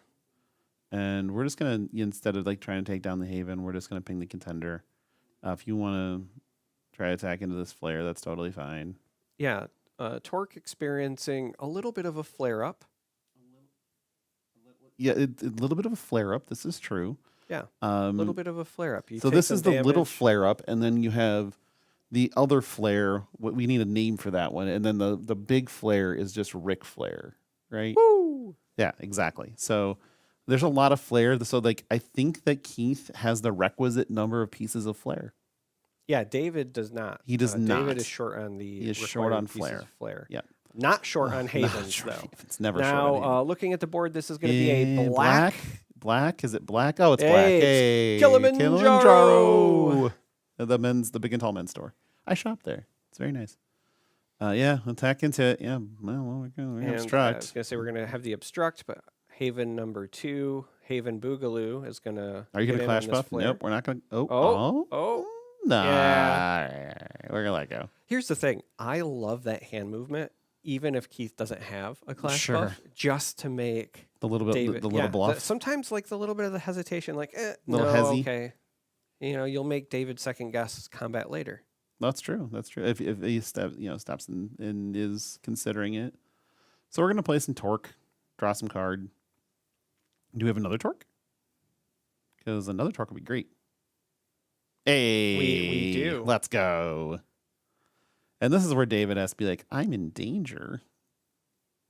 Yeah, Because- potentially. I mean, one of the things that we've actually not seen Keith do, despite being on this red Torque list, is really effectively do the Torque Here Comes the Boom combo. Right. Like, we know that it's in there, but for whatever reason, I don't know if it's because Keith prefers other play lines or something else, but we haven't seen that big splash play yet. Perhaps this is the game where, hey, I double Torque into the boom and I start the pressure. That sounds dirty. Just gonna say it. If you're double torquing into a boom to feel the pressure, like, come on now. To start the pressure. Start the pressure. Sorry. Either way. Like, this is supposed to be for children, sir. No, it's not. Oh. This has a PG-13 rating, I believe. Oh, we have Nanite Warrior. Yes. Okay. We saw one in the resource earlier, but now it's going to hit play. This is very, very good for David because this is a great way to answer those torques. A lot of times when you develop torque, you do not attack with it. You leave it unengaged because you don't want your opponent to attack it directly. However, this version of Lin does not discriminate. It will attack whatever it wants and cleans up one of the torques. Yep. So this is, this is a very boomable board still. If you're It if is. you're Keith, but This just, again, highlights exactly what this list by David wants to do, though, right? It just transitions. Okay, this is what the board state is. Well, I have an answer. And so we do finally see the Torque Boom combo, still very effective, but even just that little bit of a heads up from David made this far more palatable. yeah. And so we're just gonna come in for 6. But like even then, you're doing 6, and you're probably losing your torque next turn. This is kind of a bad board state for Keith to have boomed there, but it made sense to boom there. Like, it is what it is. So we're getting in for 6 and passing it up. So David's going to go to 24. But for David, that turn has to feel like a win. Like, Yeah, potentially. Especially because you cleaned up the second torque. right. I mean, If you don't have that Lin, I think it's a completely different story. That's different. Because you're down to, 18 at that point, and things are getting a little bit hairier. But here, it's a 4 life point disadvantage. You play a bunch of cards in your deck that can clean up that torque, no problem. So it has to feel pretty good, honestly. I think that this is the type of turn that David's like, okay. I developed, I basically baited out that Here Comes the Boom. And then we're going to probably play something, like a Lin behind it and clean up the torque and be well on our way. Yep, there it is. Clean up the torque. Be well on our way. Yep. See, it's like it's like I'm psychic. These matches are not pre-recorded. Okay, it's just pretty easy to see the light on that one. And Could have been a Plasmax. You don't know. either way. But right now, yeah, it could have been. So right now, if you're, we're playing another Hey, torque. there's torque number 3. This would be a great time to just torque boom again. Yeah, Just- we hadn't seen sure. it at all really from Keith, and all of a sudden we're seeing the back to back. back-to-back. But And then 6 again. this would have. I keep going back to this would have been such a nightmare if that first Lin hadn't come down. Sure. So Clash Buff here going to soak up some of the damage, and also cycle a card, because again that's what David's deck likes to do. Cycling on steroids. Yeah. But yeah, this would have been an absolute nightmare if Keith would have had the opportunity to have 3 torques Yeah. with the 2 booms. But I think right now, again, David's kind of okay with that. Just largely because the Clash buff mitigated some damage. And yeah, cleaning up this torque is not a monumental task. There's 2 of the Here Comes the Booms already off the table. This is torque number 3 or 4. This is 3. So and the second boom. So there's only one torque and one boom left in the deck. yeah, I think right now, if you're David, what you're most concerned about is we're hitting the Machina point in the game, life. where you're Flare Machina. Yeah. transitioning into the Ric Flair of The flares, Ric the big Flair. flare, and the Machinas, because David, while at 18, that's just 3 Machina swings. So if you get on your back foot, and again, we kind of have talked about these tempo windows of opportunity, that could potentially be a problem. So Here's Grant Park. Park, little late, unfortunately, after 2 booms, but you still love to see it as far as searching for what is likely either a Lin or a Plasmax. Both will fill the same role here. Yeah, just trying to get stable. Like quite honestly. No, we're gonna go get a mean streak. Gonna go get a mean streak. And mainly because mean streak intercepting does have intercept. Well, So but also it's something that's playable right now. yeah, So you and- can play this and then just eat that torque anyway. yeah, absolutely true. Like Because right- I'm pretty sure that, I was gonna say that's the 3 cost Yep. mean streak. So and it's also nice and big on the back end, and we just tack in. I'm gonna buff to make sure it's gone. yeah, as the attacker, if you're watching at home and you're unsure of what's happening here, as the attacker, you have first priority to play your clash buff. But if you pass and your opponent plays one, you do not get priority back. So this was a heads up play by David to preemptively play that clash buff to say, hey, I want to threaten this, but But Keith we buffed back, so we stayed Yeah. alive. stayed alive. Now, if you're wondering about that, it's because Grant Park is a symmetrical effect. Yep. So it made it so that the toughness or the defense on this torque is 2 points higher. And so he went up to being a 5 and did not take lethal. Right now, again, a little bit of a lull in the thought process here. Don't know what they're keeping track of, but hey, it could be anything. I mean, there could be just a handful of nothing, a handful of something. Here, okay, so here, if you flare and then attack down the mean streak, I mean, that's a good spot to be in, right? It's dealing 8 to it total. It buffs the torque. So it'd be a good flare turn. Yeah, Flare isn't horrible. I could also see this being like the 4-drop Machina just for some beef. And That's what's then, for dinner. No, we're just going to boom. where we could just play the final boom. That is the 3rd, That is the 3rd boom. followed And by then a Magnate, and then another flare? flare. that's a little flare. That's a flare up. Let's see. Yeah, that is a flare up. Come in for 6, drop to 12. But you don't have to be worried about the boom portion of this anymore if you're on David's side. No, I mean, you do still have to fear Machina, though. Well, yes, that is a problem. Yeah, we're at the point in the game now where Keith has kind of expertly navigated to being the forward point of pressure, right? But also has David at exactly 11. So no additional clarity trigger, at least for this turn, and then putting yourself in a position where even if you're not threatening lethal, if you can get them low enough, then every attack after that might threaten lethal, and that is the ideal That's scenario. ideal. Against clarity. You really don't want to give them any more of the free 10 or below health triggers than you absolutely have to. So pulling up here at 11, even though you have that Magnate, great heads up play. Yeah, and David has the ability here to put himself to 10 if he wants to. Don't know if it's advisable, but could. And I don't know what good that would do exactly right now. I think it depends on what the rest of your turn is going to be. I could see it being worth it if you were about to Alpha Aster, for example. Yeah, it's not till next turn, it looks like. We've got 6 resources down there. Yeah, it's not, but I'm just saying that would be a scenario where you would consider it, right? Yeah, no, you would. Any one of those situations where you can go to 10, but you're also resetting things, then you're less likely to be punished. You don't want to take yourself to 10 if you think your opponent can set up a big turn, because then you're forcing their hand. Right now that you're at 10, they're like, all right, well, the gloves are off.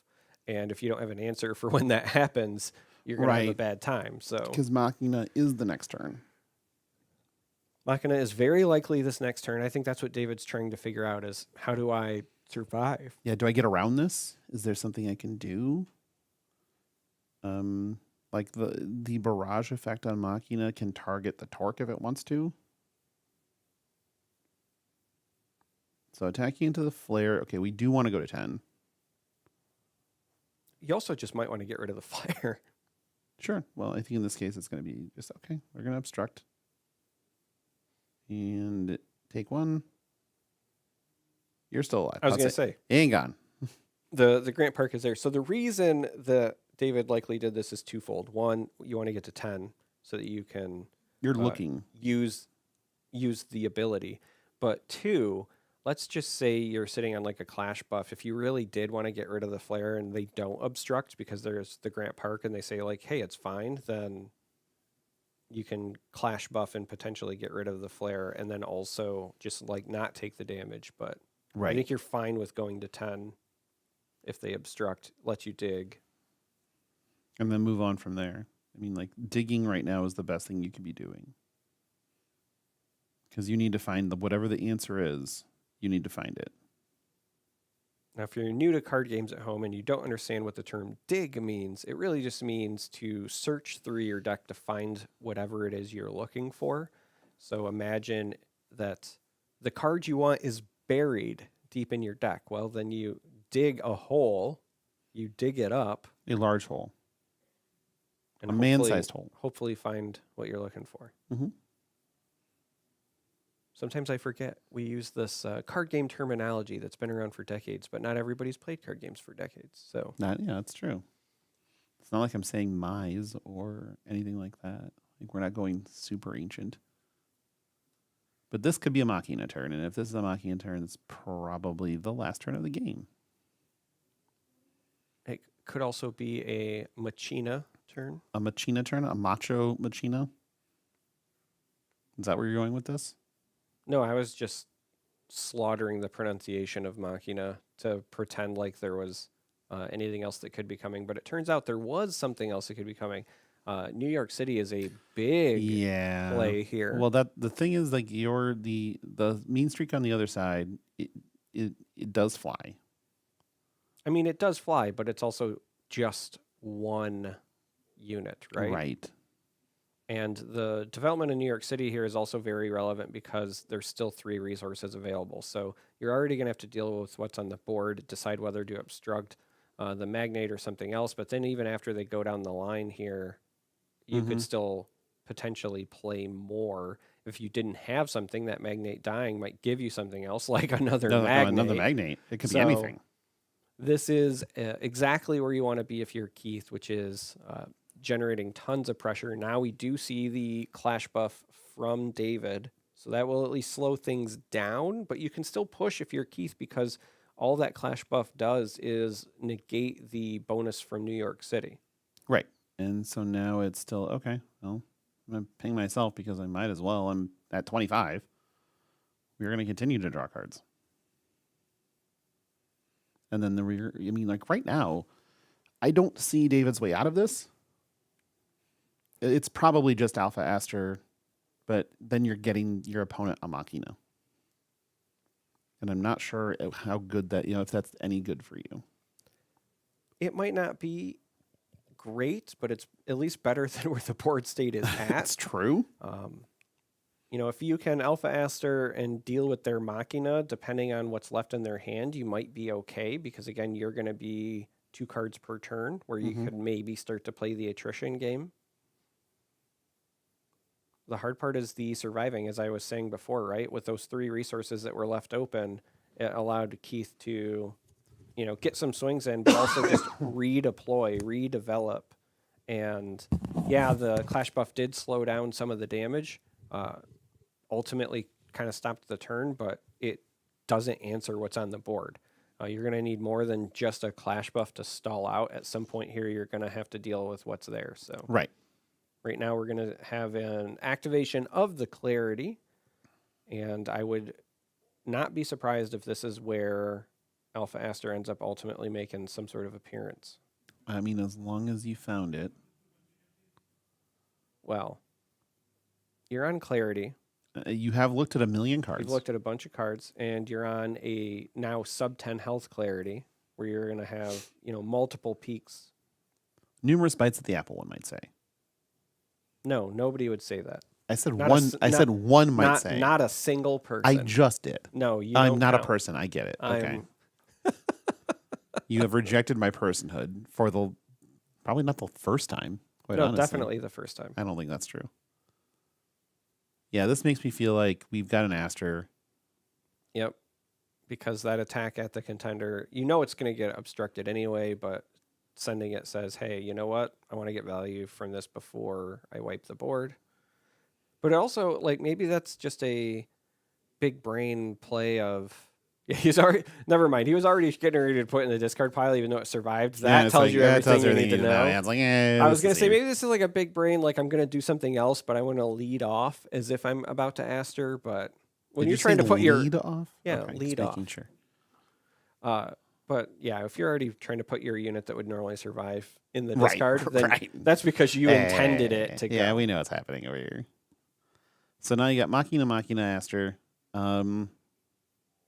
Your problem on the other side of the board is still that there is a Machina there that's going to be dividing 8 damage on Thank its you, attack. New York City. Thanks, New York City. And so you can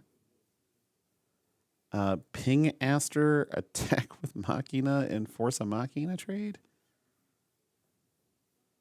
Yeah, that works. That is one option, but you also have a bunch of resources. So You do. You could just do something else entirely. Like maybe end the game. If you can get the Machina off the board, that does end the game. Like you can just attack and hit the Machina, and then the game ends. Because Alpha Aster doesn't have what flight. you could do, because you're at 6, is you could just play 2 solars and win. You could double smash. Because I'm noticing that we have this one game in the resource row. significantly less. Normally we have Right. a bunch there. I think that's any. I think that's a deflect down there. Yeah, I don't. It was game 1 that we saw them, but I haven't seen any. So So do you just go smash? Just I cause? mean, if you have them, yeah, because you wouldn't even give your opponent an opportunity to clash buff or anything, right? Yeah. Oh, he is going to do the Aster play. I don't understand why not just win. Well, I don't know if he has the double solar. You don't need it. You can just attack, and then off the Machina instead, and then the Aster can't block, or then the Aster can't block the Machina that's coming in, and it's for 8. So Clash Buff doesn't even save you. So I think that was just a It's also entirely possible that they're just going to play another Machina here and swing. now we're just gonna play. Well, I mean, it's Machina, and we are swinging, so that's entirely possible. You are correct. Yep, pick them up. Let's go. Yeah. So we are going to go to a game 3 in these Game finals. 3. Earlier you were like, hey, they could play a Lin and swing into that, and hey, it's prophetic, and these aren't It's- pre-recorded. And I was like, yeah. hey, you could just play another Machina and then win that way. And And he did. yeah. Yeah, it's exactly how that worked. It was great. it's weird. It's like we know what we're talking about every now and then. Yeah, okay. Every now and then, Yeah. that I can accept that. Even a broken clock is right twice a day, unless you are the new hero, the Flavor Flav of Alpha Clash, in which case your broken clock would be your weapon. Right. And right. That makes absolutely 0 sense. That's fantastic. That was again, we're seeing some really interesting just gameplay out of both these decks to try to find the lines to win. There it was all your booms, Yeah. all your torques. It's funny that this is the first time we've really seen this kind of combo pop off today, because it was the talk of the first event. And really when the set released, it was kind of the talk of like, well, this is clearly the best thing to do. But it took us all the way to the finals to see it happen. And then even then it had to happen multiple times. Right. So what that tells me is that the game has definitely evolved now that players have gotten their hands on the cards and they've realized, okay, wait a minute, it's not as busted as I thought it was. Right, right. And you can, you know how you can get your hands on more cards, right? I don't actually. Would you tell me? Would you share? You can go to realmgamingnetwork.com and you Okay, can hold on. pre-order I'm getting it up. boxes Yeah. of Clash Grounds, the next set in Alpha Clash. And when you order one box at MSRP, you can use the code ANSWERED past tense with a capital A and get another box for free. All right. So here's the thing. I was just doing that. And when I entered answered with one box in my cart, it wasn't adding another one. So I'm guessing what I have to do Is that two boxes? as I have to both boxes in, Mhm. and then when I enter answered, it probably then discounts the Yeah, second right. one, would be my guess. Okay, because I'm doing it right now, Okay. and it's That's how that works, though. yeah. Did you search Clash Grounds on the site? Did I didn't search beyond just trying to order my boxes. Are you telling me that I can already pre-order I singles am telling you can already pre-order singles. if they've already been revealed? Of course. Of course. We wouldn't. You know, dare- if you're unsure about what's been revealed, you could go to the Clash Ground YouTube channel. Yeah, you could and, do that. See like a new Haven, for example. You could. You could also go to, I believe, alphaclashtcg.com. That was also a shameless plug. Yeah, There's this no is like shame. the longest running advertisement that I think I have ever done. It's on air. 100% true. Yeah. Yeah. Like I've done it's- some long ones, but this is getting up there. Well, they don't give us ad copies, so we just have to invent everything. I mean, that's fair. But Yeah. even when I've had like long ad copies, they haven't been like this. Fair enough. Let's go back to the games instead of our shameless plugs. I once did shameless have to do. pugs. I once had to do a very long ad read for a shady Ukrainian betting site. Fair enough. We do have some bees and a Morak in the resource pile. I'm gonna guess we see a blue card in the resource pile next turn, and a Haven, and then a white card in the resource pile. What do you think? I think I need some additional AC. So I know there's already one, but I need more AC. You need more at. Ow. I'm physically in pain from that. Yeah, and you should be because you walked right into I it. did. It's I encountered the bees. Yeah. They were in the trap. Like that'll happen. Okay, down here we have decided to flex with the New York City in the resource zone. That is not what I expected. Yeah, it's a bit of a departure. We had the one game earlier where Keith seemed to not find green, right? There was a Yeah. lot of red, no green. We thought, okay, maybe they're holding on to But New this York isn't City. a turn two Haven.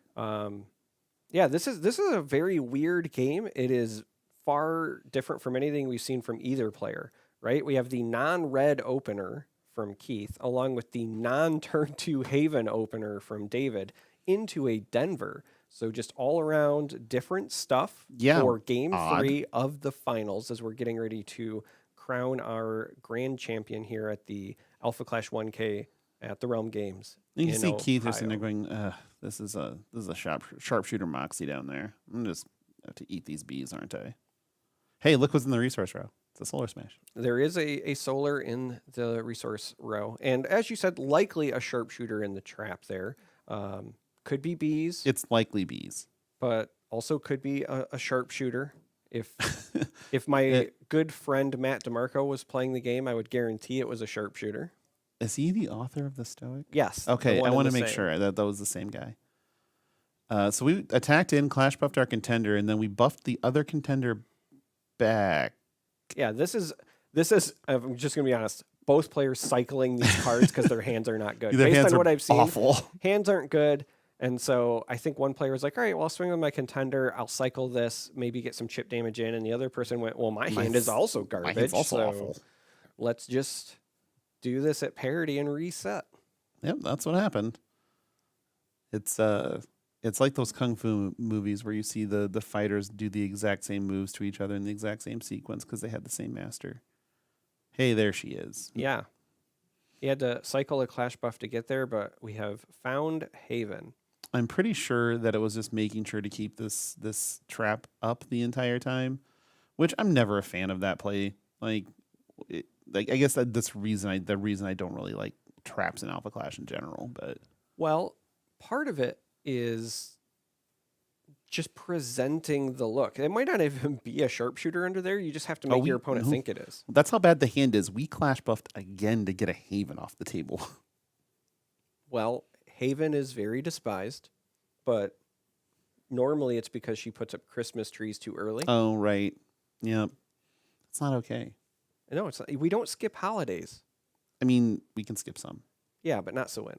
No, absolutely not. All right, we're going to Amazon Rainforest, right. blow up this Denver.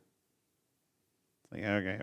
Yeah, the Amazon rainforest getting revenge. Normally it is the rainforest itself that is being blown up and deforested. But now it is just taking it to the other locations. And we're going to follow that up with a magnate. Yep. And then we're just going to go ahead and do a little bit of service back and forth here. And I think we're just like going to be content, right? Yes, 2 contenders. I think you just said, yeah, okay. I get it. Never again. It's been a long day, but you've taken it like a champ. That's one way to put it, I guess. You know who else is going to be a champ? The winner of this game. game. Because we are in the grand finals, and this is game 3. I know that the overlay, I believe, still shows David up 1 game, but this is actually evened out. We are in game 3. Both players have 1 win apiece. I don't think we're replaying game 2. Right? Oh, yeah, I see. I just got word from nobody because I'm making this up. And yes, this is 100% a replay of game 2. No. The we are original in game 2 3. was a psyop. That's Yeah. what you're trying to say. Okay.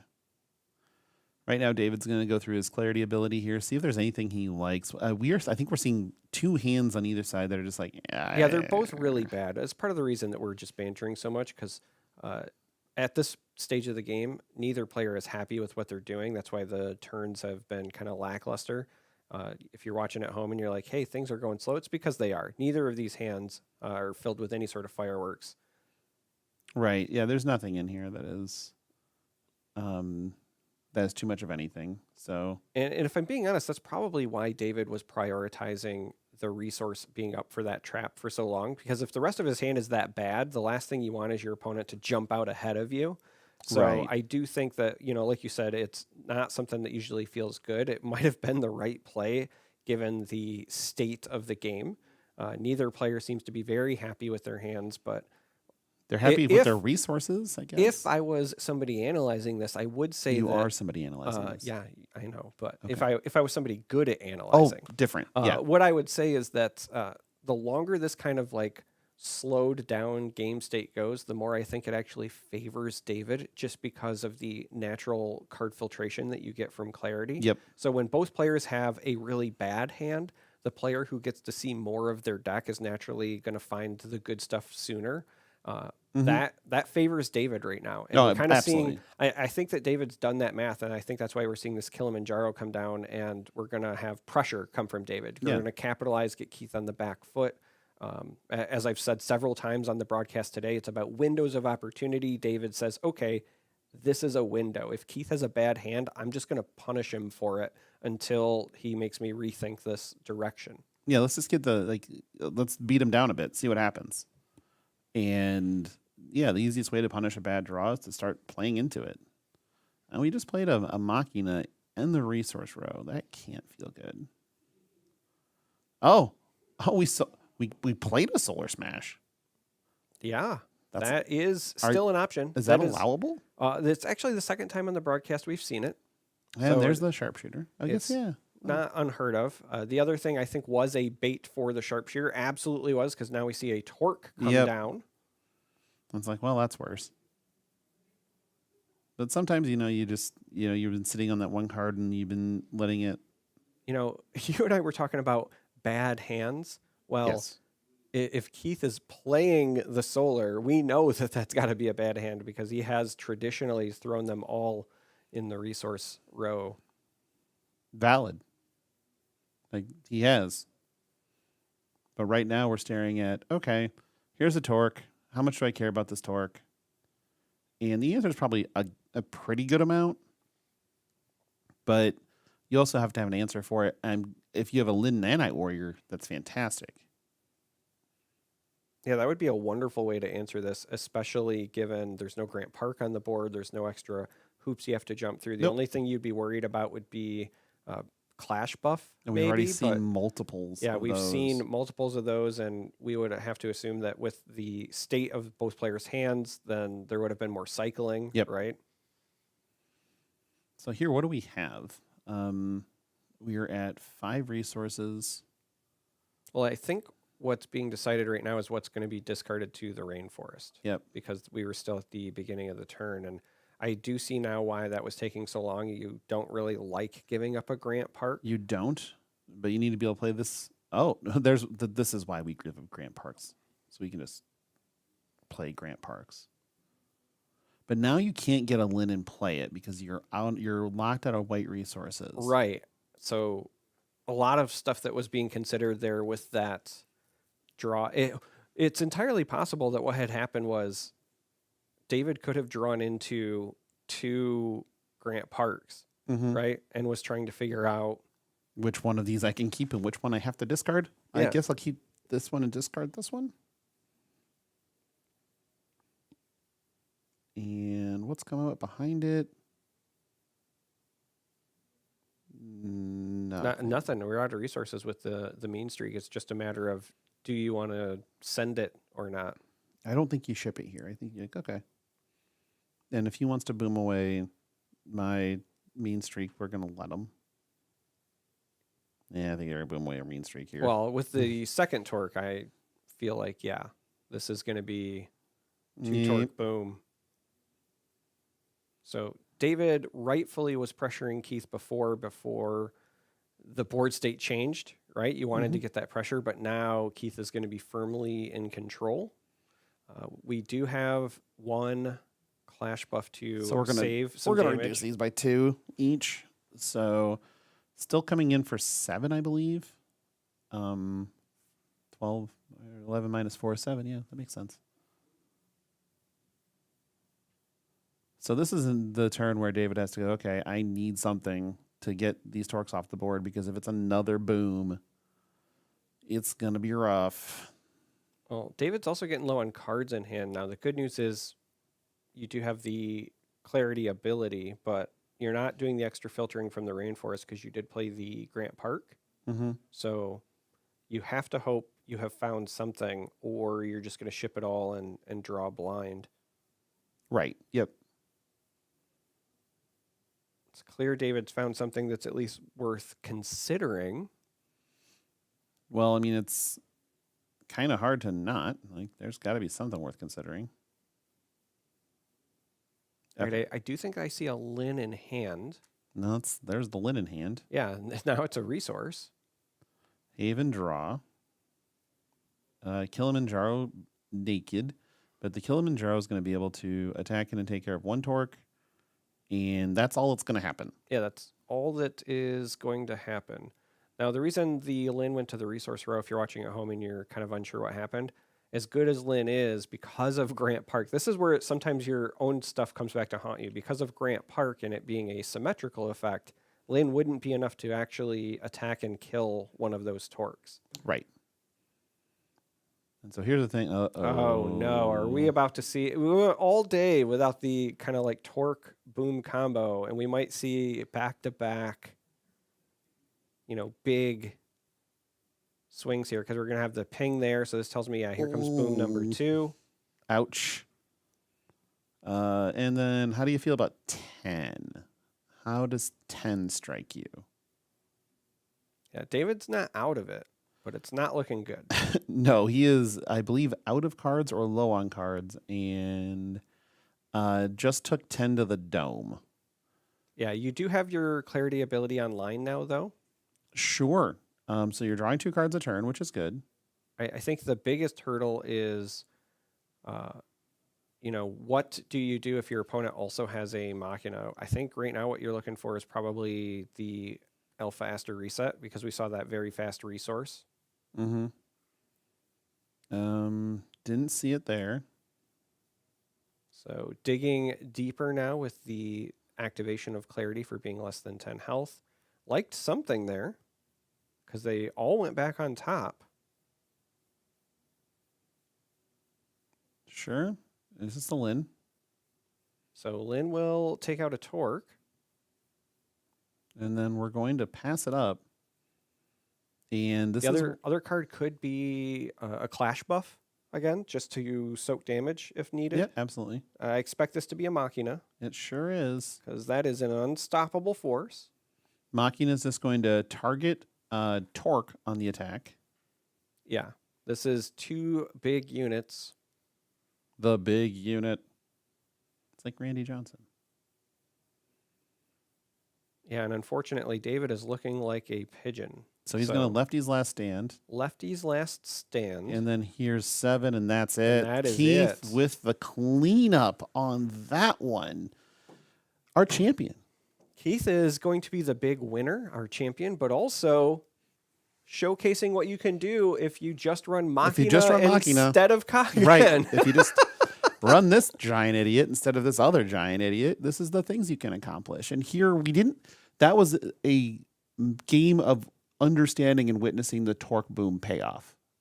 I would like to also just point out there at the end, one of the reasons that I'm also a big fan of Machina and why I'm usually pushing it specifically with the red decks is, while yes, we got to see Torque Here Comes the Boom, while yes, we got to see Machina, what you saw at the end was that very interesting interaction where the barrage for Machina gets to actually buff Torque. So what you actually had were 2 giant units for the price of 1, which is enough to push that lethal damage. You Yep. got through the last stand. If the player, if Keith does not properly target his own Torque with that barrage, if he instead says, hey, I'm just going to get rid of the Lin while I'm at it, then that game's not over there, right? It's No. a very heads-up play by Keith, so congratulations to him. But also, I just wanted to kind of showcase yet another reason why sometimes Machina is an excellent choice in these red decks, because it feeds so well into exactly what the deck wants to do. Absolutely. And I believe that was a masterclass, not only in play, but a well-built deck for the expected metagame. Also, David's deck is a delight. An Yes. absolute delight. Don't count that out down the road. You know what? Because as time goes on and cards get released, you're going to start seeing much more of these higher combos pop up. I was going to say earlier, I know that we had some audio issues, but at the start of the broadcast that you had mentioned specifically that the 5-color deck had already shown up and done very well. I believe you said in the Overseas, yeah, Philippines tournament. Yep. So we expect this to be a bit of a thing going forward, I think. It could potentially get even worse when set 2 comes, because we've seen some great things spoiled. So that is something that I'm also looking forward very to. much so looking forward to it. Well, I think that does it for us here at the 1K Alpha Clash tournament at the Realm Games in Mansfield, Ohio. Please do not forget that you can go on realmgamingnetwork.com right now and pre-order a box of Clash Grounds. Add 2 to your cart, though, if you're going to do that, because when you check out, you're going to put in the promo code ANSWERED, past tense, with a capital A, and then one of those booster boxes is going to be free. So just get in there right now. The first 100 get that, so it is limited time. And also, if there are cards in Clash Grounds you're looking for, those are already up for pre-sale on the Realm Gaming Network, on Realm Gaming Network. Yeah, not the full set. Not mind the you, full 'cause set. Not just what's everything's been revealed. spoiled, but Yep. if it's been revealed, they have it up for pre-order. Yep, absolutely. So that'll do it for us from Mansfield, Ohio. Thank you very much, Derek, for putting up with me for the last several hours. It's been a while. Yeah, you're welcome. I was very miserable, but I suffered through it, and I made it work because I'm a professional. Yes, you are. You're a professional something, that's for sure. Thank you very much, everybody. We'll talk to you soon. Have a great couple weeks.